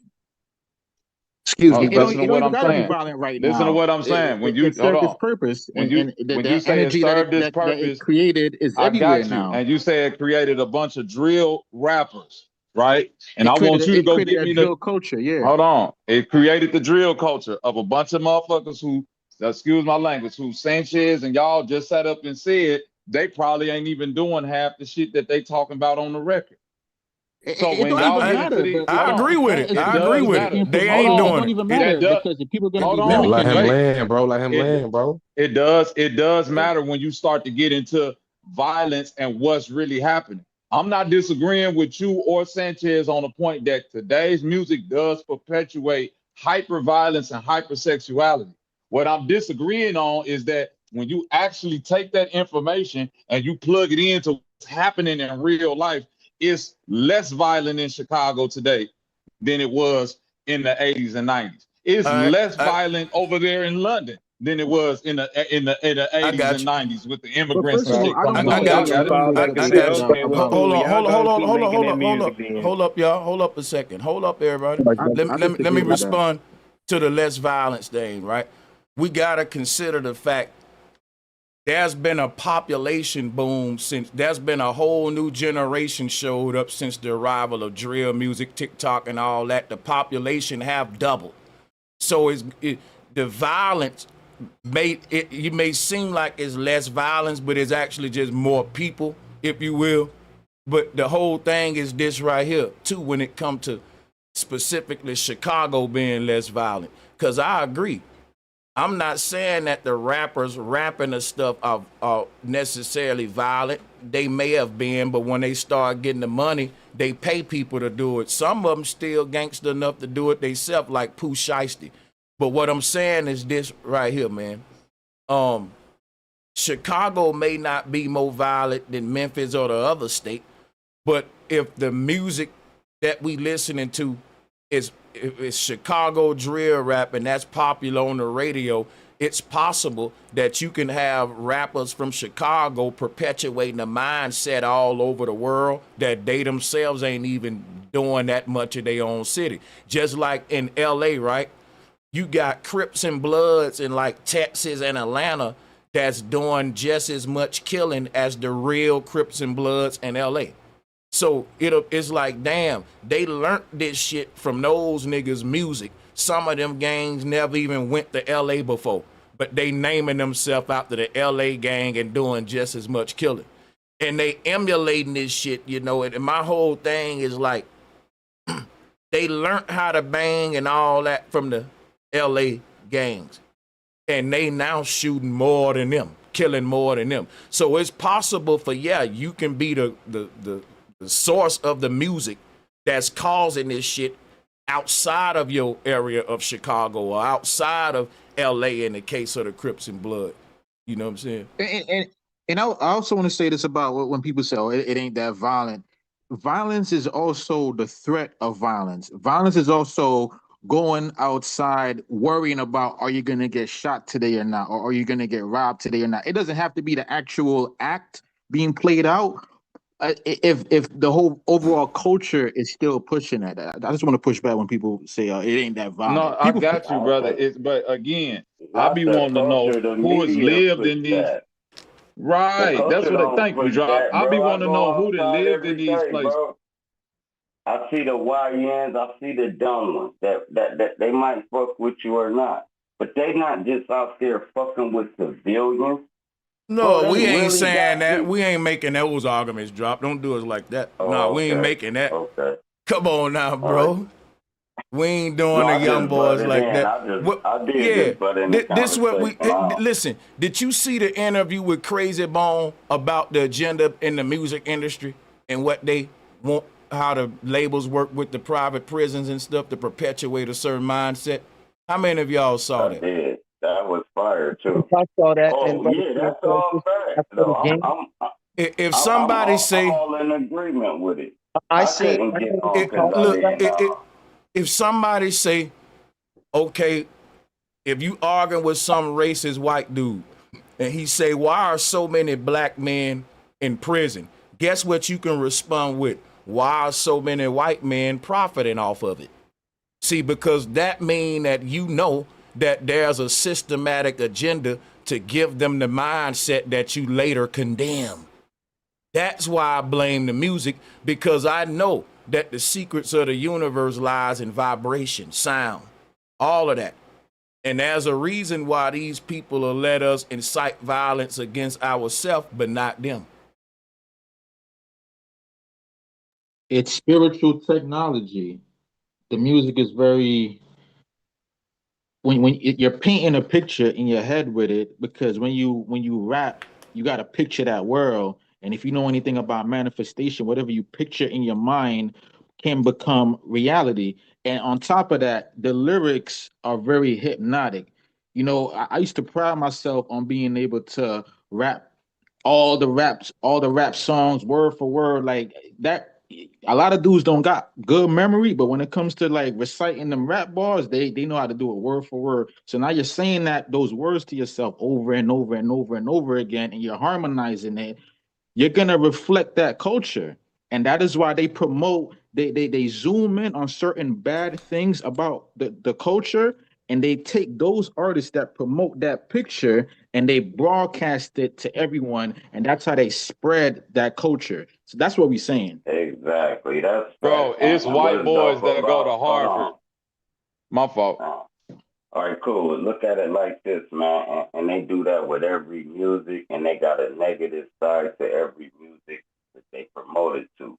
Sort of like country music talk about more drugs than any other genre. Look it up. You got goth, then that's where the rock and roll come in at. You got drill, that's where the gang members come at. So this affects to the predictive programming, and they are using music to program our stupid self. They use TV shows to program LGB and all that. You know what I'm saying? So we do gotta look at it like they ain't doing this for nothing. They programming us with it. So that could be a form and a cause of violence. Go ahead, y'all. I'm gonna say one thing and y'all can have it. Other people can listen to hip hop but not emulate it. But keep in mind, when black people listen to hip hop, the rappers are speaking directly to us when they telling you, if you bought it, say you bought it. I bet you won't hear the motherfucker tear the club up. See, it's the black man that's told to emulate the stereotype that hip hop gives him. They don't tell the white man to do that. You see, and the white boys that do that, we stop calling them white. They start calling them wiggers. You know what I'm saying? I But agree. also, when it comes to white boy music, the a lot only of the part white that rappers. Hold on, let me say this real quick. A lot of the white rappers, they rap about popping mollies and partying and being like an incel or being like the Playboy Cardi type, just a weirdo, paint your nails. So they do promote that to the white boys that listen to rap music, though. The pill culture, the SoundCloud And culture. they They do be promote that. and because they are some real heavy drug abusers. That's why. Look at Lil Xan. but He they said he promote had to that get to off that they shit. promote that to everybody. Right, Yeah, but that's what I'm saying because but you know what that's the Zab's culture that That's they saying? what we're come from. saying. Zab was saying too, Wait, though, but I'm they saying don't. that's the No, it's gonna be quick. I think he was saying they don't promote a lot of like white on white violence. They rather promote overindulgence of drugs with the white rappers. Yes. because if you look at the white community, that's what's literally going on. They're in an opioid epidemic right now. You're promoting, listen, they're It's a promoting lot of white what's on white going on violence in their going on too. community. It is a lot of Right, white on white based on violence. that. I'm not denying that. I'm not denying that. But I'm saying the white on white violence that's going on, a large percentage of it is based off of they're the ones that's like here in Missouri. When you think about methamphetamine, fentanyl, and all that, they're the ones that's going through these things. Heroin addiction, and all that, popping pills, like the brother was just saying. That's usually designated towards them with the M&Ms and all of that stuff. So they're literally promoting their lifestyle, or it's other black rappers promoting that lifestyle, that rock and roll lifestyle through rap music. I'm not And that disagreeing goes. with the part that the music, hold on. I'm not disagreeing with the part that the music resonates more with you when you come from an area where you can actually see that playing out in real life. You understand what I'm saying, Sanchez? So No, it's but like what I was saying, go ahead. was they don't. For example, you don't have Aryan Brotherhood rappers, Hellraisers rappers. I'm on the West Coast, bro. It's so many biker shootouts and drive-bys. It was a biker gang went up in. It was a whole fucking shootout between biker gangs. This shit don't make big news, and it ain't like you don't see these biker men speaking about they gang, throwing up signs. They listen to country music. They ride on bikes and listen to American country music and shit, but they don't have a music form that really expresses their criminal activity, if you will, even though it goes on like a motherfucker now. I agree with you there. White violence do not get promoted in And America. Bobby, I like ain't gonna argue with you on that. But hold on, real quick. That also goes back to what Sanchez was saying earlier about how the corporations use the music to promote certain things. Like we see how big pharma that benefits from all of these drugs that the kids is popping right now, why they promote their white rappers. So it all goes back to the money portion. And with us, they take the drill culture and they promote that to us because they want the drill culture to be the dominant culture that the young kids want to prescribe to, which has been happening since, like we were just saying how we all wanted to be drug dealers or be in the street, even though some of us weren't in the street, we still was listening to it, wanted to be either rappers or drug dealers, because that's what was being promoted in the music. So that shows you it works. And that's why now with the white rappers, Big Pharma is pushing the white rappers that promote the pill popping culture that we find over there. And for us, they're promoting the drill rap culture. And y'all Drill and leaving out pill. sex for some reason. No, we said it's over. Yeah, you're Bet. right. That too. Yeah, they promote sex too. They promote, like I see they push heavy like the Cardi B sexy red culture to our women. They definitely do that.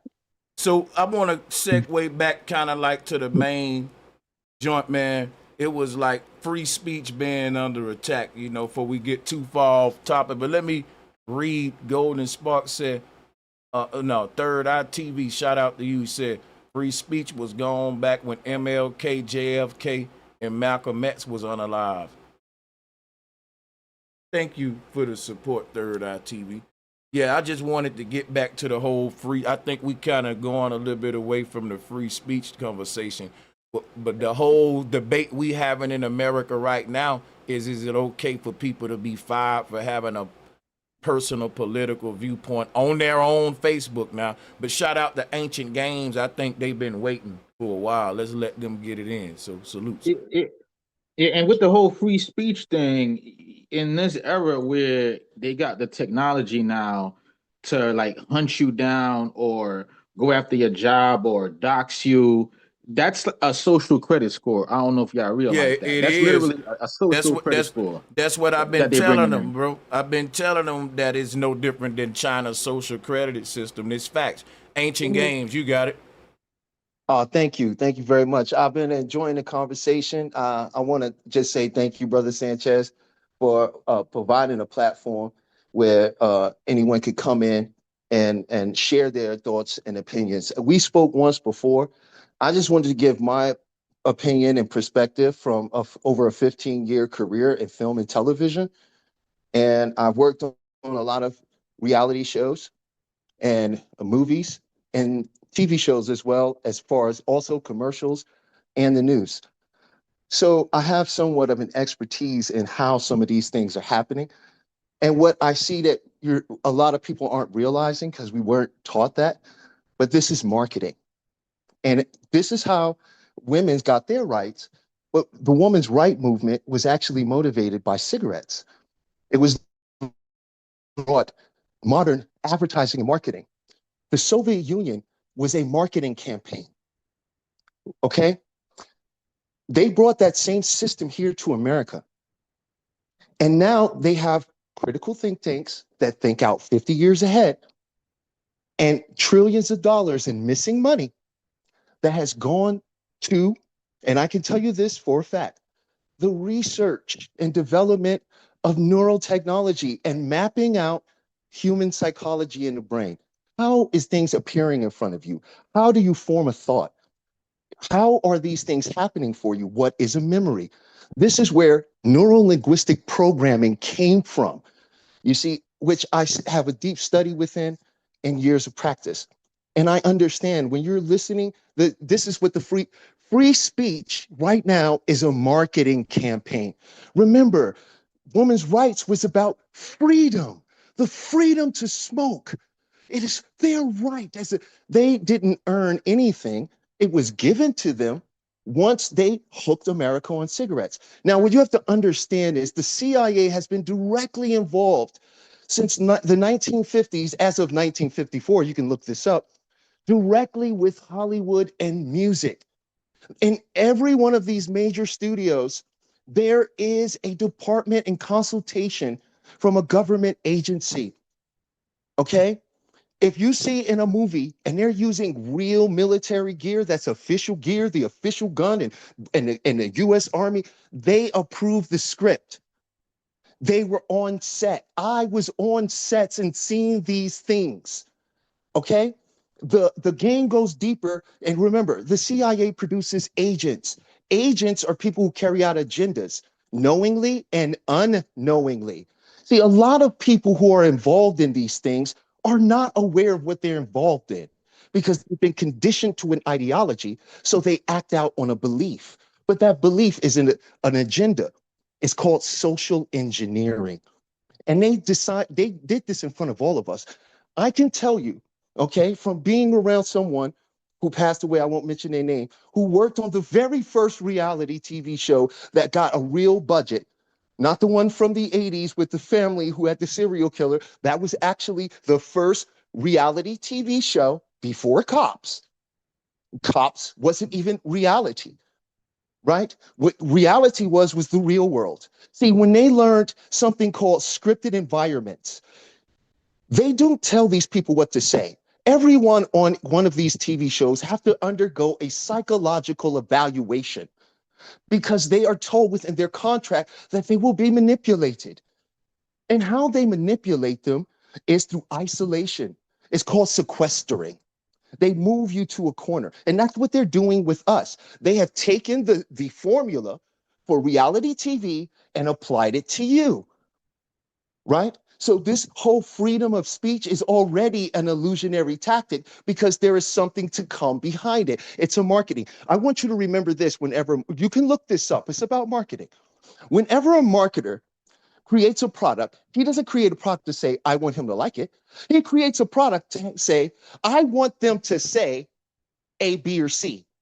The news does the same thing. When they script the story for you, they also script the outrage. Because see, that's what they learned from reality TV. They want you to say, what? Are you telling me that my freedom of speech is at risk? What do you mean? We have the freedom. We can say what we, how dare they? This was what they want you to say because they already have a rollout for you. You are currently completely hypnotized and mind control. And let me tell you what came out of Thunder's industry. Can I ask you a quick question before you go any further? You mind if I ask you a quick question before you go any further? Yes. Is free speech under attack? Free speech never existed. It's an illusion. It's a product. It's advertisement. Okay, so the concept of free speech that they've been selling us in America was an illusion the whole time, which is why I say it is under attack because people is waking up right now seeing the trick. They're seeing the falsehoods in the American dream and all of that. I'm saying they want you to wake up to see this. Listen though, but here's the thing though. If I want to wake up and my enemy want me to wake up, that don't mean I'm going to get back in the bed. Okay, my enemy may want me to wake up, right? I want to wake up too. So I'm not going to not wake up because my enemy want me to wake up. But right? Maybe there's another question at hand to be had. Why would your enemy want you to wake up? Because guess what? He want to see how many of the sheeple is actually going to wake up because he know it's going to be less people like Sanchez and more that's falling for the divide and conquer. He's saying, okay, I'm trying to answer you real quick though, because, and I'm going to be brief. You said, why would your enemy want you to wake up? He don't want people like me and you to wake up. See, what it is they saying, how dumb did we dumb the masses down? Did we dumb them down to the point now where we come out and tell them the truth? They won't even actually see it now? I would say yes. What I'm saying is it's not meant for us. This is not for people like us. There's a whole entire population that is not like us. This is not for people like us. And for people like us, they had something, you should look this up, called Operation Pogo that was done by the Mossad. It's a joint operation by the Mossad and the CIA, Homeland Security, and the NSA. It was to track everyone who would believe or have any kind of cognitive dissonance toward the rollout. They But have see, basically I rolled don't, us I all don't. into one But look position. though, They have I'm all of our IP. Listen to me. I'm just sharing, and then I'll be quiet and back down. I sat here for a while, and I appreciate you, but I'm just sharing from some things that I've learned from my experience of working in this industry and being. I was a gaffer, okay, a second assistant director, okay, a coordinator, a unit production manager. These are the jobs that I held. I wasn't a star. I wasn't a I director. got you. I was the Only paperwork only guy. So thing I I can was tell saying you was, certain things that are I behind know, the scenes. I know, but I'm gonna give you a prime example though. I know when you wake up in this country, you're gonna be targeted, and I never read one book about it. But you know how I know it? I saw every man that tried to do what I'm doing and wake the masses up before me get targeted. You see what I'm saying? So I know exactly what I signed up for. You know, and my whole thing that I'm telling you is this. I'm not even pushing back on nothing you're saying. I'm just saying nothing you saying makes what I'm doing. I don't see where it's, I believe that I'm because not of what saying you that it's make saying. what you're doing, and I applaud you for what you're doing. As I began in the beginning, is I'm just sharing from my experience Right. and my personal understanding of But being what in this the industry. point, I That's was all. just trying to let you know I'm not under no form of mind control. Ain't nobody making me speak out against free speech. Right? I'm It's not it's saying it's you in particular. If you'd like to make a disclaimer that it doesn't apply to you, but no I think we can what all I see wanted to say the was, lots of others that it is affecting in that manner. And and this is why what we're I'm having this yeah, that discussion. ain't what I was saying, brother. I'm just trying to Okay. land right here. What I was saying was this right here. Most other people is gonna say Charlie Kirk died because of some left-wing liberal and some transgender. That's the left that did it. And then most of the Americans gonna say, no, it ain't. It was the right that did it. Just what got Jimmy Kimmel fired for saying it was the right that did it, because the right being saying it's the left. If you look at the psyop, it's divide and conquer. Left, right, left, right. I'm telling the people the real agenda, they always trying to take some from you. It ain't about left being attacked or right being attacked. It's about free speech being attacked and more of your civil liberties being taken away. That's what it's always been I about. don't disagree with that, but it's And also even if it's always been, let me working, just say one thing because this is crucial. hold on, real quick, It's real always quick. been about social engineering. The story, the game, whatever they roll out in front of you is irrelevant to the fact that they are conditioning you. It's not me and you. It's not our generation they're worried about. You'll be gone in 20 years. Do you understand that? Yeah, we get what you're saying. And Like that's why we need to let we the next understand the German. generation know that by the time they rise up, they ain't gonna even be able to speak freely in public. There's And gonna that's be why I China. commend you for having these we are having a Yes, that's right. different discord and conversation that is awakening, right? And it is a positive one. No, I'm but just that, sharing my perspective because I listen to everyone's perspective, right? On how you they ain't saw. listening to mine. Well, everyone Go who ahead, has, I was just trolling. You got it. I understand, and Yeah, I'm a very relaxed person, and I get it. and part But of I'm just brother trying to part. let you know and just share because some of the audience may not know this. If they go back and research what I'm telling you, you might be a little mind blown by how what their actual agenda is and what they actually care about. You know, and that's all I Brother. would say. It's the social engineering. It's not the money that they actually care about. They don't care about money. They produce and print the money, right? You don't even have money anymore.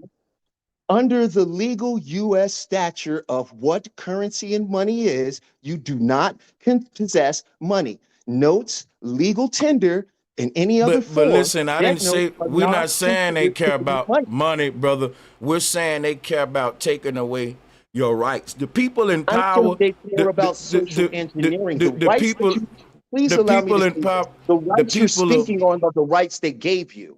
let me speak. I don't. I'm allowing you to speak, but I want to have a dialogue with you. Come, take a deep breath. I got you. You said your argument, and you listened to all of ours, and we heard yours. Now you got to let us respond to what you're saying. But we're going to let you continue to, answer our concerns.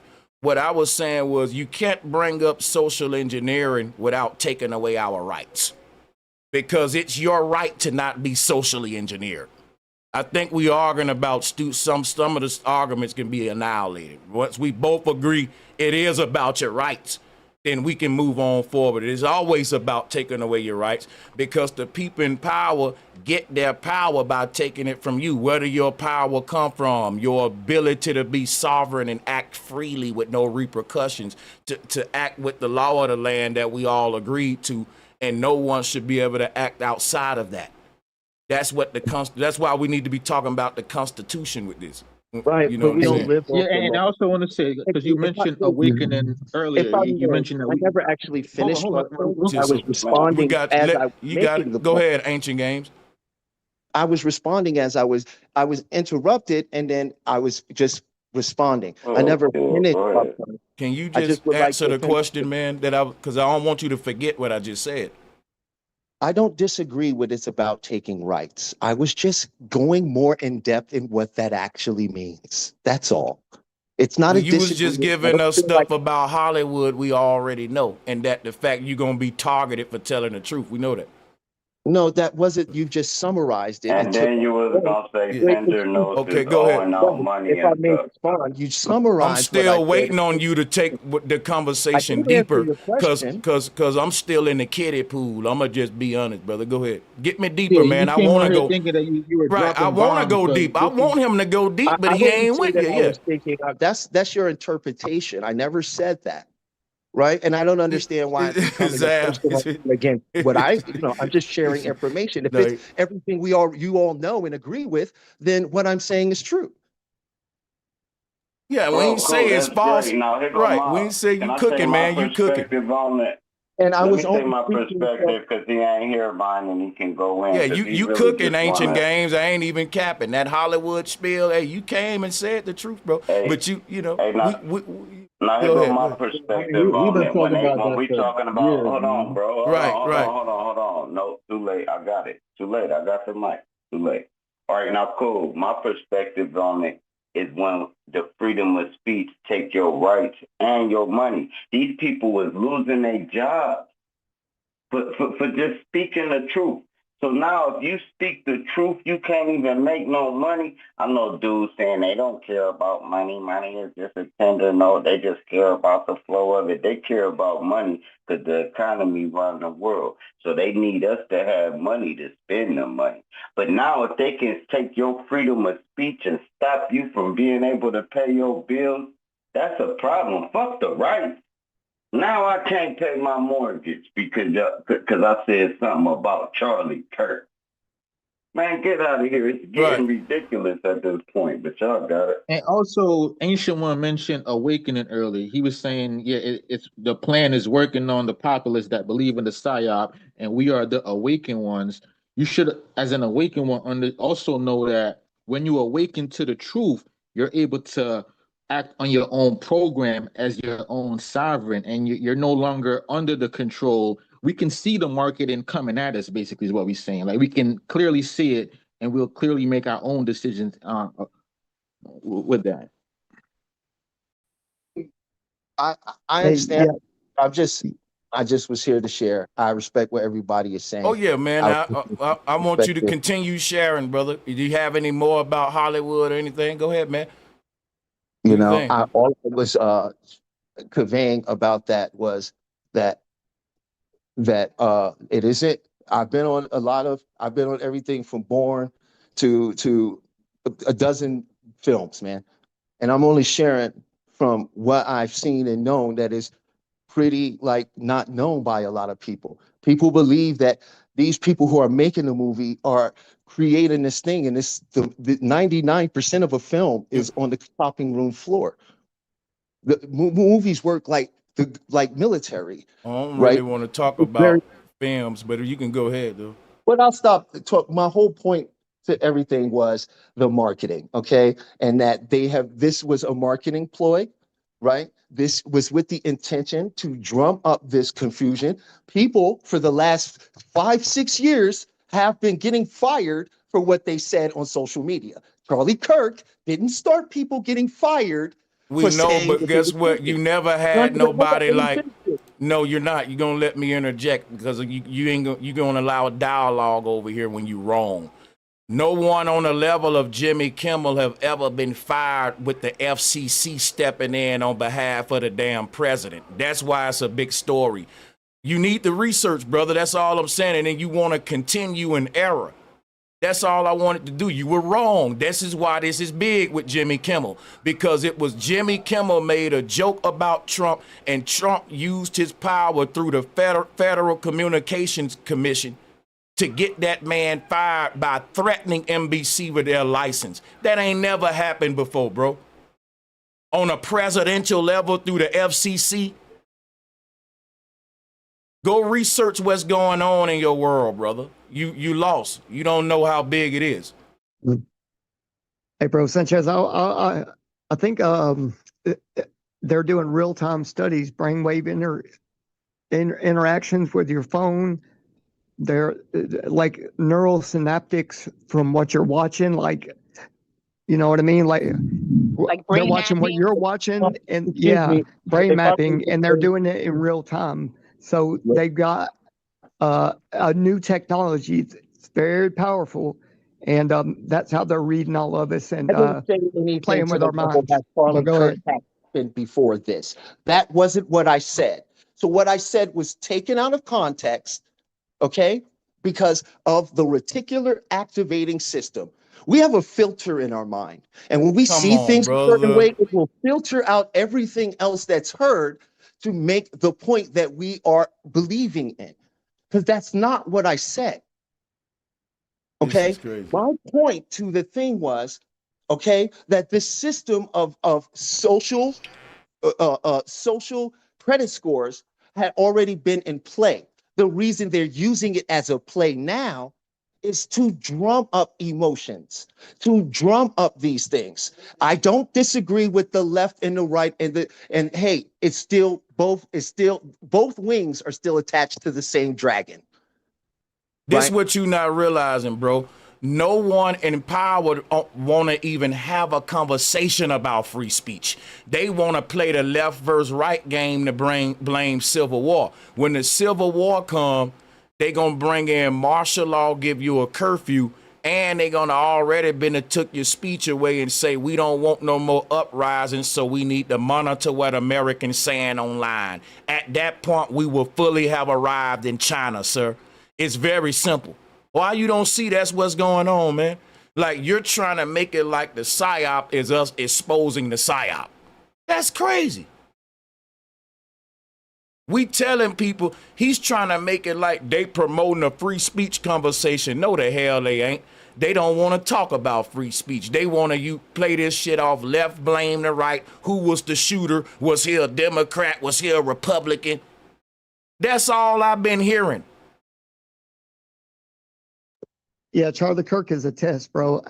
I think, in my opinion, just to get feedback for this AI shit. But yeah, y'all got See, it. because when you talk about free speech, that directs your anger toward the people in power. But what the people in power want to do, they don't want to talk about free speech. They want the left and right to keep hating each other, black versus white. They making it like mocking the people who mocking Charlie Kirk's death versus the people who like Charlie Kirk. People getting to fight at vigils and shit. It's a civil war about to happen, and you think that they trying to push free speech for an agenda. They ain't even talking about free speech. The agenda is divide. It don't be deep, y'all. It be very simple. The agenda is divide and conquer. Chaos while they take your I damn understand. rights away. Divide and That's conquer. all it Sanchez, is. Sanchez, It's hold perceptive on. engineering. It's what an Hold on, Sanchez. engineer The does president once just it's did a conquered speech. everything. It begins to remake the public in its image. That's what happens when, and then the empire falls. We have over 2,000 years of history of how empires rise and fall. Hey, how do you know that for sure, though, brother? Because If there was a flood worldwide, it could lay down Sir, sediment everything layers is real subjective. thin. How do you know anything for sure? So how do you know they dug up Come on, some that? I can tell you what I do know for sure, and I'm gonna stick with it. That the people can't stay in power who in power without dividing and conquering. So you can know one thing if you keep it simple. Look at everything that they do and say, how is this gonna divide and conquer us while also taking away more of our power and rights? And I'm showing people how. I'm not choosing left or right. I'm saying it's all an attack on free speech while they trying to make it like it's an attack on the left, an attack on the right, an attack on black people, an attack on white people. I'm saying, look, while they get y'all all fighting each other, they gonna take more of your rights with the chaos and the civil war, and they using this as a reason to take your speech away in private social settings and police you like China. And we don't see it. Facts. Hey, salute to the panel. What's going on, Sanchez? Salutes, Mike. Thanks for joining, man. You got it. Go ahead. I'm gonna be real quick. Earlier when I was listening to this to the bill, I noticed I keep hearing some brothers say that talking about this online isn't going to help as much. We need to go out and do this and do that. Well, I think I find it don't make sense to me. That sounds kind of crazy for somebody to even jump on this platform to say something like that.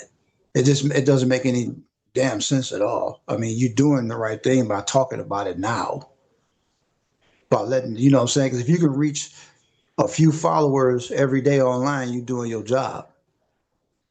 So it don't matter how you're getting the message out as long as you're getting the message out. So I don't know why people be talking like that. Second of all, like I hear some people say, well, we got to educate ourselves and we got to, get this, training under our belt and go to this school or go to that school, or we got to vote our way out of this and vote our way out of that. But it really don't matter, what education you get, because the people in power that's controlling the system, they're not going to provide you with any kind of education that's going to help you overthrow their system. It'll never work like that. They only gonna provide you with an education that'll help you perpetuate their system, and that's what we see. Perpetuate their system and build their empire. Right. But if you ever get too smart to where you think you're gonna go against the people who gave you your educational credentials, God giveth and He taketh away. You're gonna take it away. We saw during the pandemic, you had medical experts with degrees who was going against that, and they lost they didn't lose their degree, but when the right people say he don't know what he talking about, they'll listen to them over you. And that person can be a politician even though you're a real health expert. So the politicians was listened to over health experts. And we see that. So that's how easy what's given that you can be taken in this country with the power of media. Exactly. And see, that's the thing. Like, it's not like that we're scared to fight or anything like that. No, that's not the issue either. But if you look at even some of the, the black leaders amongst us, like, before us, like Malcolm X, guys like Martin Luther King, Khalid Muhammad, Steve Coakley, they took them guys out. They was on the front lines fighting every day, and they got taken out. So my thing is, I also want to add. I also want to highlight with the free speeches. The reason they want to take the free speech is because with speech comes our ability to control the narrative. Right now, we're operating off their narratives, like the things that they put out that they want us to talk about. That's how they control, the flow of information. So it's also about controlling the narrative. They said Google California. Sorry, man. Go ahead. Good. So I was going to say the president has had signed in and has a lot more wartime powers. We've been under wartime executive powers for a long time.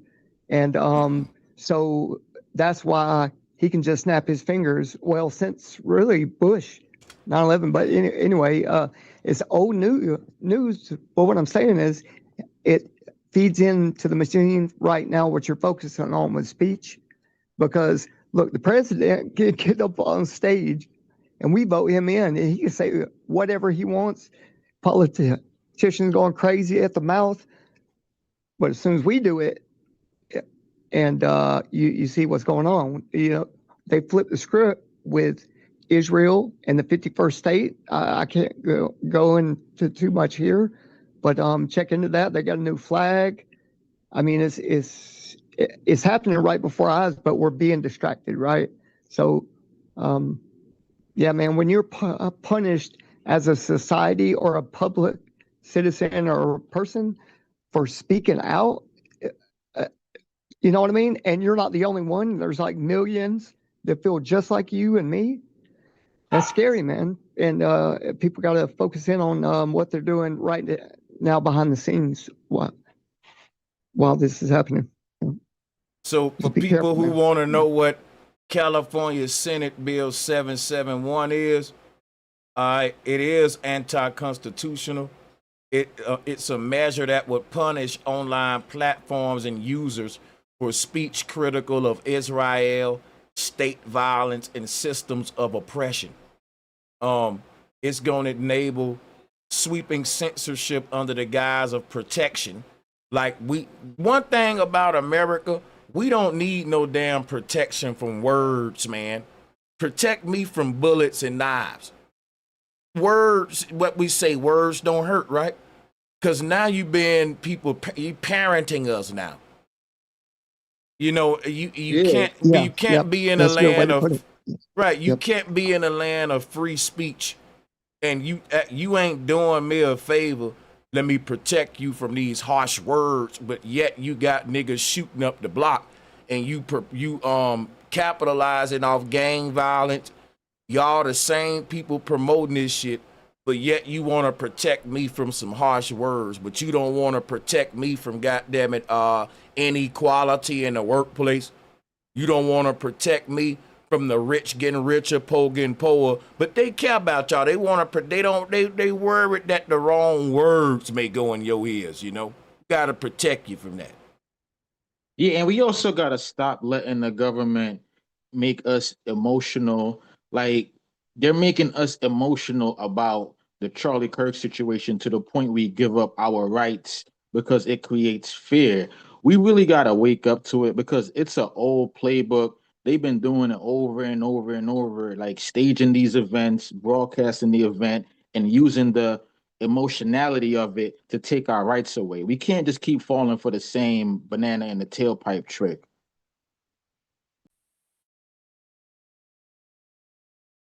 Yeah, salutes. I'm about to shut down and get up out of here. Peace and much love to the panel and to the chat and to everyone that supported. That's my time. We out, man. Peace and love. Peace and love to you, Sister Demi. For sure. Shout out to all the channel members and Patreons and to everyone that supported the show. Appreciate y'all. Much appreciation.